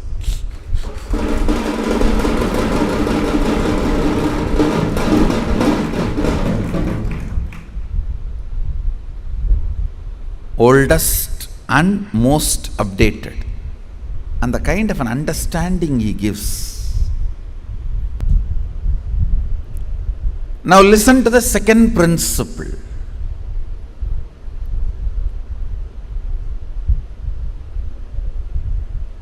Neither your ideas about being your own boss is right, nor they are wrong. Listen carefully. Coming to the same understanding principle, neither your nudity nor your modesty is right or wrong. If you are feeling empowered by covering yourself, that is your dress code. If you are feeling empowered by exposing yourself, that is your dress code. What all the ideas about being your own boss empowers you? Listen, when I say empowering, making you feel powerful, joyful, ecstatic, I tell you, sometimes you do some politicking and jump into the seat of the boss. Then you know,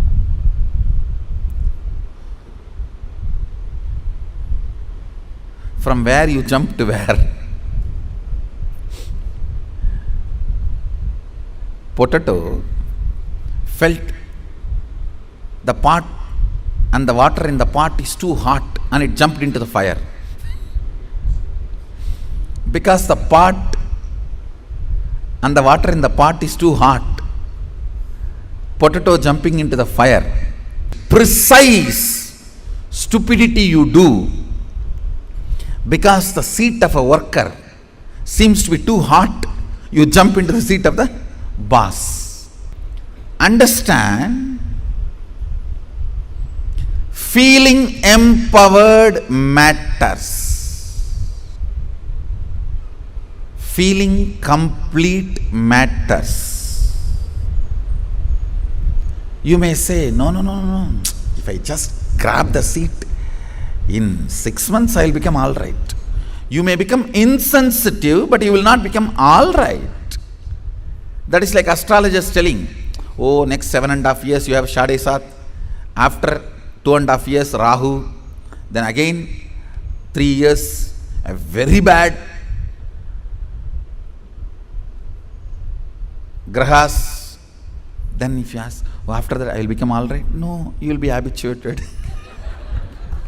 Now that is exactly, if you are consoling yourself, let me grab the seat by hook or crook, then in 6 months I'll become all right. No, you may become insensitive, but you will not become all right. And one more thing, whenever you become insensitive to some parts of you, that develops as a blind spot and continues to torture you. Understand? Continues to torture you. Completion matters. Feeling empowered matters. To be your own boss. So second principle, listen. Second principle is completing your cognition of slavery, being a subordinate, being a staff, being worker, not being boss. Completion is the second principle. Of course, third principle is responsibility. I call it responsibilism. I want to make this responsibility as a religion. As on now, the religion we practice, at least in India, 3C: cricket, corruption, cinema. 3C is the religion we practice. For any problem, the solution we look is cinema. That's the largest referred spiritual solution center. Now, whenever you have a problem, where you look at? In that movie how he does, in this movie how he behaves.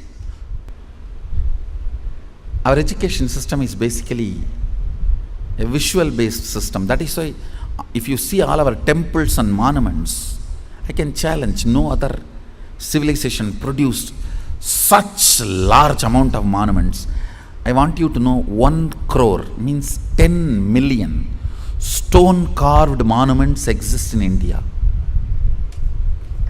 As per the government report, stone carved monuments. I'm not talking about RCC. We don't respect anything which is 1,000 years, less than 1,000 years old. Only if something is 1,000 years old, we even respect. And only if it can withstand 1,000 years, we call them as something decent structure. See, because basically our cognition is janmas, not birth. Understand? Janmas. Janma is different from birth. The word birth is not complete translation of the word janma. Janma means happening. It's from the samdhatu, sambhava. Janma. Birth means it's totally different. The very idea of birth is totally different. Born. We don't believe in birth. We believe only in happening. Sambhava. We are happening. Born means something created out of nothing. No. We are sambhava. Happening. Listen to this truth. The second principle is completion with all the reasons with which you are living, the reasons which are pushing you to become boss. Understand? When you, any reasons you have to become boss, relive them. If they are powerless cognitions, incompletions, they will die. If they are powerful cognitions, they will become strong. That's all. See, reliving is literally acid wash. All the unnecessary things will be washed, necessary things will be strengthened. Listen. Reliving is nothing but manana in Vedic tradition. Internalizing. Many times you grab out of greed and that does not get digested. That's what you need to sit and chew. Ideas also you grab out of greed, but it does not get digested. It sits inside your head undigested. Digesting them is manana. Digesting all your logically, emotionally accumulated, acquired ideas into your cognition properly is completion.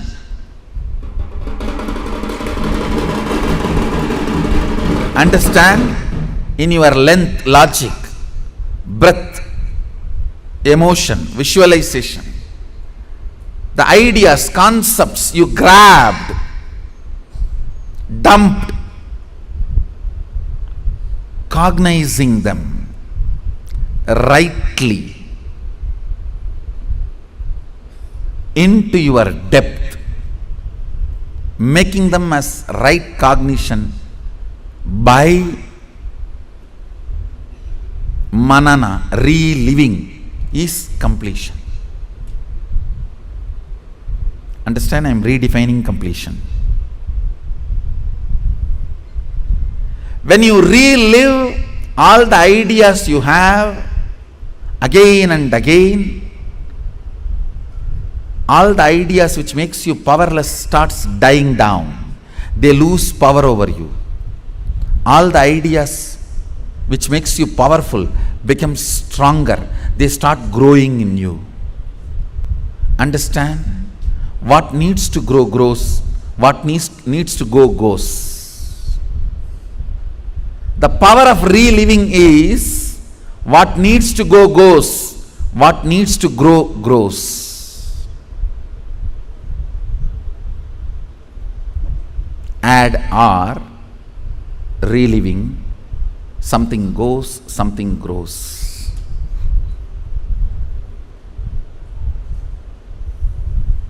Let me explain clearly the principle of reliving.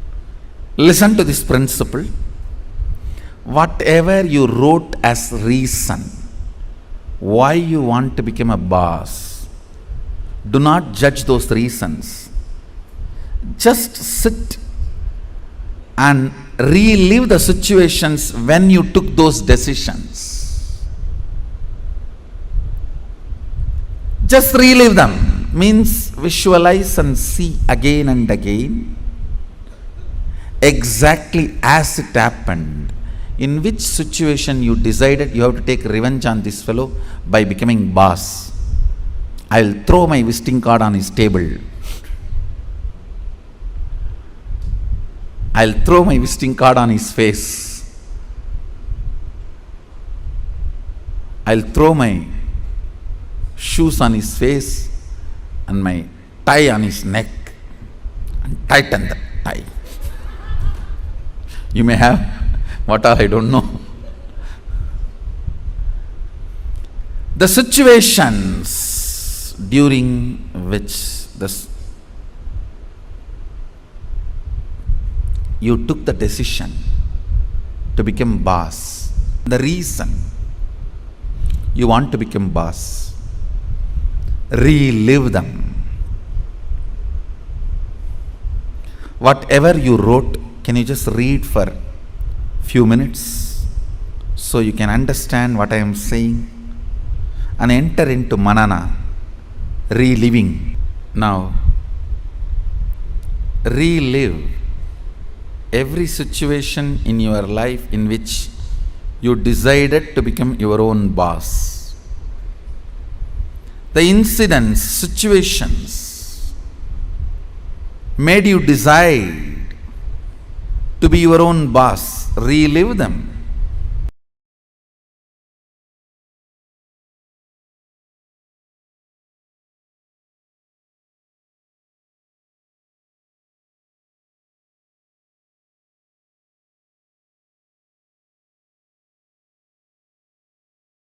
Paramashivoham. Om Nithyananda. Paramashivam.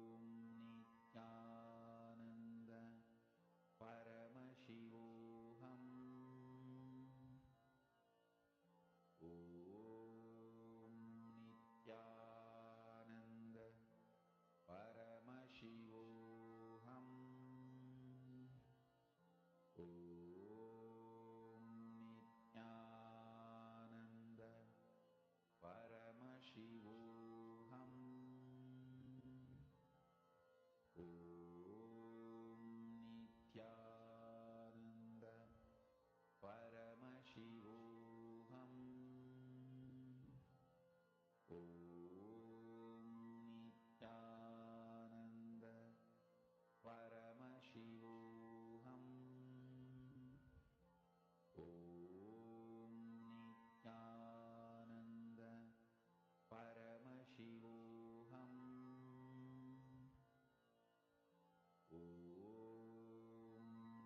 Nithyananda Paramashivoham Nithyanandam Paramasukadam Kevalam Jnanamurtim द्वन्द्वातीतं गगनसदृशं तत्त्वमस्याद्विलक्ष्यम् एकं नित्यं Nityam विमलमचलं Vimalamachalam Sarvadi Sakshibhutam Bhavatitam Trigunarahitam Sadgurum Tam Namami.